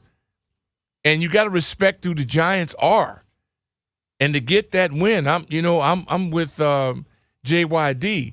Not that we should be lining the streets with a parade, but it's hard to win in this league. And when you get a win in this, tap your glass. Then come in tomorrow when they call it, that Truth Monday. Look at that film and say, oh, man, I can do better. Oh, man, coach, my bad. And when they look at that, then maybe against the Bengals. Because if the Bengals come out of Kansas City, they tap that tail and come out, they're going to come in really high, sky high. Yeah, for real. So be well, because they're going to come out to try to behead you. For sure. That's going to do it for me here on the Burgundy and Gold post-game show. We enjoyed what you today. do you call it? What do you say? It's the adult mix? It's the adult. Well, no, with you, it's PG. We tell our audience that we try to make sure that we keep our language at it. It's really like for younger people. You attract a younger audience. And so then when you depart, then we go to straight adult entertainment. We skew a little bit older, more mature, and we're able to talk about things that we can't talk about when you're here. For your own good. Yeah. Part 2, Burgundy and Gold postgame next. You can listen to the Team 980 on your smart speaker. Just say play.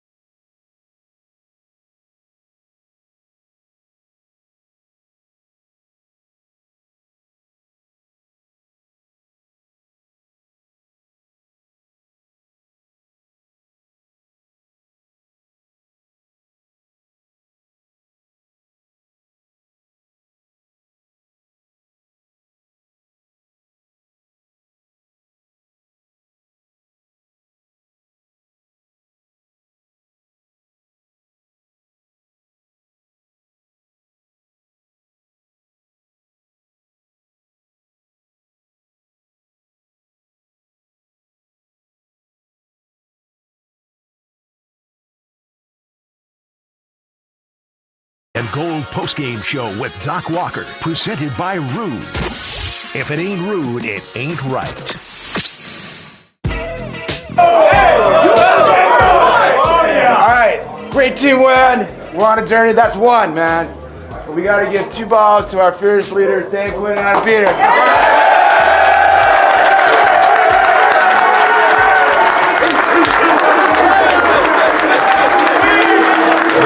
Game balls go to Dan Quinn. All right. Not bad, too. All right, great team win. We're on a journey. That's one, man.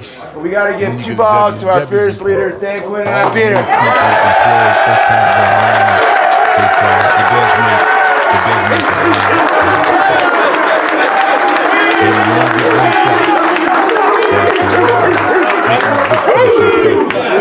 Is Jay still with us from Dallas? Still Jay, here, Doc. hey man, how's it going down there in Big D? Man, I'm out here in enemy territory, Doc, so I'm holding it down for the Burgundy and Gold even still. It's got to be some trembles going through there. Oh, yes, sir. You know, they high as a kite when things are going well, and they act like the sky is falling when the opposite. But anyway, Doc, I wanted to get your take on our offensive line did what they had to do to get the win today. But, Doc, I'm concerned. All those false starts, it's going to come back to bite us, Doc. And it's just something that at this level, and even in week 2 of the season, we shouldn't be having these issues. Well, you got a choice. Would you want physical mishaps or mental mishaps?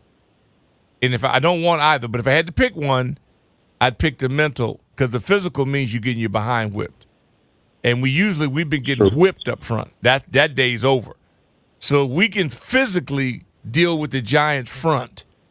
Now we just got to clean up ourselves from the neck up. And that's just drilling. No, that's just true. mental discipline, which the coaches have to own that. They got to that's my bad. Our department, we didn't get the job done mentally, but physically, it's the dawn of a new day. Because we've been getting trucked. We can pull up film from Giants games of the past, and they destroyed the line of scrimmage. We got punked. So we had proved in that. We got some work to do. Great observation on your part. So thank you for that. And if you got any friends over there, the Cowboy fans, tell them that we understand what it's like. They'll get over it. Timothy in the District of Columbia.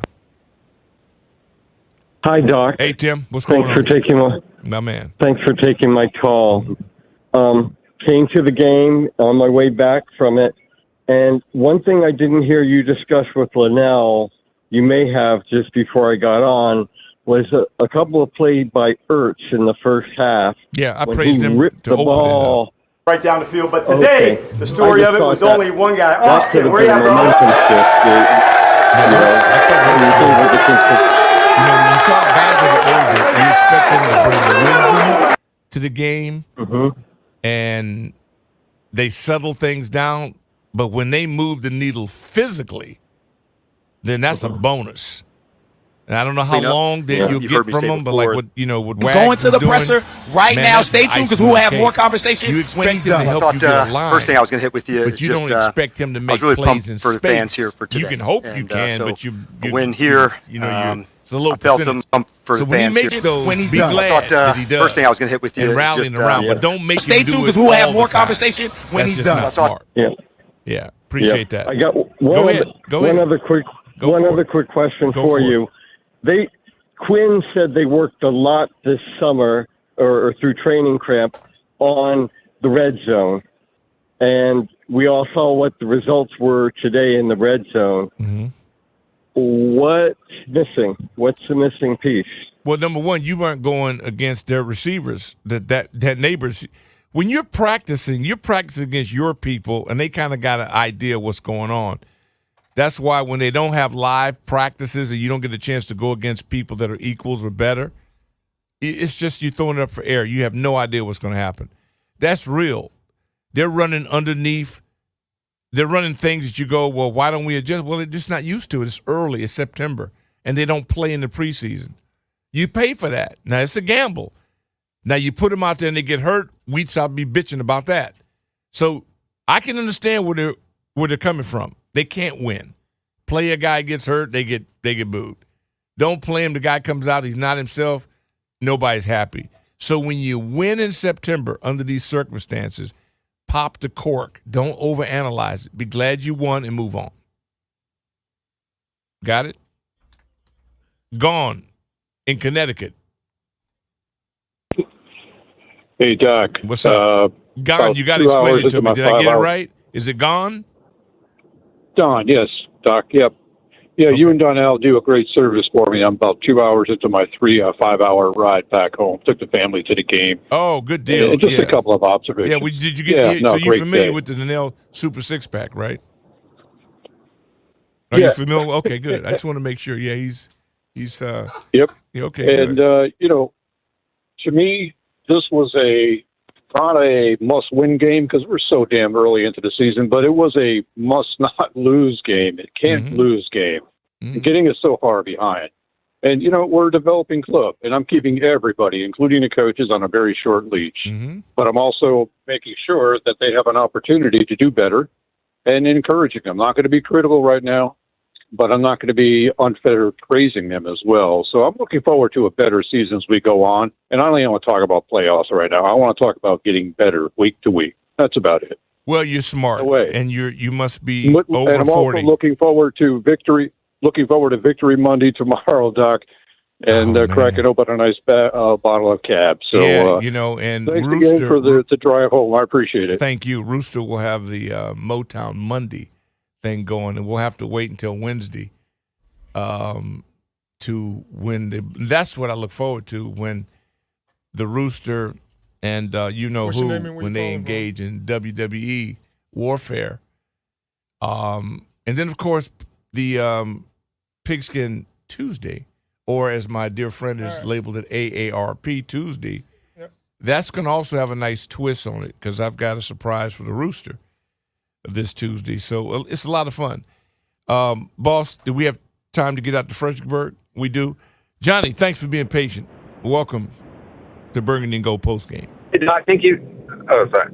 No problem. Thank you for taking my call. I just want to say I am so happy with the win. I don't really care about the 7 kickoffs or whatever. That's not really an issue. What I am concerned about is the touchdowns when we're getting close to scoring. We didn't, but that stuff is fixable. So I don't know why people are freaking out. I think that one caller probably lost his bet on the parlay bet about Jaden not scoring a touchdown. Who cares? We won. And you know what's even better? We beat the Giants. We haven't beat the Giants in 2 years. This is great. I am so happy. And another thing that makes this the best thing is my boss is a Cowboys fan. I'm heading into work, and, he's going to hear me all day. So, heck yeah. Yeah, the New York thing is good. I know Danny Frank said he's going to call in. I can't wait to hear from him, being a New Yorker, whenever we haven't won so long. So I know he's been taking a beating at work, but now he'll get a chance to have some bragging rights until we meet him again. Mike out in Ashburn, welcome. Mike, how about Jamal in Northeast D.C.? Toothpick there? Toothpick's not. I know Toothpick ain't watching this. Toothpick's concerned right now. What you doing? What's good, Doc? What you doing cheating on the Chiefs? Oh, Doc, no, come on, Doc. You know my squad. Oh, I know. You know who my squad is. You telling me the Chiefs game is not on the big screen right now in your house? Oh, she done turned it off right now. She done turned it off. She has turned it off right now. What? She's upset about it. So, yeah, she said, but it's okay. It's regular season. It's no panic. It's not playoffs. She said it's regular season. You turn it off and let them get themselves together. Quarter. It's 12 to go to the third quarter. What do you guys think? You're not even supposed to be equal? You're never even supposed to be tied in the game? Cool. No, I had to walk into another room so I could turn it on. But she said she was done watching. All right, what did you think about the Burgundy and Gold today? Doc, we look good. We looked good right up until we got inside that red zone, and then we had bonehead plays happen. And I know things happen, right, Doc? I understand they got assignments that they want to get to. They want to celebrate in the end zone. See, the thing about it that everybody's missing is big guys want to celebrate too. It's not just the wide receivers and running backs that want to celebrate. Sam Cosmi might have been promised he was going to get a chance to spike the ball today, so he was super excited about it. That don't mean he's going to get out of these gases that Danny and Grant going to give him this week when it comes to game balls and gases. So, they're going to tell the truth on Monday and fix it. I like how they approached it last week, and we saw things get a little bit better. Tackling's got to improve. Turnover, we got to get more turnovers, but we're not turning the ball over, so that's got to improve. But it's a victory, Doc, and victories are hard to come by, so we're going to celebrate it. I agree with you, man. I appreciate you, Coach Gibbs, and thank you for calling, Toothpick. Coach Gibbs, we got food when you won, and when you didn't, you got nothing. And I thought that was the best training once we went 5 weeks with nothing. And we beat the Bears and finally got something. Then we went 8-3, and then it taught you how to put yourself in a mind frame where you could go 11-2 or 14. Because you knew that there was something at the end of the rainbow. You earned it as a team. And little things like that. Now, in today's game where everybody's got everything, you got to come up with new ways to motivate them. I always thought that was the best one. When you won, you got everything. And when you lost, you got nothing. Other than you brown bag it. Now they've got $3 million into a kitchen. It's a different platform. It's a different deal. But they've got to find a way to get those guys' attention with penalties. Penalties you can work out, and they're working their butts off in practice. But when you don't get the results, you got to change up. Something's not working. Something's not rolling over to where they get it. So we got to figure that out. All right, D. Frank, he got through. Okay, he must have had his driver get the call through. D. Frank, how are you? What's up, Doc? What's going on? Well, you tell me, man. You get a chance to be around your homeboys. New York. Yeah, that's what I just told the people. It's got to be good for you because you haven't had a whole bunch of them. At least I don't have to listen to the people up here tomorrow. And your girl, Princess Rachel, was at the game with me today, too. Oh, good for her. The Terps are victorious. I know. Yeah. Terps win. It's all good. So, Doc, I've been listening for 2 hours, and I just got to talk to you about the frustrating minute of the game that you haven't talked about. And that was the minute before halftime. The Giants had 15 seconds left, 2 outs, and they can't kick a field goal from the 2. And yet our defense doesn't do anything but let them go out of bounds 3 times, save time, be able to call timeouts in order to score a touchdown. Like, they can't kick anything. Why are we just not playing to keep them in the middle of the field? Let them run clock. They can't do anything. And they just let them go right down and score a touchdown. Yeah, they didn't have – you're right. They didn't have a kicker. That was like the headless horse. But, again, they had a receiver that obviously we did not have a real good plan for because we didn't stop him. He 100%. Stopped himself. Yeah. Yeah, he stopped himself. Especially in that last minute. Like, you gotta keep them in bounds. And you got to be able to just – they can't kick. Yeah, it do makes something. sense. Let them score a touchdown. Early in September, Dan, and you know this, you've been to too many ball games. There are a lot of things that we think are normal that aren't automatic in September because of these powder cake preseasons. Let's call it straight. It's killing the game. Hey, win's a win. Yeah, you take the win. Win is a win. The Giants now, you There's just hate yourself. There's no pictures in the standings, Doc. Yeah. There's no pictures in the standings. It's just like no pictures on the scorecards in golf. There's no pictures in the standings. All I got to do, win by 1. Get a W. Absolutely. How many hours are you from the launch pad? I got probably about 2 hours, 2.5 hours left. Right. I'll meet that guy from Connecticut up on the turnpike somewhere. All right, good deal. Well, be safe, man. Give my best to the family. Danny Frank, a diehard. I mean, and a lot of you that are listening that have a 3 or 4 hour trek to make it to this, that one was for you, the W. You deserve it because you've had way too many trips where you're going back home with a defeat. And that's got to be the worst drive ever when you don't have anything to cheer about. So good for the cause. And you know what? We've gone a couple hours in this. I didn't even get this from BTP. I didn't get his take. What'd you think about the gold pants?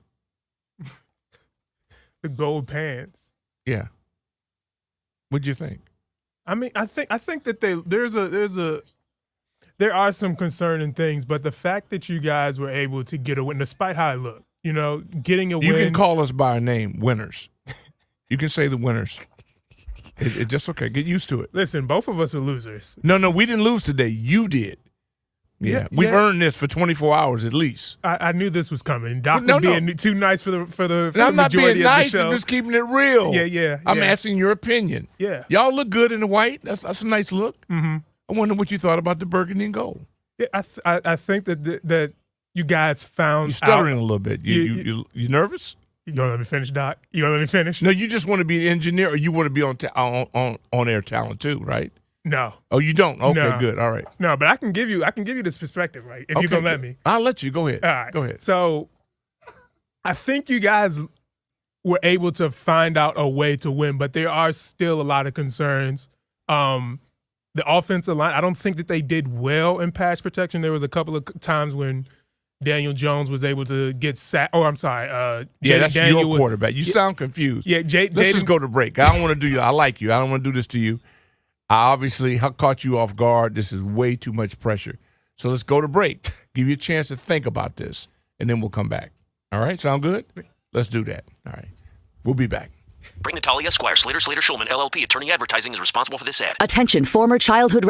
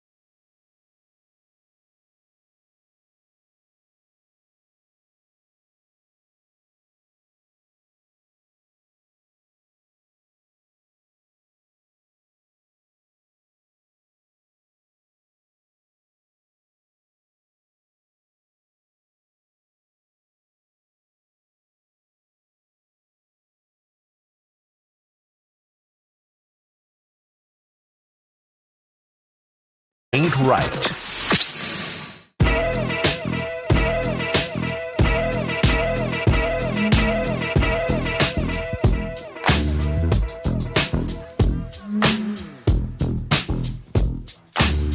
This is a fun time of the post-game show. We get a chance to take you inside the locker room and hear from the head man. And it's tough. The game ends, you get hit with a lot of emotion. It's got to be a lot of pressure on all of them because they desperately want to do the best job they can do, and they want to win, and they know how important to wins are within the division. So let's go back inside the stadium and hear from head coach Dan Quinn. First thing I was going to hit with you is just I was really pumped for the fans here for today. And so a win here, I felt them, I heard it, and so I thought that was just really cool to start that relationship together with the team and the city. So that was cool. I thought going into it, we know the turnover battle would be a big piece of this.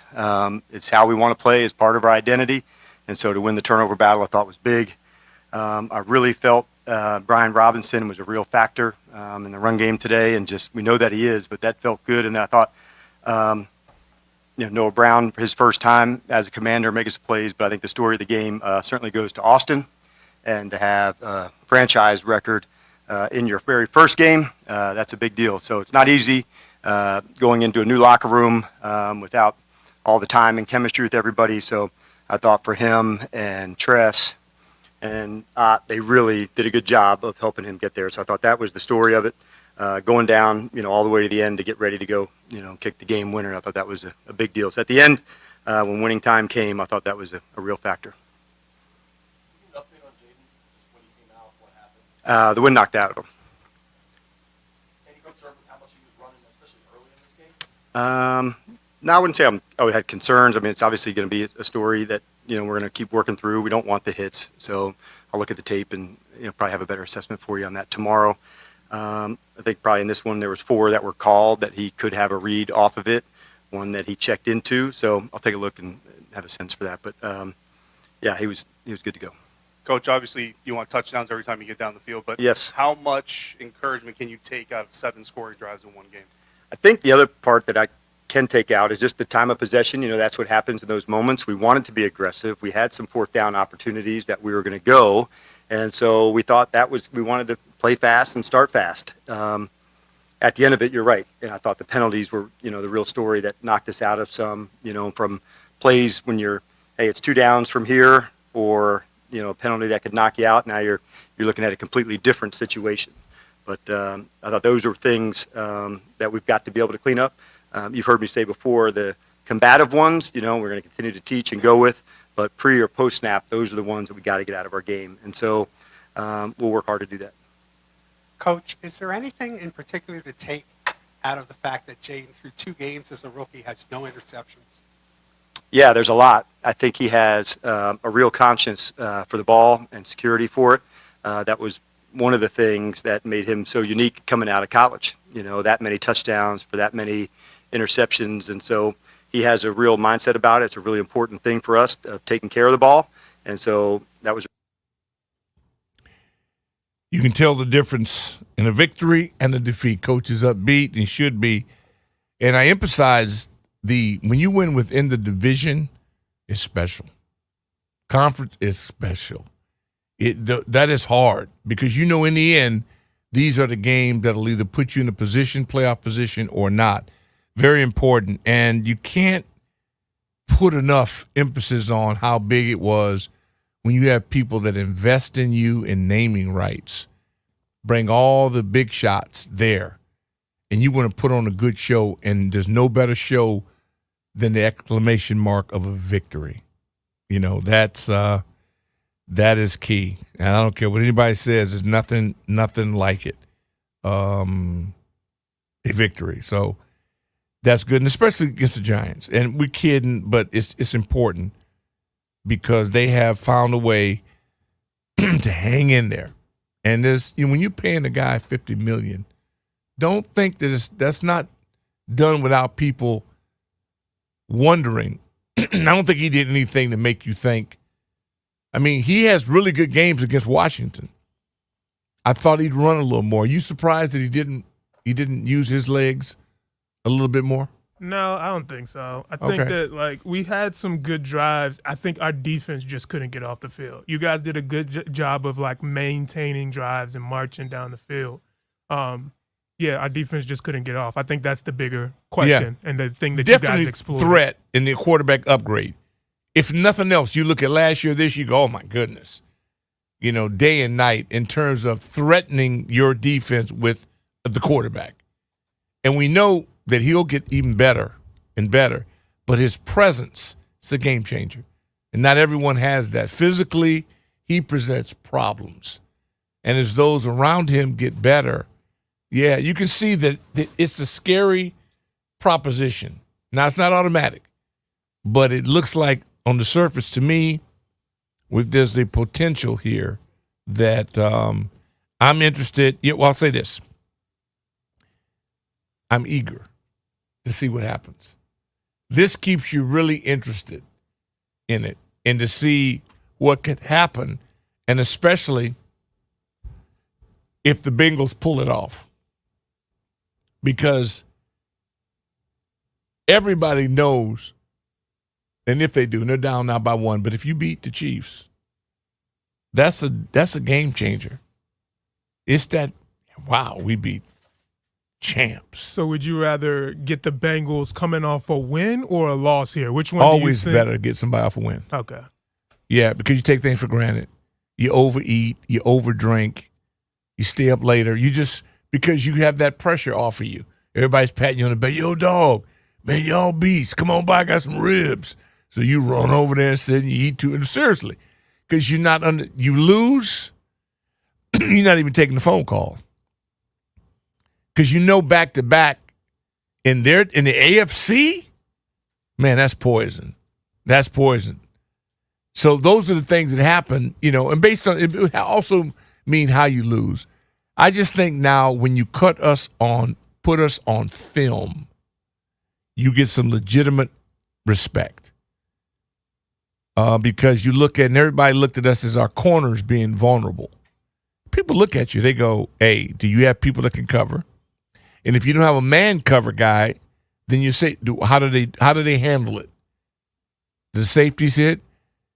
Are you soft on the edge? Can we get outside of you?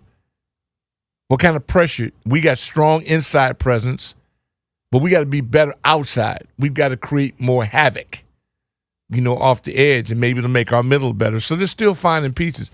I still don't know, seeing 52 inactive today. I'm interested as to why. Because he brings something that I think you lack, and that is just flat out horsepower. This kid can run. What's your name and where you calling from? And you need somebody with quick twitch that is Try to bring you up here, Pete. has that knack for running people down. You need that. But again, they know what they're doing. They know a heck of a lot more about their personnel than I do. But that's the one thing that kind of caught me off guard, but got to trust in the process. I think that's another Willingham coined expression. Does he have that trademark too? I'm not sure. I think he does, but he's got that up for trademark consideration as well. I often wonder too, was there an unsung hero today? You know, we were able to identify a couple of people that stood out, went beyond St. Juice, who went out of his way today to show himself. And for a big corner, man, that's awesome. Place kicking, going, interior line. And what was that moment to where you lost your breath? For me, when it was Cosme. When Cosme was down, I was like, oh, my goodness. I was like Fred Sanford. You know, oh, Elizabeth, I went to grab my heart. I thought, I can't even imagine this team if Sam Cosme out. But that boy is a bull. I mean, he is an absolute freak. I love this dude. And he bounced back up. So it was good. Our home crowd, and we got a lot of Warriors. They come out, they support the Burgundy and Gold, and it was good for them. Just good to be able to talk a little trash with your buddies and have some fun with it. How many of you thought that Arizona would be up 41-10 against the Rams. I'm not afraid to tell you I took the Rams. And it's not a good feeling to know that you're that off for it. And I certainly couldn't be doing that for a living. But Arizona's one of those teams like us. They're trying to establish an identity. You know, they're tired of being called hot garbage. And when you get a group of grown men and they're trying to reestablish who they are, it could happen. That's why every week, man, you can't take – I'm glad we play good people. Like you may be wondering, how do you feel about Cincinnati? I feel great about them because I don't have to worry about anybody cutting corners this week. Mess around and not watch film this week. Their offense, you think the Giants – and I do respect the Giants. Cincinnati? Mess around and come up there light. Yeah, think you can go hang out at the club this week. Okay. You'll get torched because they can run it. Their offense is dynamic, and defensively, the group is very, very nice. They're not it's not something we just making up. They are legit. And I also want to see how we handle success. We know the loss, how we grind it. You know that Dan Quinn's people, they're grinders. I never thought we would not be prepared for this. No way in the world they were going to slack off. No way. Now, how do they handle success? Being pat on the back, having a divisional win, first game at home, new threads, come out. Everybody's got your back now. Do you back off or do you lean into this? That's going to be important. That is going to be important. 6:36 here in the nation's capital, Burgundy and Gold post-game show. DOC on the microphone. And, the one thing I can say about my New York Giant compadre, he's not a sore loser. Because we're going to do this again. You're going to have to go through this twice this year. So, and you're good with that, right? Yeah, I'm fine with it. Okay, good. Good. Just wanted to warn you. Yeah, being swept is not fun. And you have to deal with it the entire offseason. I mean, you guys should know, though. 301-23. Yeah. And unfortunately, I know all too well. 301-230-0980 is the number. Back in a moment. It's not just about watching the game. It's about betting on it. I'm Mike Valeni, and I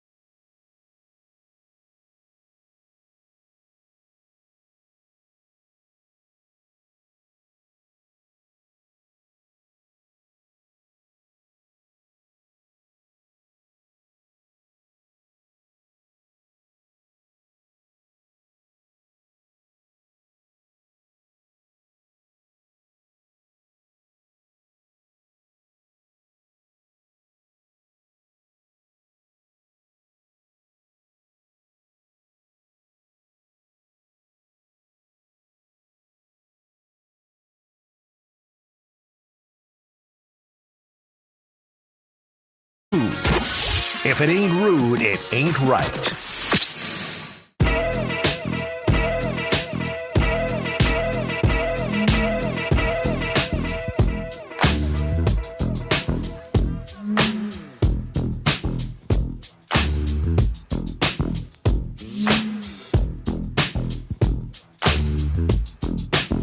We are rocking and rolling here.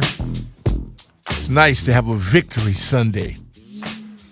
It's even sweeter within the division.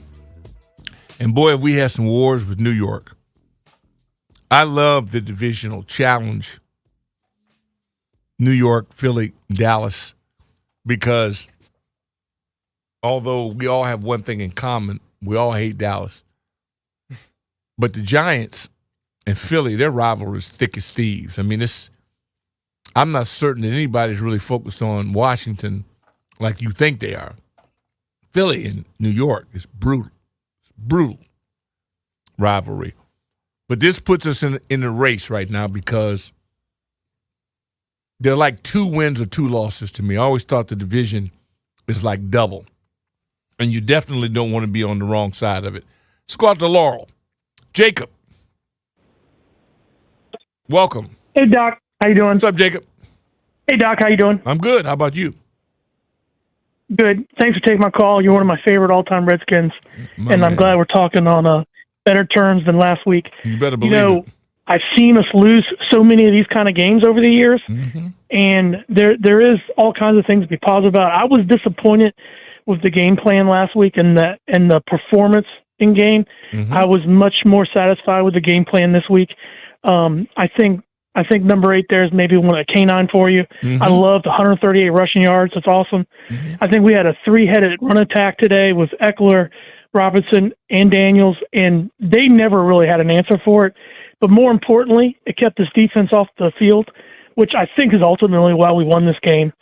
No one likes not converting touchdowns, but at least I don't think we punted today, Doc. I don't think we punted. I think you're right. I think your brain is functional. Yeah, I'd love to see number. No adult beverages today, Doc. Yeah, no number adult 10. Today. Yeah, I don't think number 10 was in the punt formation, which is good for us, and we'll take it.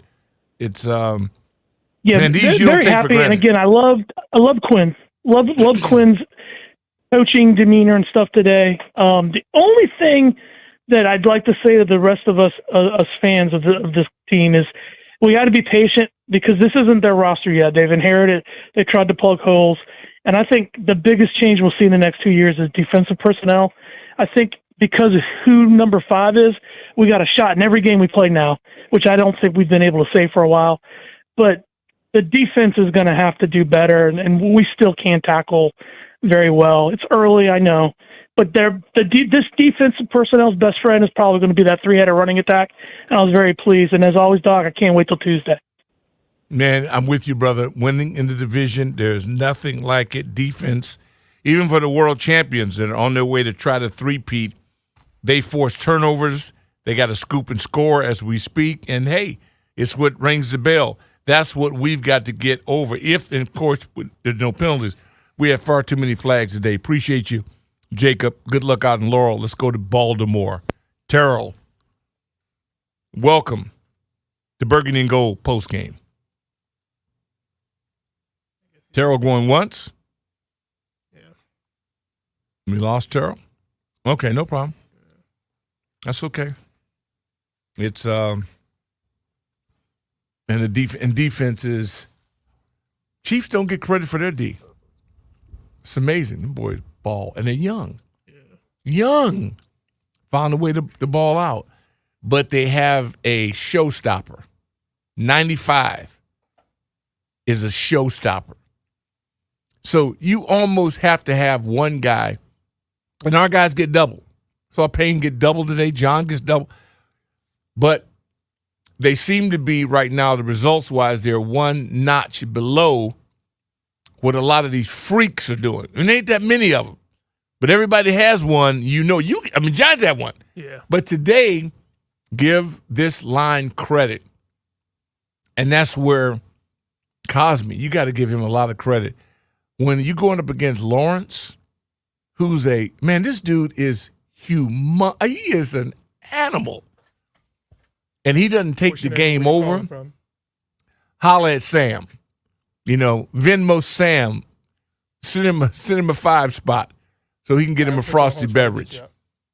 You have no idea. But see, I'm used to seeing this. Because when you have Mark May and you got what's your name and where you calling from? Russ Grimm, and you've got Fred Dean. All right, we'll put you on hold. And you've got them. It's about guard play. And when you have guards that can take on premier tackles one-on-one, and then with them tag schemes, you get great doubles and you get movement because you got tackles like Jake, you like George. You got guys that get movement on double team blocks, and then you put a guy like the 8 car. With that, brother, you are almost impossible to stop from running the football. So that's the potential we have. And the beauty about our backfield is that they don't have to be huge to run big. I'm telling you, you've seen nothing yet. And this is going to be really exciting if they stay healthy to see how this run game goes. So I'm really excited about it. And I know that it's borderline for you to start feeling, if you think at any point in time that you feel like you might have to push that button and throw up, just let me know. Let me know, and then we'll get to that. Did we get more action from Clinton? Is this Johnny? Johnny, what's up, man? Tony. Oh, Tony Clinton. Oh, Tony and Clinton. My bad. That's on me. No, he did. Look, no. I don't want to say nothing bad about him. He's having a hard day. That's on me. My bad. A rose by any other name smelling sweet, man. It's all good. Hey, listen, I ain't mad at this game, man, because if we rewind to last year, that offensive line was turnstiles. My man was running from his life the minute he got the ball hit to his palm, and it's not like that right now. And Howard was reckless with the ball. He was throwing balls all over the place, and it looks completely different. It ain't dynamic. We made some mistakes and all that kind of stuff, but folks got to start and look at the progress, man, because it's incremental, it's baby steps. We got a quarterback that need to get coached up a little bit to protect himself and know when to just toss it to the sideline. Once he get that down, he protect the ball.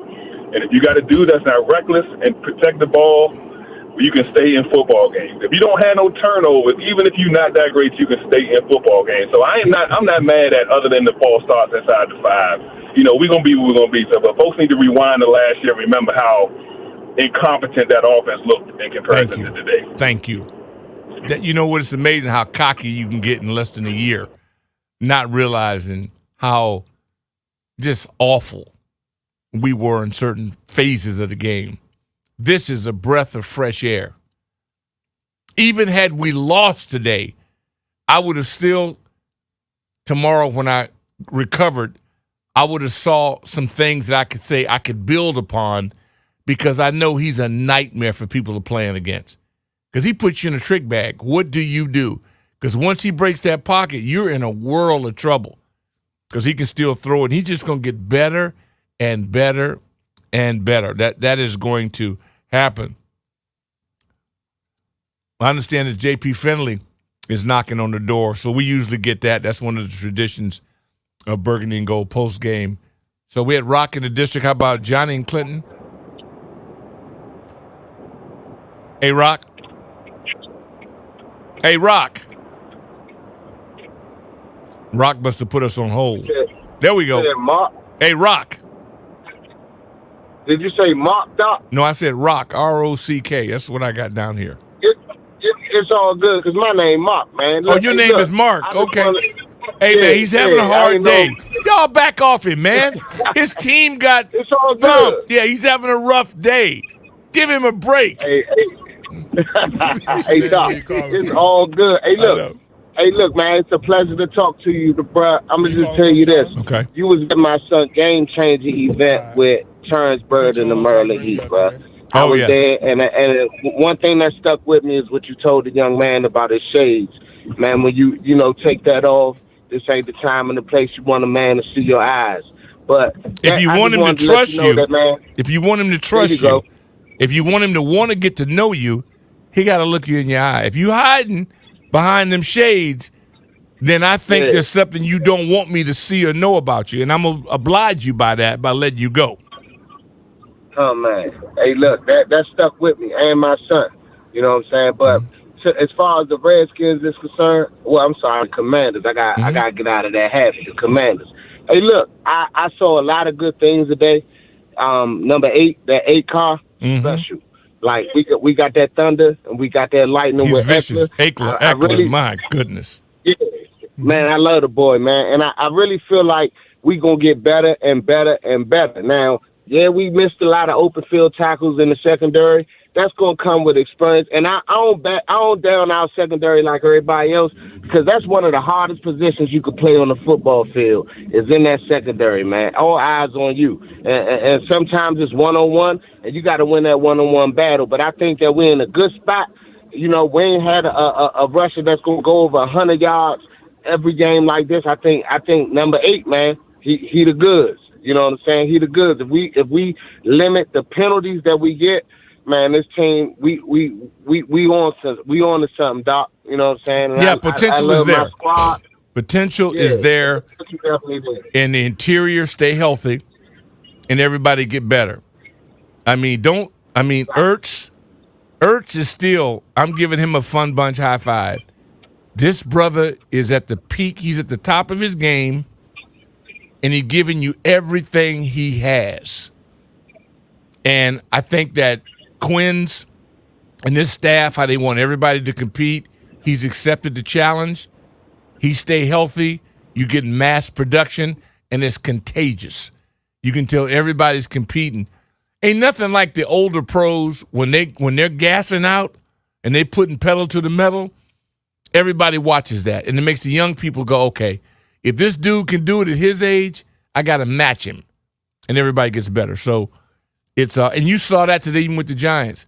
This kid comes out of LSU. It's his second game.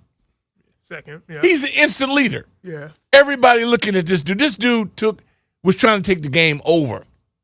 Possibly could have. He could have. He's got that kind of skill. But then again, what was the 5th player taken? 6. 6th player. That's what I'm saying. Yeah. And there's 2 of them. They were on the same team. Yeah, Brian Thomas. They was on the same team last year and didn't win at all. That just shows you. There's a lot of dudes out here balling. I think it was a great example to see that the game is growing and it's about youth. You're getting young people in. And I just like the profile. For Washington, I couldn't be happier. Last year, and I thought we were moving in the right direction. Kid wouldn't throw the ball. Ball stuck in his hand. People open, but we never got credit for it because he held the ball. Line looked like garbage because he held the ball. And I can't figure it out. So everything went downhill. The rest of it, now they've gutted half of that, and you've got all this new, and we know new doesn't mean it works, but it is moving in the right direction. And anything can happen once you get momentum going with belief. All you got to do is believe it. Because nobody's that far off in the NFL. In the NFL. It's the NFL. So, believe me, brother, I know you're hurting right now, and I hate doing this to you, but listen, we're good. We're good. I didn't come in here thinking we were going to win the Super Bowl, so. No, but you did come in here thinking you were going to beat us. We had an opportunity. No. You thought you would have the cat's meow. You thought you'd be looking at me over here right now with my head down, wondering what I was going to do at 0-2 facing the Bengals. I mean, when you first walked in here, Doc, you were kind of nervous. Well, I'm always concerned. Yeah, because then I can do about it. When the nerves come, I have no control. There's nothing I can do about it. I'm at the mercy of their effort, and their effort was outstanding. Now, if they can match that with some common sense, stay on side, because that's where the penalties come in. Penalties come in. You got to be focused. and stay focused under pressure in that crowd. We'll take a break. We'll come back 6:57 here in the nation's capital, rocking and rolling on a victory, Burgundy and Gold post-game show. The Team 980 and the Odyssey app. Bring Natalia Esquire, Slater Schulman, LLP, attorney advertising is responsible for this ad. Attention former childhood residents of juvenile detention centers in Maryland. If you were housed at either Charles Hickey School, Backbone Mountain Youth Center, Thomas Waxter Detention Center, Cheltenham Youth Detention Center, or any other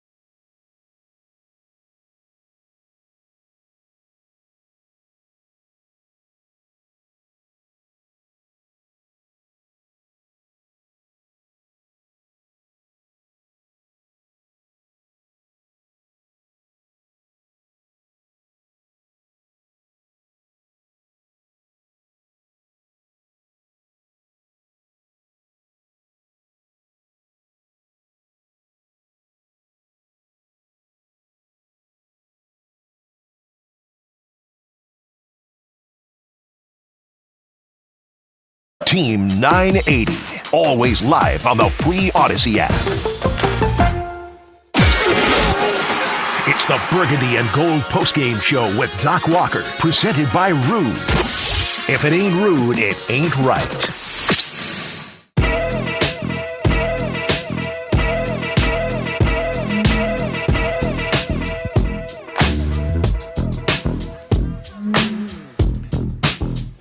We love it. The sound of the drum, the victory drum. It's not easy. It never is within the division. We don't take it for granted under any circumstance. It's tough. Couldn't be better, though. Not a sweeter victory because there's been some very difficult losses to the football giants. Oxon Hill is our next stop. Sean, welcome to Postgame. Hey, how you doing, Doc? How you think you know how I'm doing? Hey, this might just be me, but I love how Jaden got that act right. Maybe it was in the second quarter when he got that spear helmet to the ribs, and then he got slammed to the ground, and he realized I'm not going to be able to run around and play games like you did in college. And after that, it seemed like he stayed in that pocket and waited a little bit more before he ran, because you can wait to the fourth quarter when you really needed to do that. But all that running around and thinking you just going to run over NFL players, he had to get that out of his system. And I think he saw the speed of the game, and he changed up, or the coaches changed up, whoever did it, whether it was him or the coaches. They said, hey, look here, son, you can't do that. And it was a change to me after he got almost hurt and taken out of the game. I think every snap he takes is a learning experience, because everything he does is the first time against a new opponent. So get ready to watch this for the first half of the entire season.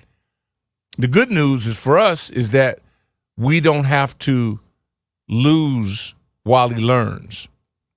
Mm-hmm. When you can win in the midst of growth, then you got house money. At home, in the division, how you like me now? Yeah. One more question. Yep. One more question. Did Johnny Newton play today? I thought I saw 95 out there. Yep, I he saw did? him in there. Okay, Yep. they had him on a pitch count. Okay. Yep, they had pitch count. I did not get a chance to see what he done. That's for tonight, and I'm sure Nell's super six-pack and all of his extinct, between him and the Rooster, the breakdowns we'll have 100 of them by tomorrow. So I can't wait to tune in to find out what's going on. Appreciate you. Now we got a little locker room. Do we get a chance to hear from the quarterback?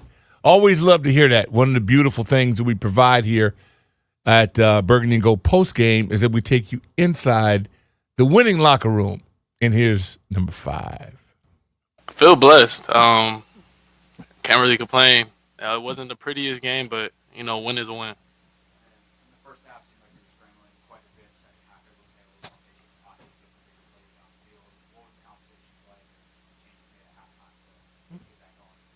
It wasn't really no changes. It's just go out there and play your game. I'm seeing it.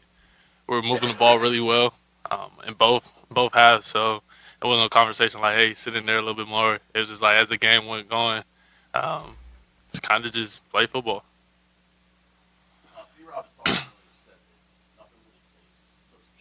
It ain't the first time, so it ain't nothing new to me.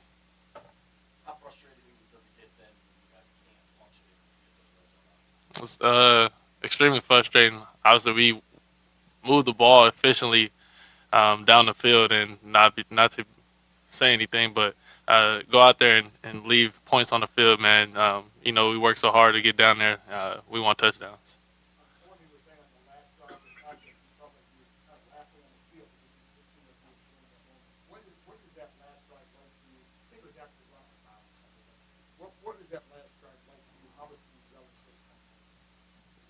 That's what you live for, those moments. That's where names get made in this league, is when it comes down to it. Big plays, 2-minute drives, things like that. They got to have them. Is there any play that personally stands out for you that you made, whether it's a throw, or it's run or read, or anything like that? Nah, I got to go back and watch the film, but I'm just excited that we got the win. You obviously came back in, but how are you feeling? Was it on that play right before you went out there? Yeah, I'm good. you get the wind knocked out of you a couple times. You got to catch your breath. And just in terms of, this is only one game and all that, there were some mistakes, red zone, et cetera. But what do you kind of, thinking about this quickly, take from that you think you can build on going forward? We got to finish in the red zone. That's the main thing we can take away from that. On the outside, the conversation all week was, are you running too much? Is that too much a part of the game? Did you have those conversations inside the building with Cliff? What was that like? No, not at all. Just call the game. At the end of the day, the defense dictates what we do. So you go out there, you're just playing football at that point. You feel comfortable.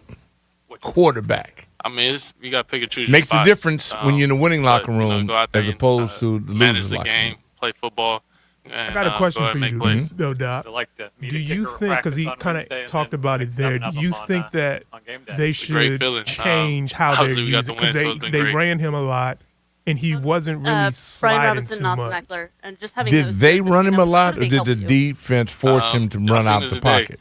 B-Rob did his a little thing. bit of Dak did his both. thing But out my backfield, question to so, you is, do you think having that those that's two in the something that should backfield change? with Should he run less? Should he and just pass learn how to pro slide? How and do you feel run about that? game. He just got to be You got himself. guys that could The worst take a thing he could 2-yard do gain, now is start break some planning tackles the and end of take it- play, take make it them 60. bring you down. And the shot Now, I'd love to do. You saw if you watch Hard Knocks, the Bears took Caleb out, slip and slide to learn how to I'm a rookie, slide. so I know. thought I that ain't gonna get was too many calls, so. the thing you should do. If the guy doesn't know how, Wondering if you could share he can anything go from however he wants to do it. Clearly, it's an issue. I thought he was going to kill himself last can't week. say too much. Tackling. But I'll just say, man, I I mean, was getting just tackled. happy for He'll him, figure it out. As a brother, The as key a is pick up the competitor, necessary yardage, and I he know did the his thing, pressure which I kind of expected, that just he knowing him. presents to the defense. He's a really good football player. All I know is And that it they're was more very worried about exciting for us. him We even said it after than the he's game. worried about them. We jersey And it's swapped, not obviously. usually that way. He got my first jersey. my This first dude, win jersey, and I got everybody's his talking first about this 100-yard guy. game, so that's Like gonna they mean a lot talk to about both the kid up, the young man rather, up in Baltimore. When you were on the field there. And when you have that, you probably didn't notice you were Patrick gets it too. Burrows gets it. They get it for different reasons. This gentleman right now, he controls how you rush because they're talking about lanes. They're overemphasizing. You got to do this because if you don't do I that, didn't notice, he'll get you. I was in the zone, but No, I'm very just pleased hearing with where that, he's man, at. I Our appreciate next the stop fans. is Virginia. Obviously Corey, their support and everything. welcome Can't to beat it. Victory post-game show. We're gonna call it Victory Sunday. Doc. I'm dealing with this until We had a victory all three-man week concept. long. I'm gonna be Hey, this we're way going all for week Victorious. long. Yeah, I was playing press Defense conference. covered that really Victorious well. win back Was able to Wednesday, and, Victory. Thursday, Absolutely. all the time. I'm right? winning all week long. Until they beat us, that. I'm winning. Man, it's too hard. You know how hard, how long we have to wait sometimes? Man, you know, right? Because I've never seen an episode of the Smurfs where the Smurfs are crying, but it was good to see the Smurfs crying in this episode of the Smurfs. And thank God, Graham Gano was our MVP because he stayed on the sideline. We don't know what was up with him, but you know, there's opportunities that we stop them on fourth down in those critical moments on those 2-point conversions. We could be saying something else, but you know what? It shows that mistakes are correctable, and people need to calm the ham sandwich down because it's a 17-game season. It's just one game from last week, and look what happened. It don't matter how ugly it is. It doesn't matter if it ain't got no teeth. It still needs love, and it needs respect. It wasn't pretty, but it was beautiful, Doc. Yeah, and we got better. It's on to your. Yeah, it got better. It got better. And we're gonna beat your boys too in the Doc Walker Bowl on Monday night too. So Joe Burrow better get that wrist all together because Burgundy Gold's ready for him now. So, I hope so. but it's Well, good I'm all for it victory because for it's just so good to get a win, as you well know, within the division. And then when you go on prime time, I mean, for the kids to get to play in it and get your folks all over to see you, that matters. Every guy, whether they admit it or not, knows the difference between Sunday night and Monday night and Thursday night. Every primetime game, even the pros get a little juiced up for that. That is human nature. Anytime your teachers, your counselors, your college room, everybody can get a chance to see you if you get on the field. That matters. But when you're at home and you're hosting and you got some genuine fear because the Bengals, they're loaded. They are loaded. And they playing the champions right now as we speak, and they're up. And a lot of people have said that, but they haven't finished up. But they got a chance right now to beat the champs. And the fact that they're in the fourth quarter? Yeah, fourth quarter with just over 3 minutes, it looks like here. Mm-hmm. And they up. Now, that we know that doesn't mean anything against the champs. But at least they still fighting. And right now they're in pretty good position. Because I'm telling you what, that Joe Burrow, he's a bad man. This dude, he's my second favorite in the entire league. If you told me, okay, you can't have Patrick, who do you want? I'm taking him. So we got some really good matchups today, and it's good. But shout out to my dear friend Clarence Goldsboro Jr., Derek Davis, all my Cowboy friends. I feel bad for them because when they lose, they take it so hard. In the regular season, they're used to the postseason, but the regular season losses are really tough on them. So if you have a Cowboy fan, a friend who's a Cowboy fan, please reach out to him. Show him some love, all right? Do that for DOC. We'll be back. The Team 980 and the Odyssey app. I love the Army. You just have this brotherhood that you can't find anywhere else. Since coming home from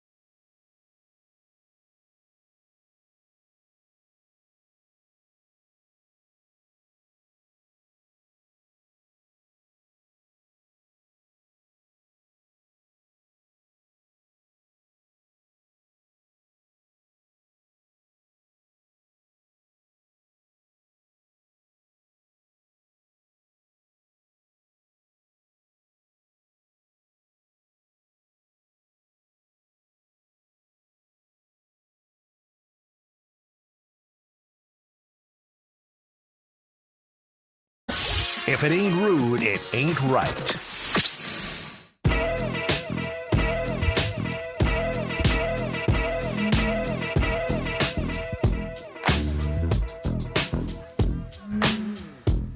Well, we got it started today. Donald, heavy metal, Lynnell Willingham, Denton Day, Coach Sheehan had dropped in, Brother Hoffman, the Junkies, Grant and Danny, everybody contributes and shows. It is a terrific day. Earl Forsey kicking it off. It's a beautiful day if you love Burgundy and Gold football. And the straw that turns the drink is multimedia star J.P. Finley. And by tradition, he always ends it up for us. He's never too big for his boys in the basement, and we appreciate that. So, what's it like to be in a winning locker room and within the division? You know, Doc, I was thinking about this. I hadn't been in a winning locker room in the division since at least 23, and I don't even remember when in 23. I don't either.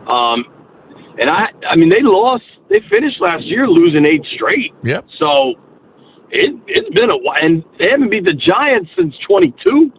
So, like, there were a lot of kind of, things crossed off the list today. And I thought the tone in the locker room was correct in that, hey, man, you play to win the game, and they won the game, and there's certainly some excitement and joy in that. But I don't think anybody was particularly thrilled with kind of, I think, defensively it was pretty poor, and I think offensively you got to be able to finish some of those things. How rewarding is it to have a place kicker that you can count on? It's something. And wearing number 3. It's been a while since they've had one of those. And then wearing number 3. That was something that got me. I couldn't take it out of my mind. Thank goodness he represented it like number 3. That's true. I didn't even think about that. So you That's just why said you got that. me here for you. I got your back. I appreciate that, DOC. You know what also helps? And some of these guys we've seen could miss anything. Mm-hmm. But for the kicker to be able to kind of open up with some gimme, some chip shots for him, mm-hmm.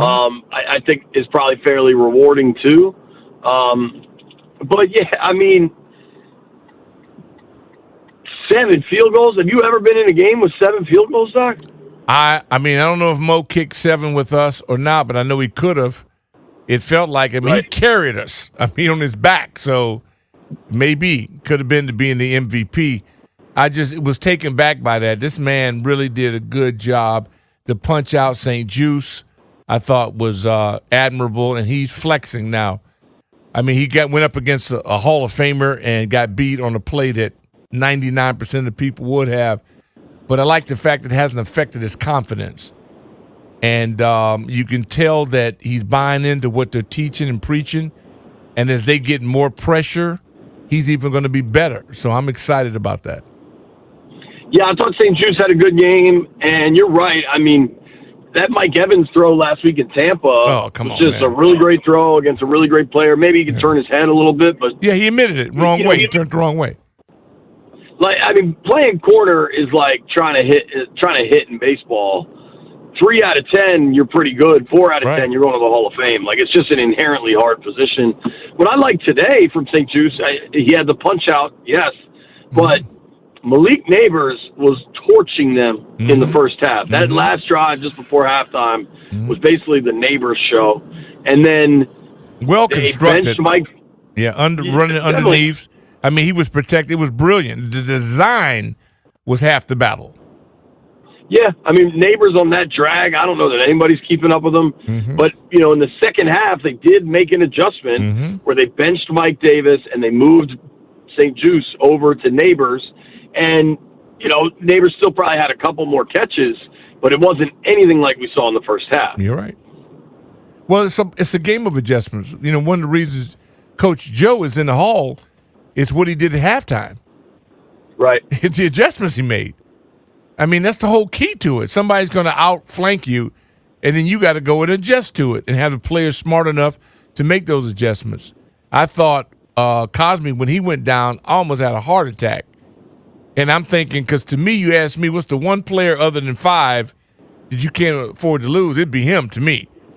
And then he's a stud. The Longhorn, I mean, he gripped up, went back in there, and I thought the O-line, I'm so proud of the fact that they have not broken down. Play or two here, there, a little pressure, but overall, they are climbing. And because this kid at quarterback gives them, he scares the you-know-what out of everybody. And it's only going to get better. And I'm so impressed. And you've covered so many of these. You know the difference. We now have a guy that creates the tempo, that stirs the drink, that everybody's got to be concerned about. Totally. I think the second half of this game, Jaden really kind of, I think more than anything else we've seen so far, I think Jaden kind of showed who and what he can be.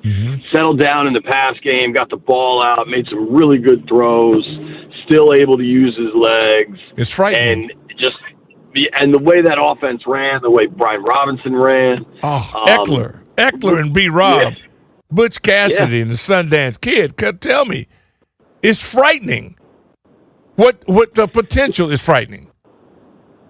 I agree. And, throughout the summer, we had this debate in the city of who's wide receiver 2? Like, is it Diami? Is it Luke? And I just kept saying, like, I think this pass game is going to look different where Robinson, Eckler, and Ertz are almost like primary targets. Like, this is not what we saw last year where, it's a lot of 3-step, 5-step drop. Like, it's just, I don't know how great the offense is, but I know that it's improving, and you've got a lot of people that can help. I thought Ertz was pretty impressive, Doc. We talked about that.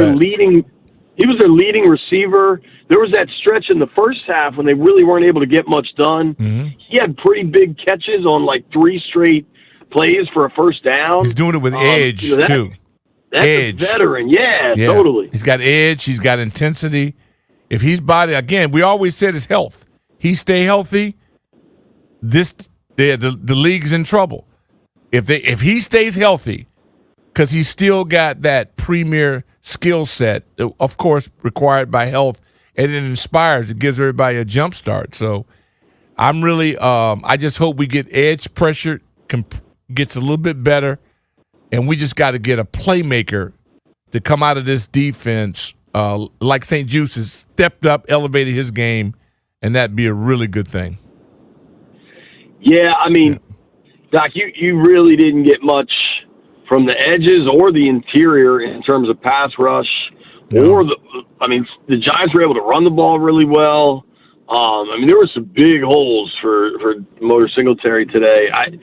Defensively, I don't know that it's going to get better, frankly. Well, no. I'm going to stop you right there. I'm not going to let you go one more step before that. I'm going to do a landfill with you. It's got to. You don't say that. It's got to. If not, then we're in a world of trouble. Brother, we up against a hard out, and I can't have B. Mitch mad at me because tomorrow if you come up light, he's going to be mad. Why you wear him out? You wore him out. So I'm not going to do that. I do not want him mad.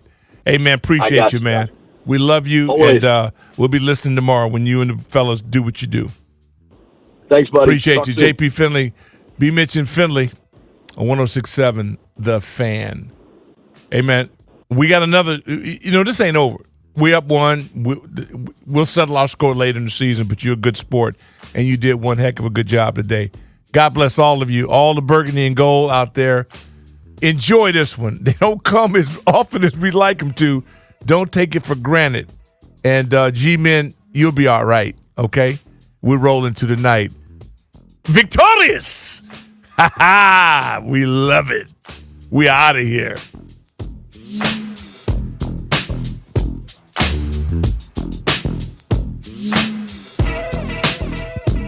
There's this place, a place where everyone is just beautiful, where everyone is thin, healthy, and in fantastic shape.